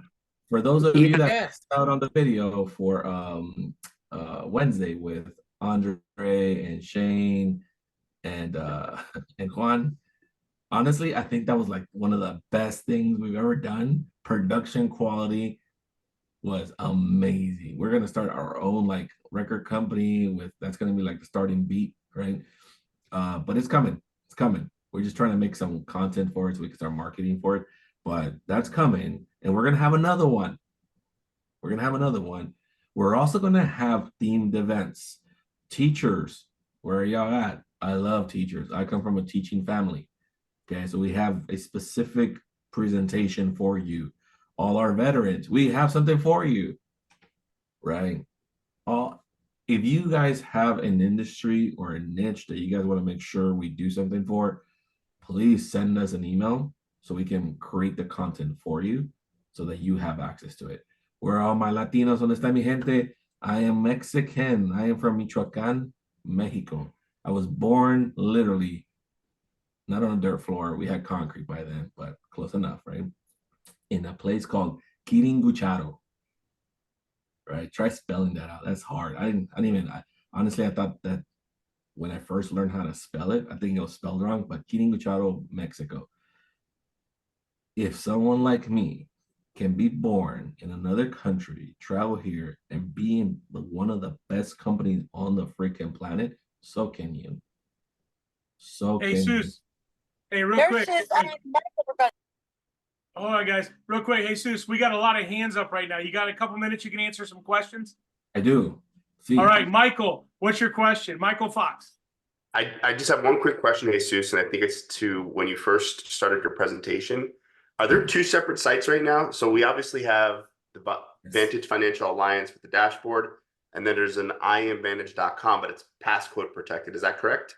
Correct. And the reason why it's password corrected is that specific page where it's an internal page. So you're not going to get access to that. But if you go to the marketing side or if you go to the resource side, you should have access to that, right? That's why I posted that specific link, right? Let me just share it real quick. Again, you want to save this right here. Marketing has a marketing at the end, okay? So let me post this in the comments. Mind you, this is temporary for now. We're going to put all of this stuff in our back office. It's just for deployment. This is so much easier for us to do. So much easier. I can quickly deploy content for you guys on this page. But yes, when you go to the logos and the Zoom screen, when you save it, it's actually the Elite logo. It's a hidden, it's a little Easter egg, but no, we're gonna fix that. Yeah, so when you save it, it doesn't, that's not what saves, by the way. No, we're gonna fix that, by the way. Again, we're definitely, yes, there's gonna be a lot of swag, guys, a lot of cool freaking swag, and I'm excited to work some of you guys to build it and make it. I know we have some really good content that's already making hoodies and shirts for us, so yeah. And Jesus is doing so much stuff. There's so much coming out in the future that we're not even able to talk about just yet. But every time you see his picture, you guys are going to get excited. You're going to get the warm tinglies every time you see Jesus, because what's he going to tell us? What's he bringing to us? It's like Christmas every time he shows up. So it's going to be exciting. Sharon, do you have a question? Amazon. Yes, thank you again, all the leadership here. Jesus, I'm not sure if I missed it or not, but the height and weight, I didn't see that on the F&A. I don't know if I missed it. And then I went back and I asked my client just to make sure when we're doing those illustrations, is that something that will be on the F&A as well? Oh, so let me tell you why. So the F&A is meant to be an introduction to whatever concept of conversation, but here is what's coming, okay? Here's where you guys are gonna really love me, okay? You kind of like me right now, but you're gonna really love me, okay? We're gonna release what's called a client information form that's going to be tied to you and your CRM. So you'll be able to send it to someone to essentially have them pre-fill in all the information that you need from them. So any private information, it's all secure. So the height and the weight, they'll be able to upload a picture of their ID. And when they do that, you are going to get a copy of that so they can fill in the application. And we're getting to the point where we're literally going to have it be a one-click submission. You just tell us what carrier you're going to be submitting this to, and it'll be tied to that. So wow. The F&A, just remember this, the F&A is not meant to be a data collection tool. It's not meant for that. I don't know about you guys. I wouldn't want to spend imagine you give someone a presentation for like 30 minutes, and then you're going to do another hour. Look, I know some of us think we're very likable, but no, they have things to do. So we want to make sure that we make it quick, like, holy crap. We want someone to leave that conversation with you like, oh my freaking God, oh, wow. We don't want people to sleep, right? We want to rattle that. Thank you for that. Yep. So I see somebody put on the page is password protected. Yes, it's password protected. For right now, till everything's ready to launch, they'll be integrating it. So good stuff. The page that is password protected, let me just clarify, the page that is password protected is an internal page for our team, but the other pages, the marketing page and any other page is not, okay? So just to clarify. All right, one last question. I saw Dion had his hand up. Dion, what you got? Hi, thanks for taking this question. I greatly appreciate this. I'm very grateful that Caleb Durham, my upline, he recruited me here. But one of the things I really want to make sure is that I'm utilizing the full potentials. So one of the things, I don't know if this makes sense, but a personal question is, how can I get out of my way of success after not having success? I want to be able to push through the past so I can get to the finish line, if that makes sense. I don't know if you're asking. Yeah. I don't know if you're asking. Yeah. So yeah, let's just tackle that real quick. It's not really like a Jesus question. But you know, in the beginning of the call, you remember I kind of prefaced everything. You are not your past. The thing I love about Vantage, when I came to Vantage, is I felt like a huge weight was lifted off my shoulders. It was an opportunity to start new, fresh company, great reputation. We're in the very beginning stages where we are creating all the technology, all the tools. We're creating the culture. You are not defined by anything that happened in your past, right? So this is like exciting times right now. We have a dynamic leadership. We have a dynamic field force. We have, like for me, some of the best leadership I've ever been associated with. And it's all about the culture and understanding where we're going, not where we're coming from. But Dion, we'll get together too, and like we'll do some coaching and we'll do all kinds of stuff to really get you rocking and rolling in this thing, because this has been the most exciting thing I've ever been a part of. So I will take to that. So let me just give my tidbit to that, my Jesus answer to that, right? Come in as a student. Come in as a student. That's all you gotta do. Come in as a student. Don't come in, well, I used to, or this is what I used to. Come in as a student. Like say, all right, teach me so that I can learn. Because here's the thing. We've all seen that quote. If you're willing to learn, no one can stop you. If you're not, no one can teach you. That's what the fundamental of this business is. If you're willing to improve, let me tell you, there's going to be so many tools for you to remove a lot of the barriers that we traditionally have. The what do I say? What do I send? How do I get them to do something? I'm taking that personally to help you with that. What I can do for you is be a decent human being, ask questions, closed mouths don't ever get fed. So if you never ask, you're never going to get. And again, don't be afraid to ask for help. I ask for help all the freaking time. Okay. And then make sure, again, let me just say one more last time, right? Because I got to get the plug in there for our support team. Support tickets, please. Support ticket, support ticket, support ticket. Because that tells us what we need to focus on as an organization. And every week, almost every other week, we're adding more people to our staff to be able to handle the commissions. And so mind you, we're training from the ground up, something that's never been done. There's never been a company that's been set up to do what we do at the scale that we're trying to accomplish it. A good question. Absolutely. So, hey, Jesus, man, I for one am super excited about all of the things you're bringing right now. That digital business card is a game changer, right? That digital business card is going to be available to you guys. It basically replaces that whole warm market list. Hey, how would you like to just send that thing out to everybody you know? Say, hey, check out my new digital business card. Let me know what you think. And by the way, it just exposed them to all the things you can do. And now you have an opportunity to reach out to them and talk to them again, re-engage a lot of people. So that digital business card will be a game changer for a lot of people. So now, you guys can promise, can you hang in there? Can you finish strong for this last hour? You guys ready for this last hour? Did you guys get a lot of valuable content? You guys get a lot of stuff? All right. So we're going to finish super strong. Our final speaker is probably one of the best trainers I've ever seen. He's a dynamic speaker. He brings a lot of value. And how many of you guys would like to be smoother and more polished as you go through your presentations? Right? So I told you in the beginning, it's a little bit of inspiration, a lot of education, some motivation, and a lot of application. Well, Jesus just showed you some of the tools and technology. He showed you that financial needs analysis. And you know that financial needs analysis is probably one of the best tools we have, one of the best ways to help you grow your business. It's a way to make you a professional in this business. When I first came over into this style of industry, I came from wealth management, where in order to be a client of mine, you had to do a financial plan. And I would do like a 300-page financial plan with you. Depending on the complexity of what you had, I would charge you $300 to $3,000 to do it. But you know what that financial plan really did?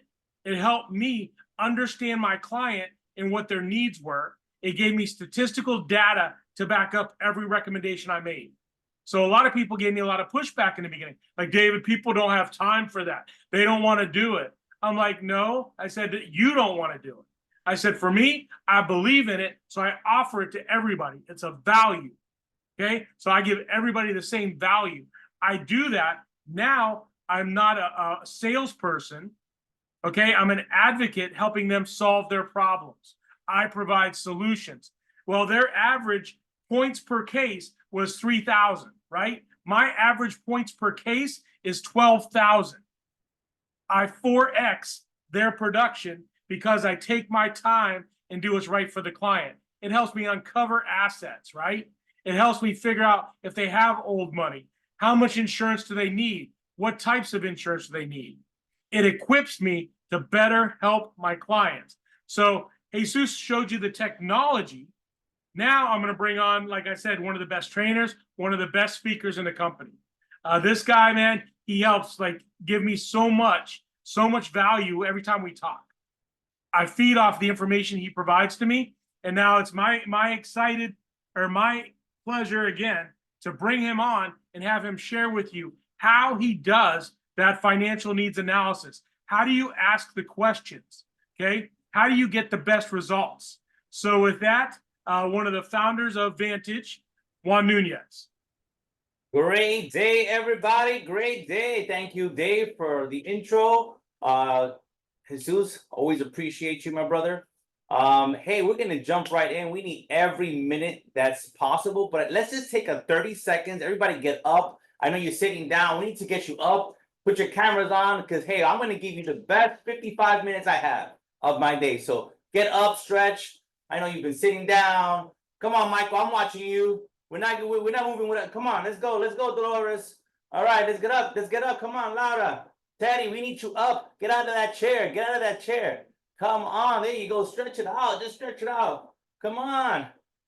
Camila, let's go. America. Jennifer, we can't do this without you. Come on, get up, girl. I'm watching you. All right, let's go. Come on. You don't want to burn no energy? You don't want to burn no? Let's go. Come on. All right. Hey, we need. Hey, it's only our lives. Not a big deal. It's just only our lives.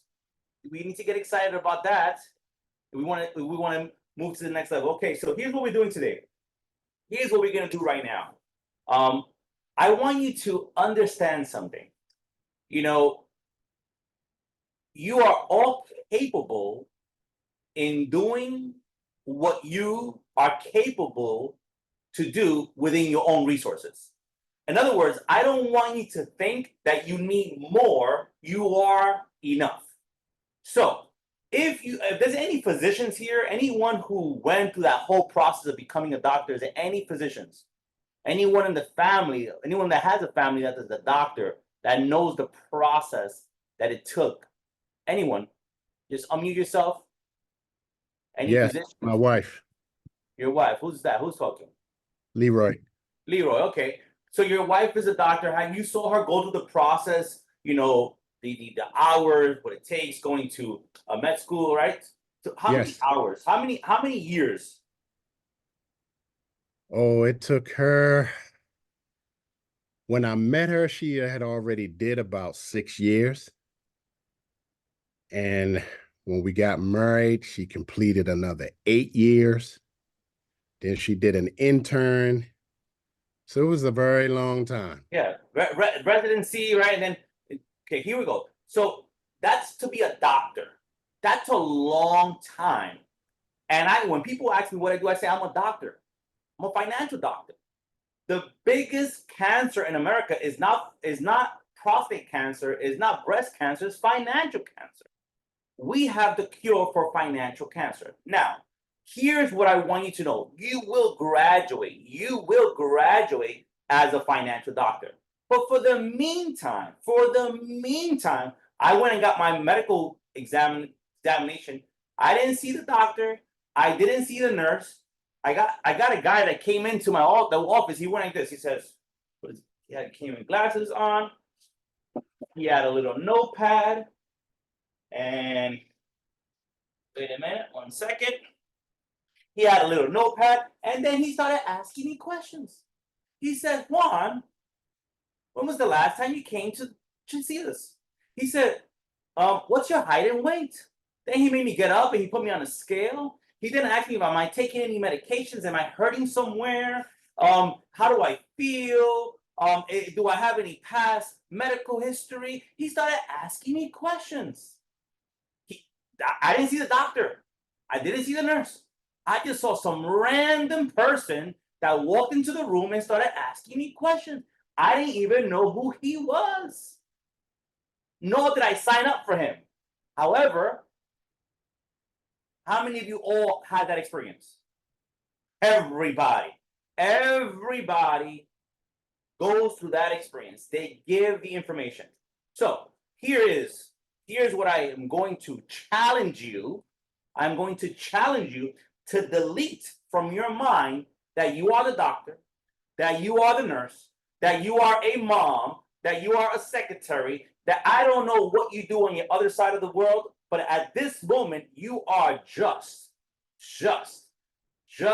the person who's walking into the room to gather the information for the doctor. And if you're a doctor right now, hey, congratulations. But what I want you to do is you're going to train the future doctors, but they have to go through this process. So I've formulated a questionnaire. Well, I can't take no credit for it.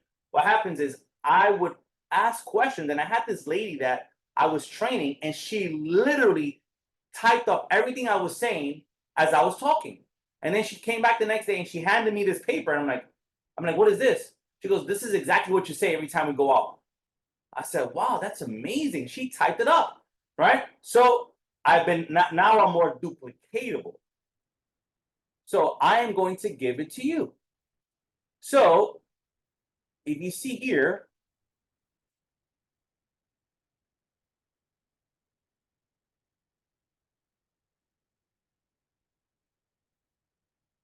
what do you guys see? Do you see two screens?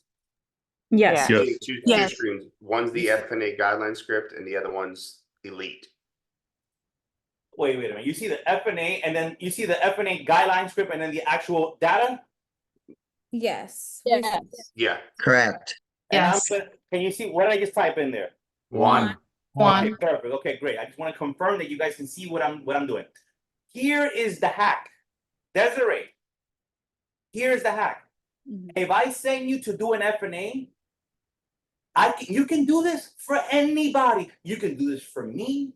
You can do this for Jasmine. You can do this for Jesus, because I'm going to give you the questions so that you can sound like a professional. So here, unmute yourself, Desiree, and I want you to say the first thing. The first question.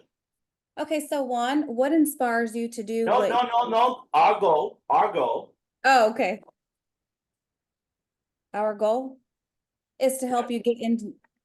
So let me start all over. Sorry. Go for it. Our goal is to help you get on the right financial track to accomplish the goals and dreams you have for you and your family. We'd like to ask you a few questions to find out what's important to you. Is that okay? I'm not going to say, is it okay? Just say okay. It's okay. Listen to this. Listen to this. Desiree, my goal is to help you get on the right financial track to accomplish your goals and dreams for you and your family. I'd like to ask you a few questions. That's going to be okay? Yes. I didn't read it because it's so engraved. You see, I'm giving you the cheat sheet. But in the meantime, you can even say this. Desiree, I was so excited about meeting you today. I actually wrote up some questions so I can stay on track to respect our time. Right.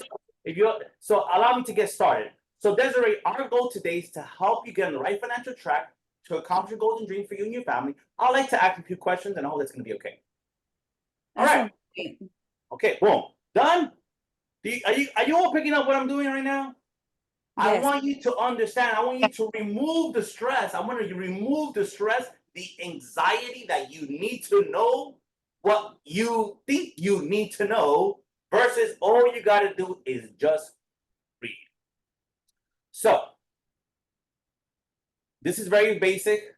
Desiree, how young are you today? I don't usually tell people how old they are. I say, Desiree, how young are you today? I'm 30 years old. Okay, that's awesome. Yeah. And are you married, single? Tell me a little bit about your family. I'm single until I, find the right one. So. Okay. Oh, if you're looking, it's coming. Okay. If someone says, obviously, okay, here's the kick line, right? Occupation. So, hey, you see it says right there, it says, what do you do? Right? It says it right there. And Desiree, so what do you do?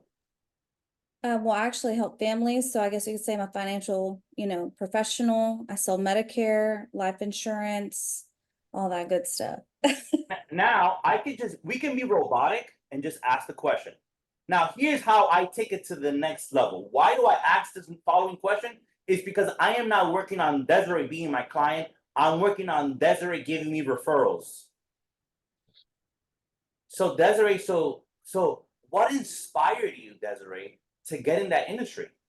If I'm being honest with you, what really inspired me was the fact that I was broke for so long, and eventually I started Googling how to make over 100K a year. And it came up life insurance. So what I did was I found out how to get a license myself. And I took like the 2-day class. Either way, I was broke, started the financial industry, and started making money. So, and not only that, but I learned that I get to help people and make money as well.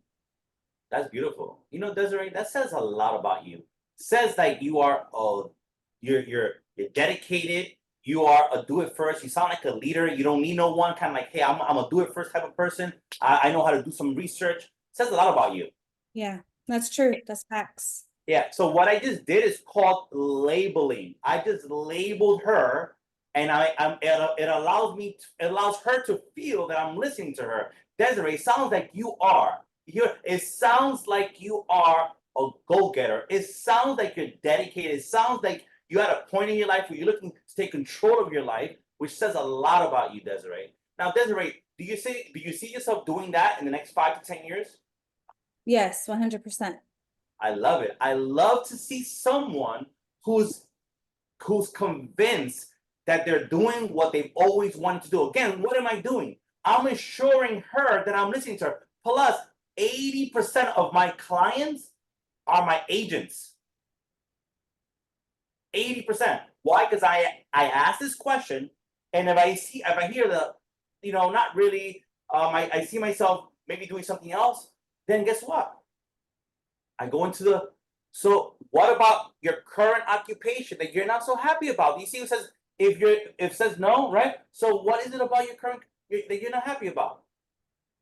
Now, I'm going to gather the data, which creates ammunition for later, because I am right now. See, this is one of the biggest challenges, that sometimes we are the financial advisor and we want to be the recruiter as well. I battled that for quite some time, but I realized that I got to keep the main thing. So for now, I am the financial professional. But I would say, okay, great. If she says, you know what, so Desiree, let's just assume that you're not so happy about where you're at right now. Hey, so Desiree, tell me, do you see yourself doing what you're doing in the next 5 to 10 years? Oh my gosh, absolutely not. My boss, she just took me into a meeting, started hounding me down while I wasn't doing right. I just feel like quitting at this point. Over it. Well, obviously, we don't want to make emotional decisions, right? We don't want to be making emotional decisions, but it sounds like you keep your career's options open. Is that fair to say? Oh yes, I'm always up for growth. Okay, great. Well, I happen to be the director of expansion. I don't want to go into this conversation, but there's gonna be we'll speak about this a little bit down the road. So, and then I go right into, so Desiree, let's talk about goals and dreams. So, do you see here any questions about what I just did right now? This is an open dialogue, everybody. Any questions about what we're just doing so far? No. You're keeping her interested? Good. Building a rapport. Connecting with me. Engaging. You started the introduction and then did a perfect lead into your purpose of the conversation. Move comfortable. You're piquing her interest. Took a note and moved on. And I'm not ice. That's right. I'm not selling her anything. Am I? Anyone could just do what I just did, unless if you're present, right, Steve? If you could do this, right, Steve? Of course you can. Sure can. Yes, of course you can. Okay, so what's the next question?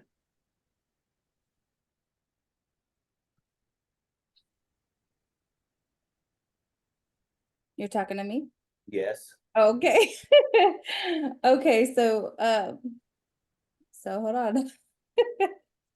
Let's talk about your goals and dreams. Hey, you just know Desiree is getting the most out of everybody right now. You know why? Because this is called role playing. We're actually role playing. Those that have their cameras off are getting a little bit, but those that have their cameras on are more engaged, and those that are talking, they get it. So go ahead, Desiree. Okay, so my goals is to No. Ask me the question. I'm the client here. Okay, so Juan, please tell me, what's your goals and your dreams? I don't know. I haven't thought about it. Okay, so a dream I want to tell you right now. No. Okay, see, do you see? Hold up. See, you gotta screw it up before you gotta screw it. You screw it up, I mop it up. You screw it up, I mop it up, right? Okay, So okay. it says, do you know the difference? Do you know the difference? That's the question. Go ahead. See, ask me the question. If you ask the right question, you lead into the right, you get into the right flow. Because if you go into what it says, goals and dreams. Hey, what's your goals and dreams? A lot of people stop dreaming. Right. We live in a world where people stop dreaming. Dreaming are for kids. We ain't got time for dreaming. That's the mentality, right? Right. So go ahead, Desiree. Okay, I'm asking you again. Okay, so Juan, tell me, do you know the difference between a goal and a dream? Goals are like something that you have a set date, from my understanding, and then dream is like, pie in the air. Right, so to speak, yeah. So if you do know, so what is it? What is your dream? No. So you can say, yes, you're right, Juan. So like you validate me, and you still read what the dream says, right? Okay. That. Okay. All right, yes, Juan, I agree with you. That's great. I'm so proud of you that you have your goals and your dreams. No, go ahead, read it. It says, so yes, Juan, a dream is an inspiring picture of the future that energizes your mind. Go ahead. Okay. Yes, Juan, a dream is an inspiring picture of the future that energizes your mind. A goal has a timeline and a plan. Is there anything that is a goal in your life that you want to achieve in the next 6 months to a year? Yes. You see, like it's almost like yes or like no. Now, this tells me a lot about the person, right? A person that has a goal, you want to work with. Someone that doesn't have a goal, you're going to be pulling their teeth.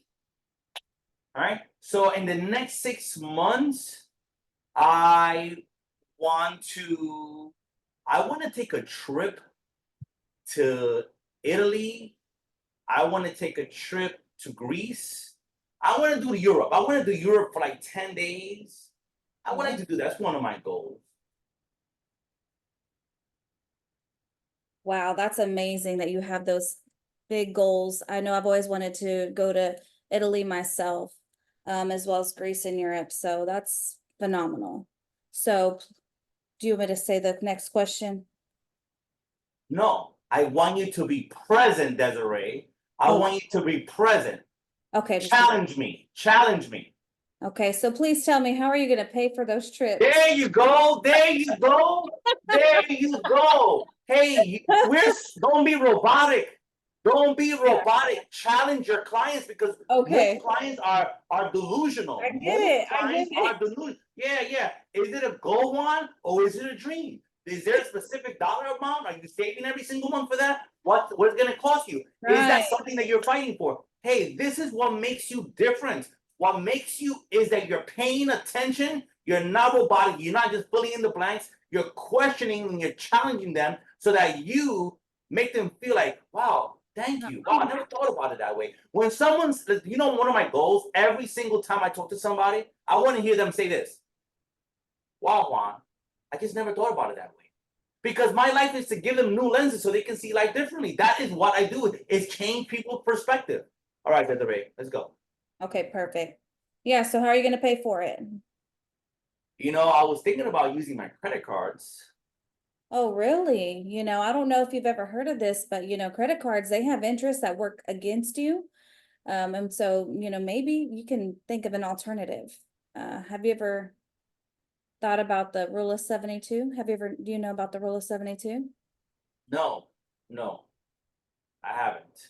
Okay, so please also tell me,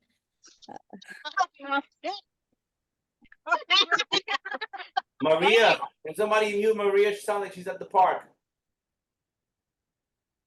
Thank you, Gotcha. Maria. okay, so, sorry, Juan. So Desiree, do you have anybody in your life that you care about? Yes, Like who? my mom, my dad, my daughter, she just turned 7. Okay. Do yeah. you have a brother? I do have younger brother. Okay.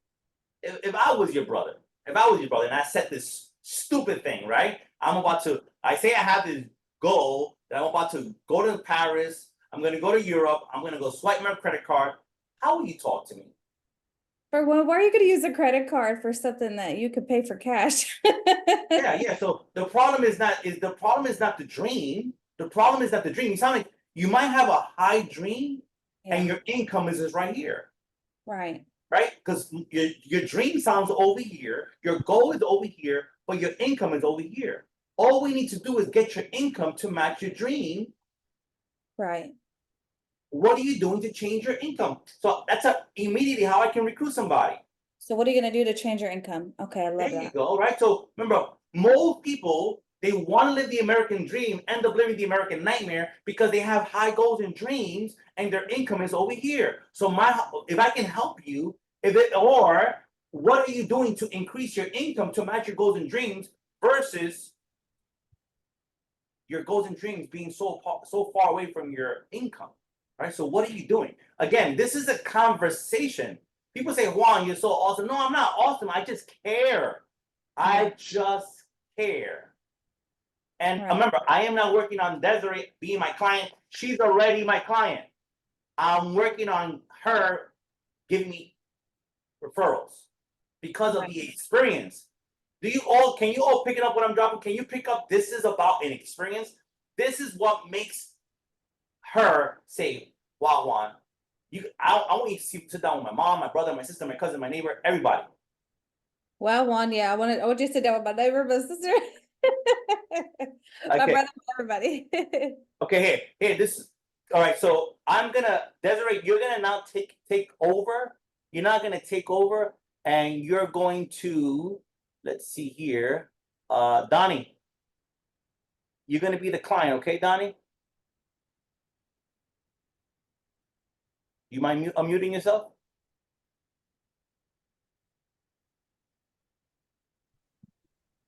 Yeah, I was trying to find the mouse. All right, go good. How you doing? We're doing fantastic. So we're gonna go right into income. Right? We see here income. Income. What's your desired retirement? What does retirement mean to you? Okay, I got you. Go ahead. Okay, so Donnie, please tell me, what does retirement mean for you? To not be forced to work. All right, perfect. So I understand that. So please tell me, for you to achieve that lifestyle of retirement, for you not to work, what does that cash, flow income look like you on a month, look for you like on a monthly basis, assuming that all your expenses are covered and paid for? Probably between 6,000 and 8,000 a month. Okay, that's good. Yeah, let's do with the higher level, 8,000. Yeah, do 8.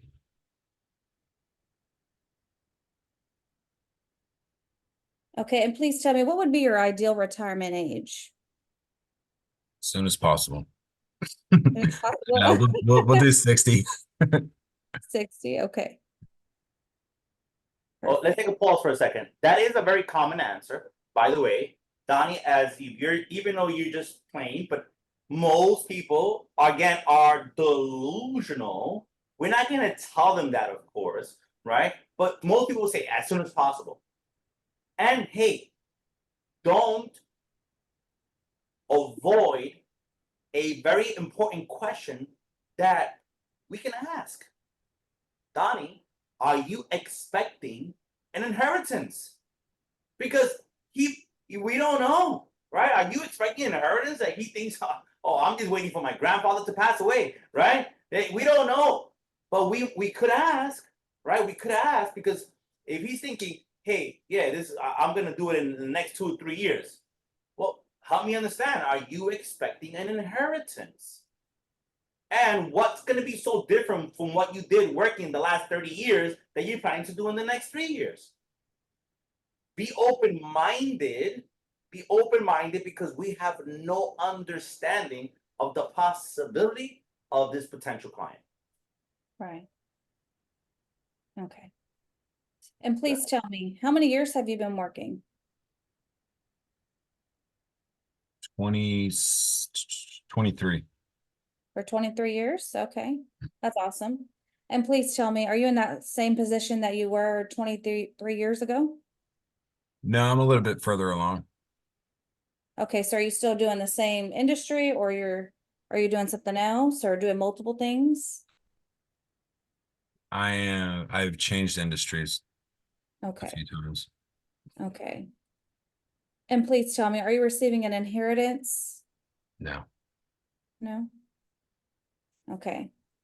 So please tell me, what strategy do you have in place that would allow you to achieve this goal that you have not done in the last 15 years, or sorry, 23 years since you've started working? I'll go off before I got into the financial thing. You need to work longer hours and work harder in order to make more money. Oh, wow. So we have something to work on then, right? Don't you agree? Hold up. Good. Is that considered? Hold up. Let's challenge this guy, right? Yeah. Is that a strategy? Is that your strategy? Like, tell me how, because it's not a strategy, right? You're working hard and No. working more, right? No, that is most people's mindset. Yeah. So Donnie, thank you again. You're role playing. You're doing a great job. Desiree, I'm just trying to, hold you through the process, right? So Right. Because I've never done this before. you're doing a fantastic job, by the way. Is she doing awesome, right? Yeah. Yeah, this is my first time ever, and I'm doing it in front of everybody, so I'm excited. No, you're just doing it in front of me and Juan. Yeah. Continue. Especially because of Juan. Juan's awesome. And so are you, Donnie, too. Thank you. So you go ahead. So you ask a question and you see, hey, so we have some work on some, right? So we have what? Continue. Okay. So you think that you have to work long hours to make more money, right? And work harder. Is that what you're saying? Yep. Okay, what if I told you that you could work a few hours and make more money that you ever had, possibly within a whole year? Would that interest you? Absolutely. Okay, so then we do have something to work on then, don't you agree? Yeah. Okay, so in order for you to achieve that goal, there needs to be a major amount of savings and commitment on your part to put the money away, So this is what we're going to do to help you put some money away. So that way you can achieve that $8,000 monthly income goal by the age of 60, right? To receive that every single month.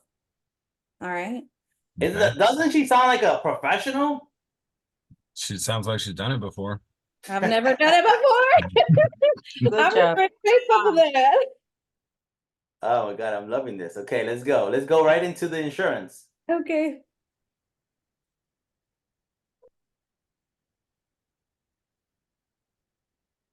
Number 4, question. Go ahead. Okay. So please tell me, Donnie, who do you have for life insurance? I don't. I used to have one with USA when I was in the oil field, but oil field crashed and I had to close it out. Oh my gosh, I hear that all the time, how much people pay every single month. They pay like $400 on their family. And tell me also, did you have life insurance just, for you currently, or for your household as well, for your wife and kids? It was for just me. For just you? Okay. All right. And how much did you pay a month on that? Do you know? Oh no, hold up. Oh, Don't remix this. Okay, I'm not. Right. It says if they don't have life insurance.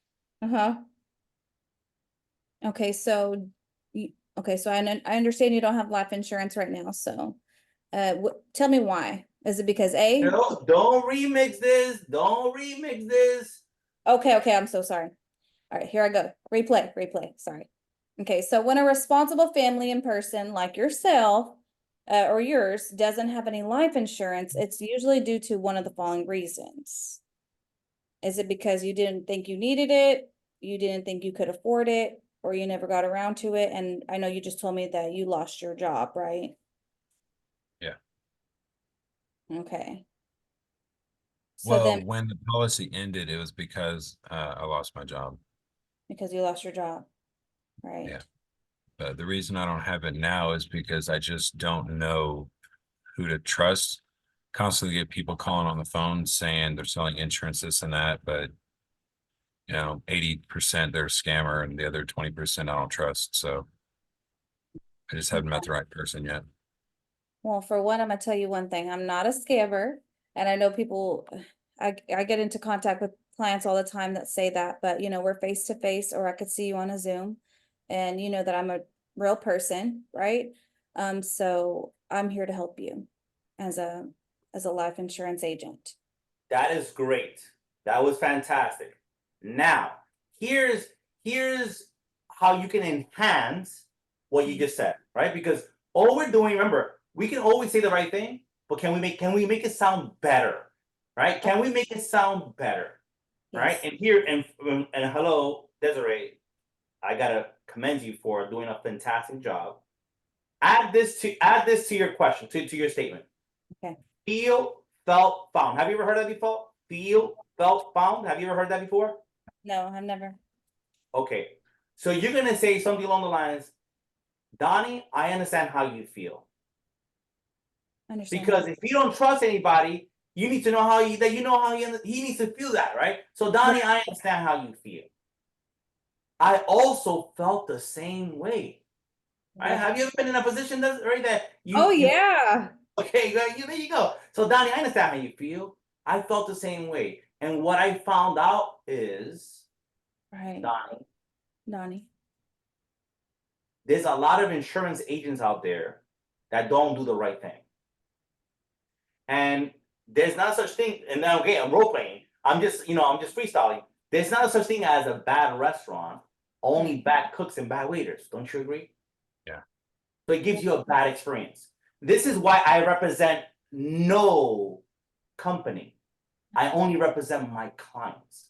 So Donnie, what I will do is I will find you the right financial institution, the right life insurance company. So it's never going to have to do with me, because if something happens, I'm not the one who's going to insure you. It's the financial institution. So I will find you a A-rated company that's been around for at least over 100 years. Will you feel safe with a company that's been around for over 100 years that's an A-rated company? Oh, yeah. There you go. So if you feel something about agents, well then take yourself out of the equation, right? Because you're not insuring him anyway. You're not the insurance agent. You're not the agency. You will find him that person. You will find him that company.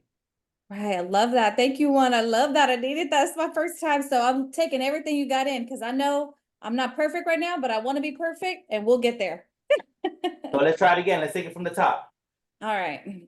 Okay. So I'm gonna tell you one thing, Donnie. I feel for you on that. I see what you're saying. I understand how you feel. I understand. Okay, thank you. I understand how you feel, Donnie, because let me tell you one thing. I've been there before. I'm gonna be honest with you. I've gotten scammed before, and I know I felt the same way. I understand how you feel. It's feel, felt, found. It's feel, felt, found. I understand how you feel. I felt the same way. And what I found out was, okay, I understand you, and I felt the same way before. So that's right. I understand how you feel. Say that. I understand how you feel. I felt the same way. I felt the same way. And what I found out was. Whatever you have to say. Okay, whatever. So I'm not gonna let you go, because we didn't go this far to get this far, right? You're doing an amazing job. I'm holding on to you to the end. Okay. I understand how you feel. I felt the same way. And what I've come to. And what I found out was, I'm so sorry, guys. No, this is great. Hello, everybody's learning through you. And guess what? You couldn't have been the best. You are the best person as an example, right? Because you've never done this before. There's no rehearsing. And this is what I do with my agents. I hold them and until we get it right. Right? And guess what? This is you can't screw it up here. You can't screw it up. This is called the training ground. This is where we train together. We at the gym together. It would be foolish of me if I were to tell you you're doing good and when you could have done better. Right? Thank you for that, being honest. I love it. Okay, so I understand how you feel. I felt the same way. And what I found out that was with this company, you know, I'm a broker, so I don't represent any, you know, just one. I don't just represent one company. I represent multiple insurance companies that are A+ rated that have been over, you know, that have been around over 100 years. And you know, this is why I'm here to help you today. So remember, don't ever end with a statement. That sounds like a statement. You did a great job. If you end with a statement, you talk too much. Okay, I do. No, I said if you end with a statement in someone's concern, you only spoke too much. He had a concern. If you only talked, you talk too much. When you end it with a question, you solidify the void. So, because you already mentioned that well, first of all, you don't represent no companies. You represent him. Donnie, I don't work for no financial service firm. I work for my clients. I work for you. I will find you A-rated companies. I will find you companies that have been around for over 100 years. Donnie, if I find you, this is the question mark. If I find you an A-rated company that's been around for 100 years plus, would that make you feel comfortable? I love that. Okay, thank you so much. All right, I'm starting all over again.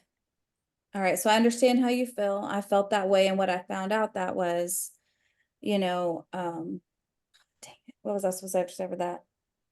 I work for you, Donnie, and if I were to find you an A-rated company that's going to work for you, wouldn't that be beneficial for you? No. Yes. Okay, hold up. I know there's a lot of information, Desiree. I'm giving you a lot. There's a lot of information going in here, and I don't want to fog you because you are doing great. Because you can't say the wrong thing to the right person, right? Right. But because there's so many people here, I want you guys all to get this information. And we're all learning through you, Desiree. We're all learning through you. They haven't even said it. You're the one saying it. So they think they got it, but they haven't got it because they never verbalized it. So you're gonna get it, right? You're gonna get it. I understand how you feel because I felt the same way. I felt the same way. But what I found out was, right? Right. What I found out was, you can even say, if people knew better, they'll do better, right? That's what you know, right? You can say that. Okay. Yeah, that's easy. I found out if people knew better, they'll do better, right? Say that. Okay. So what I found out was that if people knew better, they would do better. And this is why. And this is why. I dedicate myself. In helping people like you. There you go, right? So if I can find you, Donnie, If I can find Donnie.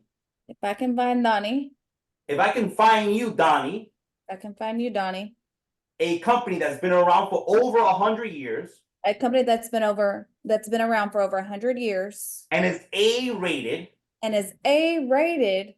Will you feel comfortable? There you go. Yeah. What are we looking at?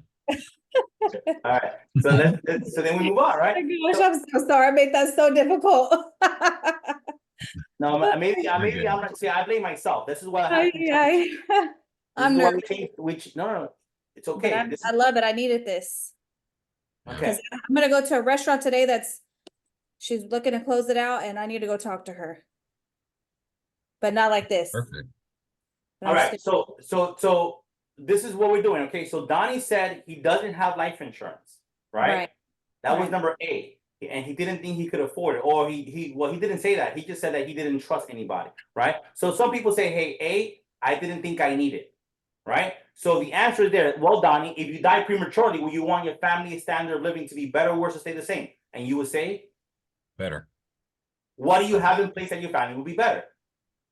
I don't have anything. I got a 401k. Okay. So you don't have anything. Well, how does that make you feel? Insecure. Can you elaborate by what you mean by that? Can you elaborate? It's a false hope because the amount of money I have in 401k is not really going to get anybody more than a few months. Right. So how does that really make you feel? So how does that really make you feel? Like I need something better. All right, Donnie. So what if I told you that there was No, something? no, no. Now what if I tell you? Because you're already What if- telling me. Okay, sorry, I say that all the time. I'm sorry. Yeah, but you see, we got to be really careful, right? Because that's it. He's sold already. Right. He sold already. Don't. He sold. I said, well, Donnie, I'm gonna make sure I help you with that. Okay. Well, Donnie, I'm gonna make sure I help you with that. Period. Let's move on. Period. Let's move on. Okay. Let's say that last part. So B, Donnie says, hey, I don't think I could afford it. Okay. Donnie, go B. No, you say Donnie, you say you can't afford it. You can't afford. I don't know what I can afford. I don't know how much they cost. No. Why don't you have him covered? Like, well, I think it's too expensive. I don't. No, I think it's too expensive. Okay. So what if I told you if it were affordable, would it be important to you to protect your family and yourself? Oh, absolutely it would. There you go. That's it. Period. Let's move on. Okay. So if he thought, the reason why I don't have coverage is because I thought it was too expensive. But if it was affordable, Donnie, would it be important to you to protect your family and yourself? And he's gonna be like, of course. I'll say, okay, well, great. Let's look at the numbers, right? So if he says C, he just never got around to it. Well, what's the answer? Well, great. I'm glad we're here to help you. That's Me too. Okay, I like that. Any questions about what we just covered right now? Okay.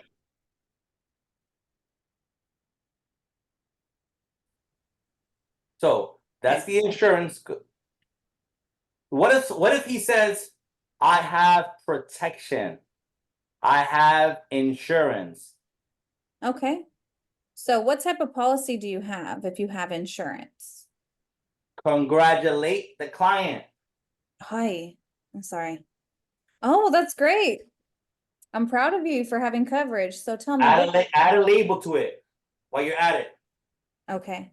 All right. Congratulations. I'm gonna tell you one thing. Not a lot of people have life insurance or coverage. So I'm very proud of you.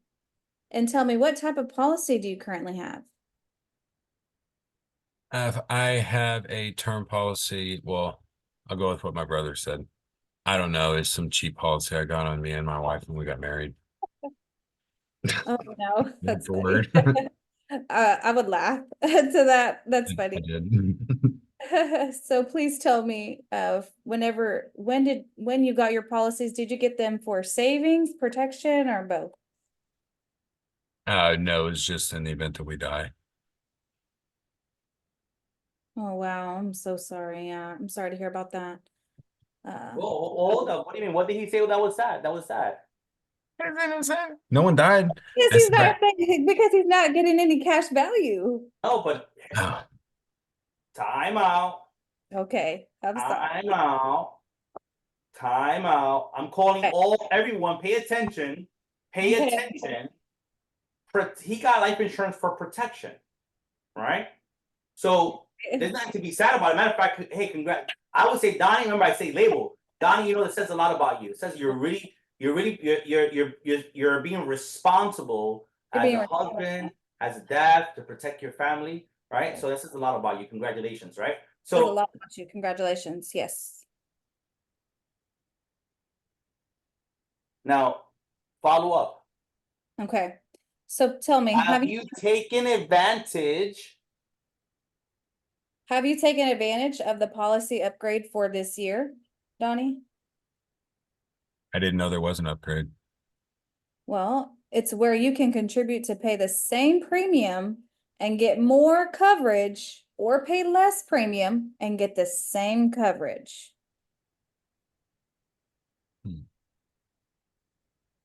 Well, right now I pay like $36 a month for me and 19 for my, or 19 for me and 36 for my wife. So what kind of coverage are we looking at? Okay. Continue with the question. All right. So what would you like to have more of coverage or pay less premium? Stay with the same coverage. Probably stay with the same coverage. Stay with the same coverage. Okay, great. That's it. Right. So that's it. We're gonna go into his policy. Okay.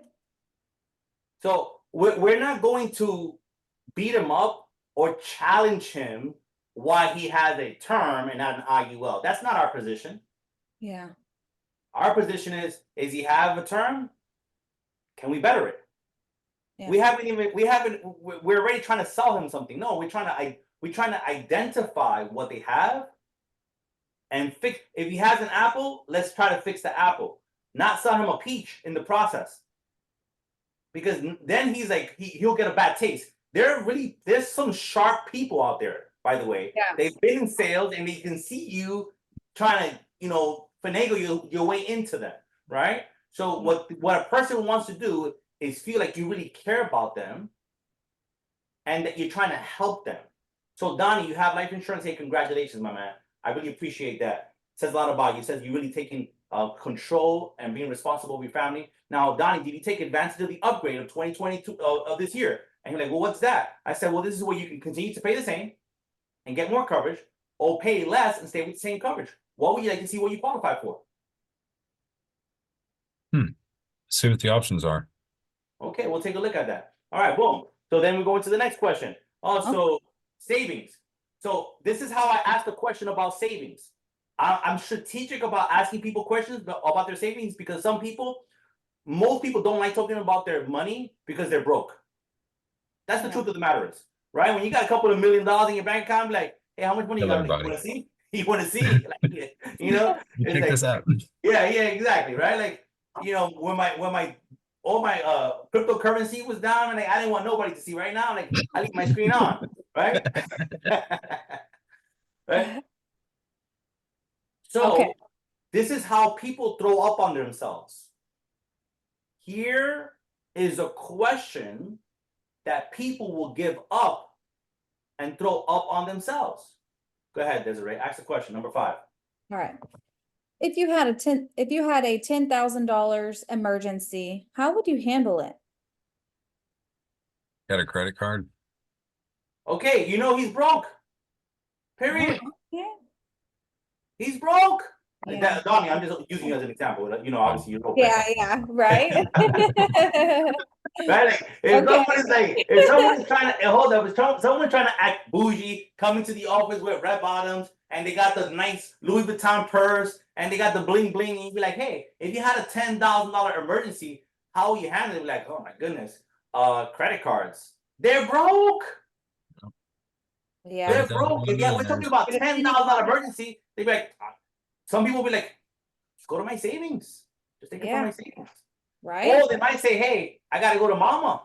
Then you find out who got the real cash. Right. I'll ask my husband. Now you know who got the money, right? People throw up on themselves right here with this specific question. Right. Now, if it was Dave Henning coming to my office, I'm not going to say $10,000. Like, hey, Dave, you had a $50,000 emergency. How we handle it? You got to take the temperature on your client, right? If David Henning, like, $50,000 emergency, like, man, I don't know. I'll probably have to like take out a home line of credit. I understand that he's not doing what he's supposed to be doing because he's like, oh, I got the house, I got the horses, I got this, I got that, but he ain't got $50,000 that he can like. Right. So you guys can. What about you got somebody who's a student, right? Who's a student, they're working 2 jobs. You're not gonna say $10. Like, hey, if you had a $5,000 emergency. Oh, right now, I wouldn't know. Well, you're not gonna put them in a $500 policy a month because that's a chargeback. Yeah. So people will throw up on themselves. They will volunteer tell you, that they don't have money, so you don't listen to them when they say, "Hey, I can save $1,000." They just told you they don't even have $1,000 in their savings account. Yeah. I love that. All right, continue. We're running out of time, but hey, you guys are picking up. We got some good nuggets here, no? Yeah, it's good. Yes, you're helping me out, Juan. I appreciate you. I wanna help everybody out, but you just happen to be in today. We don't have the time and the flexibility for role playing, but this is exactly what I would like to do, which is role playing with everybody. But go ahead, continue. Okay. All right, so let's go to the next question. Yep. Okay. So most people's highest expenses are eating out. Focus on the entertainment. How do you feel about that? Wait a I minute. miss Where are those you? days. Oh, I said I miss those days. Oh, you miss those days. Oh no, so therefore, then that means, you know, you are No, you no, eating? no, no, no, no. So hold up. You kind of like. So if you kind of skipped something, right? So if you don't have any money, if he said we just spoke about $10 emergency, how we handle it. If they say savings, okay, there you go. So what do you have in your savings, more or less? And this is how they tell you how much they have. So Right. Donnie, if you had a $10,000 emergency, how will you handle it? And let's just say you say, man, savings, or go ahead. Okay. Savings. Savings. Or I could pull out a 401k. No, let's just don't say 401k. Just say savings. Okay. Go ahead. Is that right? Savings? Okay. Yeah. So what do you have in your saving, more or less? Is your check? That's a flow. Hey, so what do you have in your savings, more or less? Right? It's like, what do you have? And then you put your head down, right? So Donnie, what do you have in your savings, more or less? For about 7,000-8,000. You make them feel comfortable telling you the number, right? You're like, hey, it's like, let them know you taking note. Hey, so what do you have in your savings? Okay, that's awesome. That's really good. All right, so your checking account, an account used as a revolving account to pay your bills. Yeah, Okay, and how much do you have, more or less of that? about 7,000 or 8,000. All right, so about the same, right? And saving and checking, which is great. Yeah, it's all one account. So it's all one account. Yeah. So that's your combined total of both the savings and checking. Yeah, just keep it all in checking. Okay. All right. I didn't hear you when you were saying that. So here is that's very simple, because now we're gonna go into getting his budget, right? You're gonna go into the budget worksheet, how much you pay for your car, all that stuff, right? Okay. So if we go here. So what does that look like? No. Here. So now we're going into the pay yourself formula, right? Yes. So Donnie, I know we spoke earlier, right? It's not here, and it should be. I should add this here. When we originally spoke, Donnie, we talked about goals and dreams and saving $8,000 and being able to have an $8,000 income, being able to go to Europe and travel in the next 6 to 8 months. The only way, as we agreed, you have to have a level of commitment of saving money. And the way you do that is you adopt a philosophy called the pay yourself first. Have you ever heard of the philosophy or the formula, the pay yourself formula? Pay yourself. I did when I had extra money when I was in the oil field, but without extra money, I had to start pulling from that fund. But have you heard about the formula? Do you know how it goes? Do you understand the formula? No, not really. I would just put 10% away every month. So let me take the opportunity to read to you, or the formula. I don't have to read it because I know it, right? But if you don't know it, it's okay. You can say, hey, let me take the opportunity to read the pay yourself formula. Or you just read it. Well, let me share with you what the pay yourself formula is. Go ahead, Desiree. Okay. So if you want to be, you want me to read that part? Yes. Okay. All right, thank you. So if you want to be financially stable by If you want to be dead broke. If you want to be dead broke, think about paying yourself first. Don't actually do it. Spend everything you make each month and save nothing. Keep telling yourself someday until you run out of days. It's actually someday. Go ahead, continue. Pressing. Oh, Sunday. Okay. All right. So if you want to live paycheck to paycheck, save 10%. If you want to live comfortably, save 20%. If you want to be wealthy enough to retire early, save 30%. Which do you commit to be?